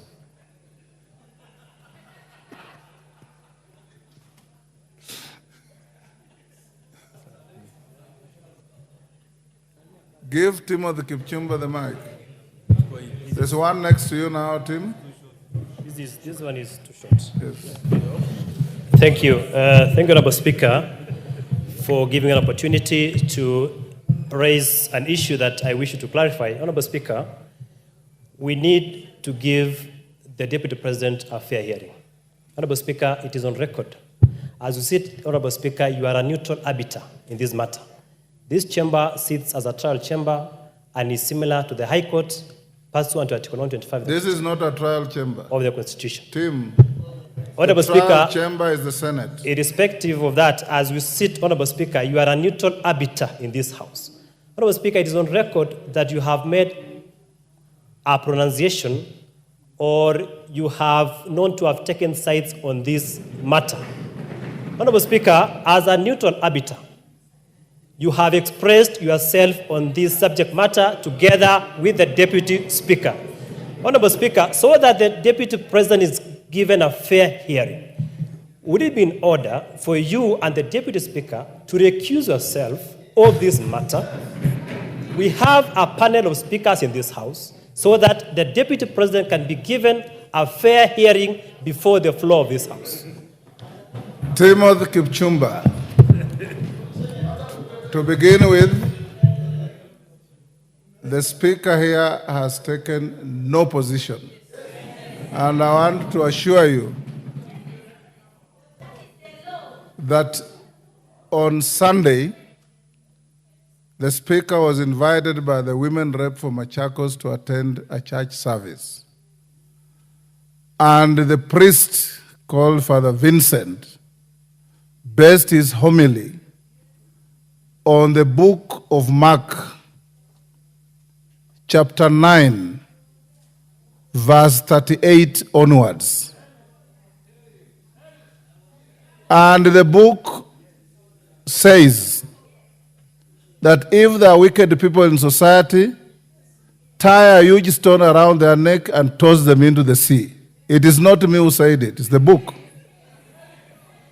The book also says, if your right hand makes you to stumble, chop it off. If your left leg makes you to stumble, chop it off. If your left eye makes you to stumble, gouge it out. And all the Speaker said was that the homily was apt and our society should live that way. I am not conflicted in any way. I have no vote in this matter. I have no dog in this fight. And I can assure you the proceedings will proceed in accordance with fairness, the law, the Constitution, and the rules of natural justice. Yes, Ichungwa. Honorable Speaker, maybe just for information to Honorable Kalasinga, the chair of our Security Committee, the Honorable Tongoyo, has already convened a meeting between the House leadership, Honorable Speaker, and the security agencies tomorrow morning at 10 a.m. And allow me, Honorable Speaker, to take this opportunity to invite the leadership of the minority, the entire leadership, and that of the majority party. And of course, Honorable Speaker, you will be chairing that meeting, and the chair and the vice chair of the Security Committee in a meeting with the Inspector General of Police and those other security agencies on the issue that was raised by the member for Kabuchai, because it's a critical issue, Honorable Speaker, as we get into this. Lastly, Honorable Speaker, you've spoken about the book of Acts. Honorable Speaker, I listened to you on Sunday, the book of Mark. And I listened to you on Sunday, Honorable Speaker, and maybe it's something the Honorable Kipchumba should also have listened to, the other bit of what you said on Sunday. That's knocking your head against a wall is not bravado. It is sheer stupidity. Honorable Speaker, I saw the media take that out of context. Just like, Honorable Speaker, a few Sundays ago, Bishop Njiriri of Stewart's Church read from the book of Acts 28 that speaks about the viper that was on Paul's hand. And when I also spoke about that viper and how you should shake it off so that you allow your hand to do that which the Lord has purposed to that hand to do. Honorable Speaker, I saw people saying that there are people who had been called snakes. In fact, I have seen some people claiming that they are the snake without anybody calling them a snake. Bishop Njiriri did not write the Bible. The father you have spoken about in Machakos County never wrote the Bible. We are just good Christians who love peace and who love this country. Therefore, let me just finish by telling Honorable Kipchumba, there is no bravado in hitting your head against a wall. It is sheer stupidity, as quoted by the Honorable Speaker Moses Wetangula Esquire. Yes, Karoli, the last one. Those who want clarifications, we have a full hour tomorrow from 2 hours, in fact, from 12 to 2. We'll give you time. Yes, Honorable Speaker, I just want to give some comfort to Honorable Kipchumba that if you look at our Constitution, the process that we are undertaking here is equivalent to what in America is called trial by jury. Grand jury, not trial by jury, grand jury. And you're absolutely right. Your role is fairly limited. Yes. I do not foresee any occasion where you could show bias or influence us. I think it is a situation where probably somebody misunderstood what happened at the church service. Yes. But the real trial by jury will be in the Senate. Absolutely. That is where the real trial will be. Here, we are like you are being indicted by a grand jury. Yes. We frame the issues, we leave it there, then the trial takes place elsewhere. I have full faith of your neutrality, at least on this matter. Thank you, Honorable Speaker. Thank you. Next order. Clerk. Order number 11, the Ethics and Anti-Corruption Commission Amendment Bill, National Assembly Bill number 11 of 2024, second reading. Who is moving this? Sir George?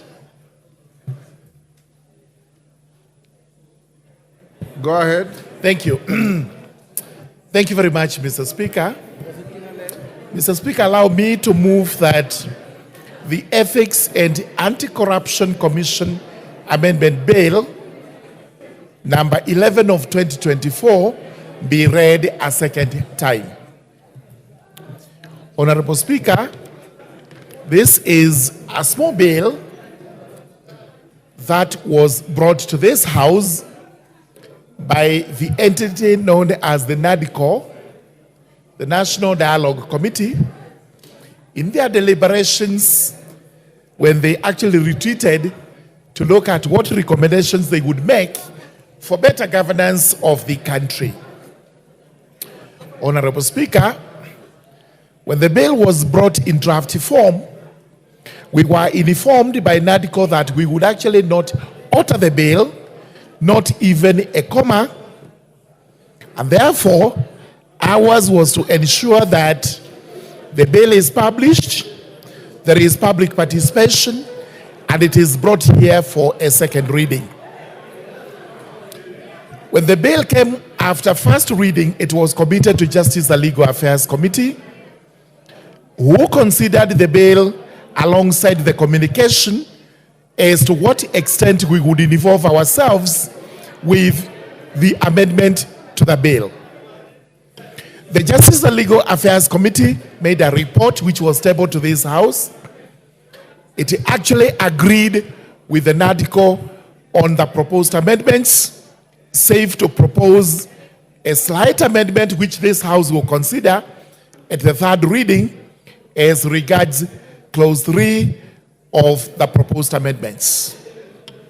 Honorable Speaker, this bill proposes to amend in Clause 2, Section 5 of the Ethics and Anti-Corruption Commission Act 2011, which we refer to as the Principal Act,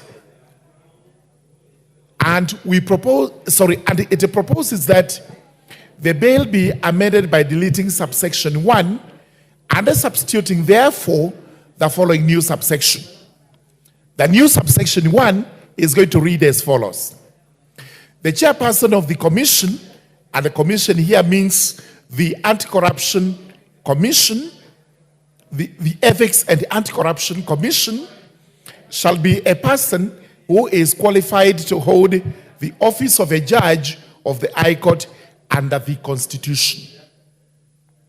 In essence, this means that the person to be selected as the chairperson should actually have served as a legal practitioner for 10 years, or a magistrate under the Act, or a person of academic qualifications which meet the threshold of appointment as a judge of the High Court.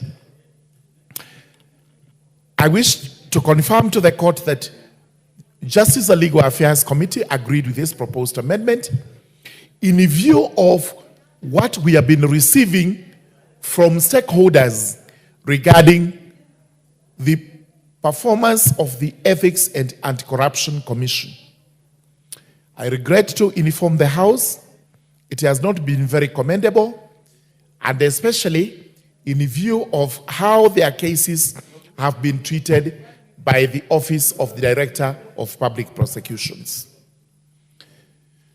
When we talk about the commission here for EACC, the commission is the one that executes decisions made by itself.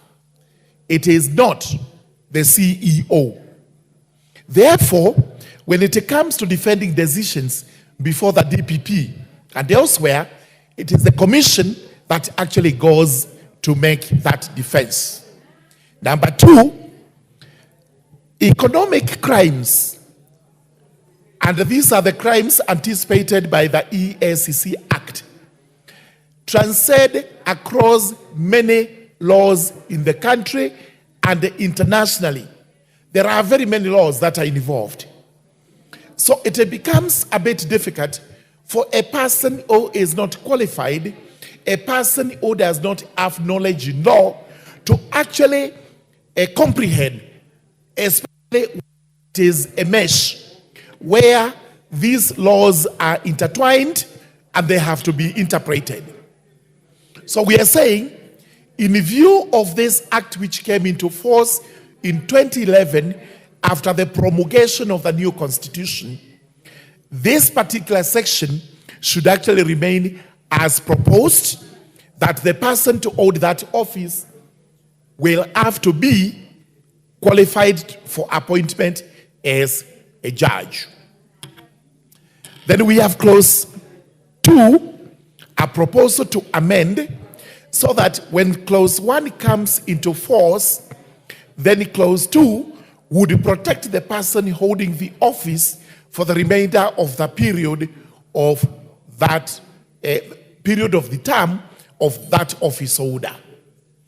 We did not have any particular problem with this, save that it is clear in our laws, cardinal principles of legality cannot approbate and reprobate at the same time. Number 2, there is no point in guaranteeing which cannot be executed otherwise. Clause 3, which deals section 2, actually deals with an accrued right of the chairperson holding the position now. That person has a contract which cannot be terminated through this legislation or any other legislation. The fact remains, the person will serve for the remainder of the contract before it comes to an end. So our only problem with this clause was what would happen once that person serves the remainder of the contract period. Section 2 would become a dead letter law. It would not be protecting anyone else from that period until this act is repealed. So we asked ourselves, is there any need of legislating on what we would consider in legal terms as obvious? Because you cannot interfere with this contract until it comes to an end. And that is the fact in law. So we proposed as follows, that we delete that section so that it does not remain in our statute books after the chairperson completes the term, whatever number of years are remaining. It would thus be a tidy statute which does not have any dead letter provision in it. The assurance is that under our laws, which laws are wide, whether Commonwealth, whether our own practice here, laws of equity, principles of equity, you cannot interfere with an individual's accrued right unless that person consents or agrees to the interference. Therefore, the position of the chairman is actually secured until the term is over, after which then the rest of it will kick us back clause 1. So In brief, we are saying, let us allow clause 1, clause 2, which proposes to amend section 5(1), but we can delete clause 3, which proposes to amend section 2, so that we do not have to keep this provision in our laws after the term of the chairperson in office expires. May I make it very clear as I conclude that the current chairperson need not be worried. He is protected by the law. All the laws protect him, the laws on contract, the laws of employment, the laws of equity, the doctrines of equity, and even our common law practice. He is protected, he's not targeted. But let's make it very clear that every Kenyan is looking upon the EACC to deliver on corruption cases. This is why we are putting the standard on the chairmanship to be quite high, so that that person can answer on issues of law where these come into play. Today, the commission may not have any advocate apart from a cutlery of qualified advocates in the staff. These do not sit in the commission, and when the commission is called upon to go and defend itself, sometimes it may be difficult for the commissioners to express themselves as lawyers. Therefore, we do propose that clause 2, which amends section 5, be allowed by the House, and also the House agreed with us, in spite of the provisions in the NADECO report, that we should not touch any provision. We do convince this House that clause 3, which amends section 2, would soon become dead letter law. With those remarks, I beg to move and I request the Deputy Majority Leader to second this. Thank you very much.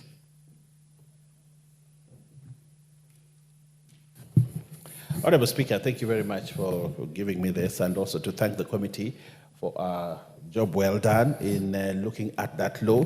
Honorable Speaker, it is very important that progressively, as a democracy, we need to review the laws and also look at how the functioning of the law that has been in place has impacted either positively or negatively on the country.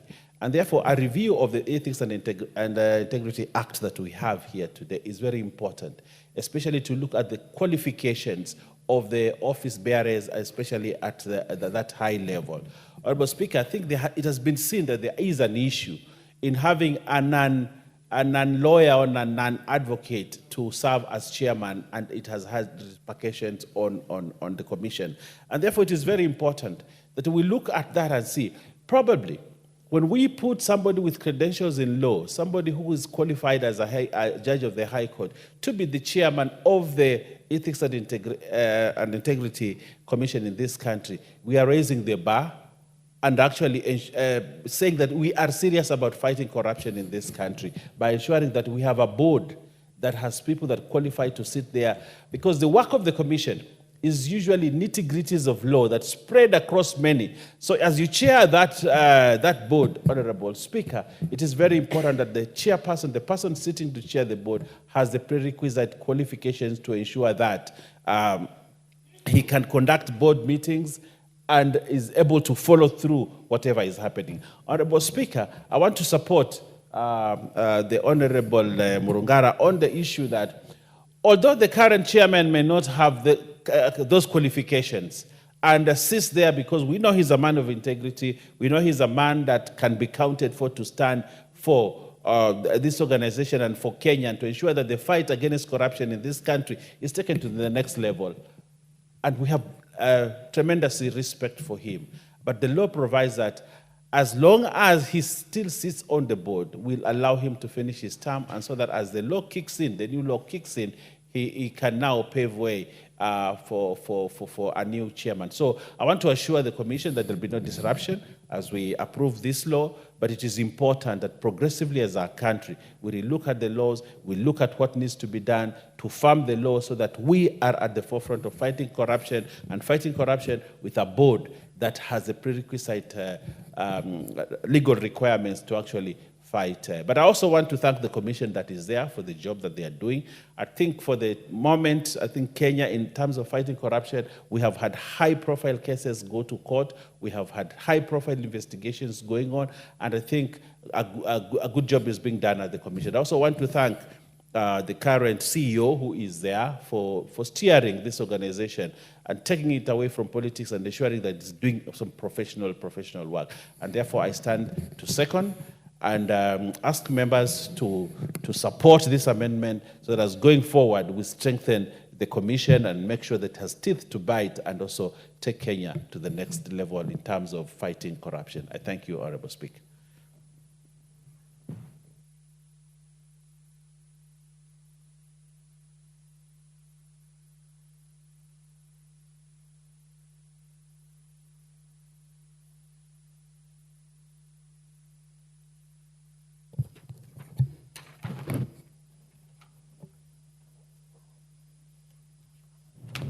Honorable members, I now propose the question that the Ethics and Anti-Corruption Commission Amendment Bill, National Assembly Bill number 11 of 2024, be read a second time. Yes, Honorable Karoli Omondi. Thank you, Madam Speaker. I'm looking at the clock and I'm not sure we can exhaustively debate it, but I want to have a go at it, and maybe if you will allow me to have a first bite when it comes up for debate. Actually, Madam Speaker, I rise to oppose this amendment. I rise to oppose it because I don't think it is well aligned with the structure, the legislative structure of the Commission and the provisions of the Ethics and Anti-Corruption Commission Act. Madam Speaker, let me begin by giving some examples of the most efficient and effective anti-corruption agencies in the world. Number one is the Corrupt Practices Investigation Bureau of Singapore. And Singapore is always rated as the least corrupt country in the world. That particular agency, as a matter of fact, is headed by a senior police officer, not a man with the qualifications of a judge of a high court. The second most efficient anti-corruption agency in the world and a country known for least corruption is Sweden. And they have the National Anti-Corruption Police Unit, headed by a police officer. Why am I doing so? Because the idea behind this proposal for amendments is that EACC is not able to conduct effective investigations because they do not have a legal mind heading it. That is, nothing could be further from the truth. The commission, the Australian National Anti-Corruption Commission, is headed by a judge, but for a very specific reason. But now, let's go specifically to the Anti-Corruption Act that we have in Kenya. If you look at Section 7.2 of the Ethics and Anti-Corruption Act, the commissioners, which is the chairperson, and the members actually serve on a part-time basis. They are not full-time employees of the commission. So to try and appropriate inefficiencies to them is actually to miss the point. They are part-time employees of the commission. That is Section 7.2 of the Ethics and Anti-Corruption Commission. How that affects the work of the Commission should have been the focus of any proposed amendments. Secondly, if you look at the mandate of the EACC, it is broader than criminal investigations. Look at the functions of EACC. They are much, much broader than investigations. There's suppression, there's detection, there's public awareness, all those issues. There is no particular reason why a judge should, on a part-time basis, head a commission. Thirdly, in this country, we don't have a Criminal Investigation Act. And as a matter of fact, I've proposed that we enact a Criminal Investigations Act. Because we don't know the standards of the investigators, the qualifications of investigators. We don't know their training. This is where the problem is. It is not with the person heading the EACC Commission. We do not have a Criminal Investigation Act.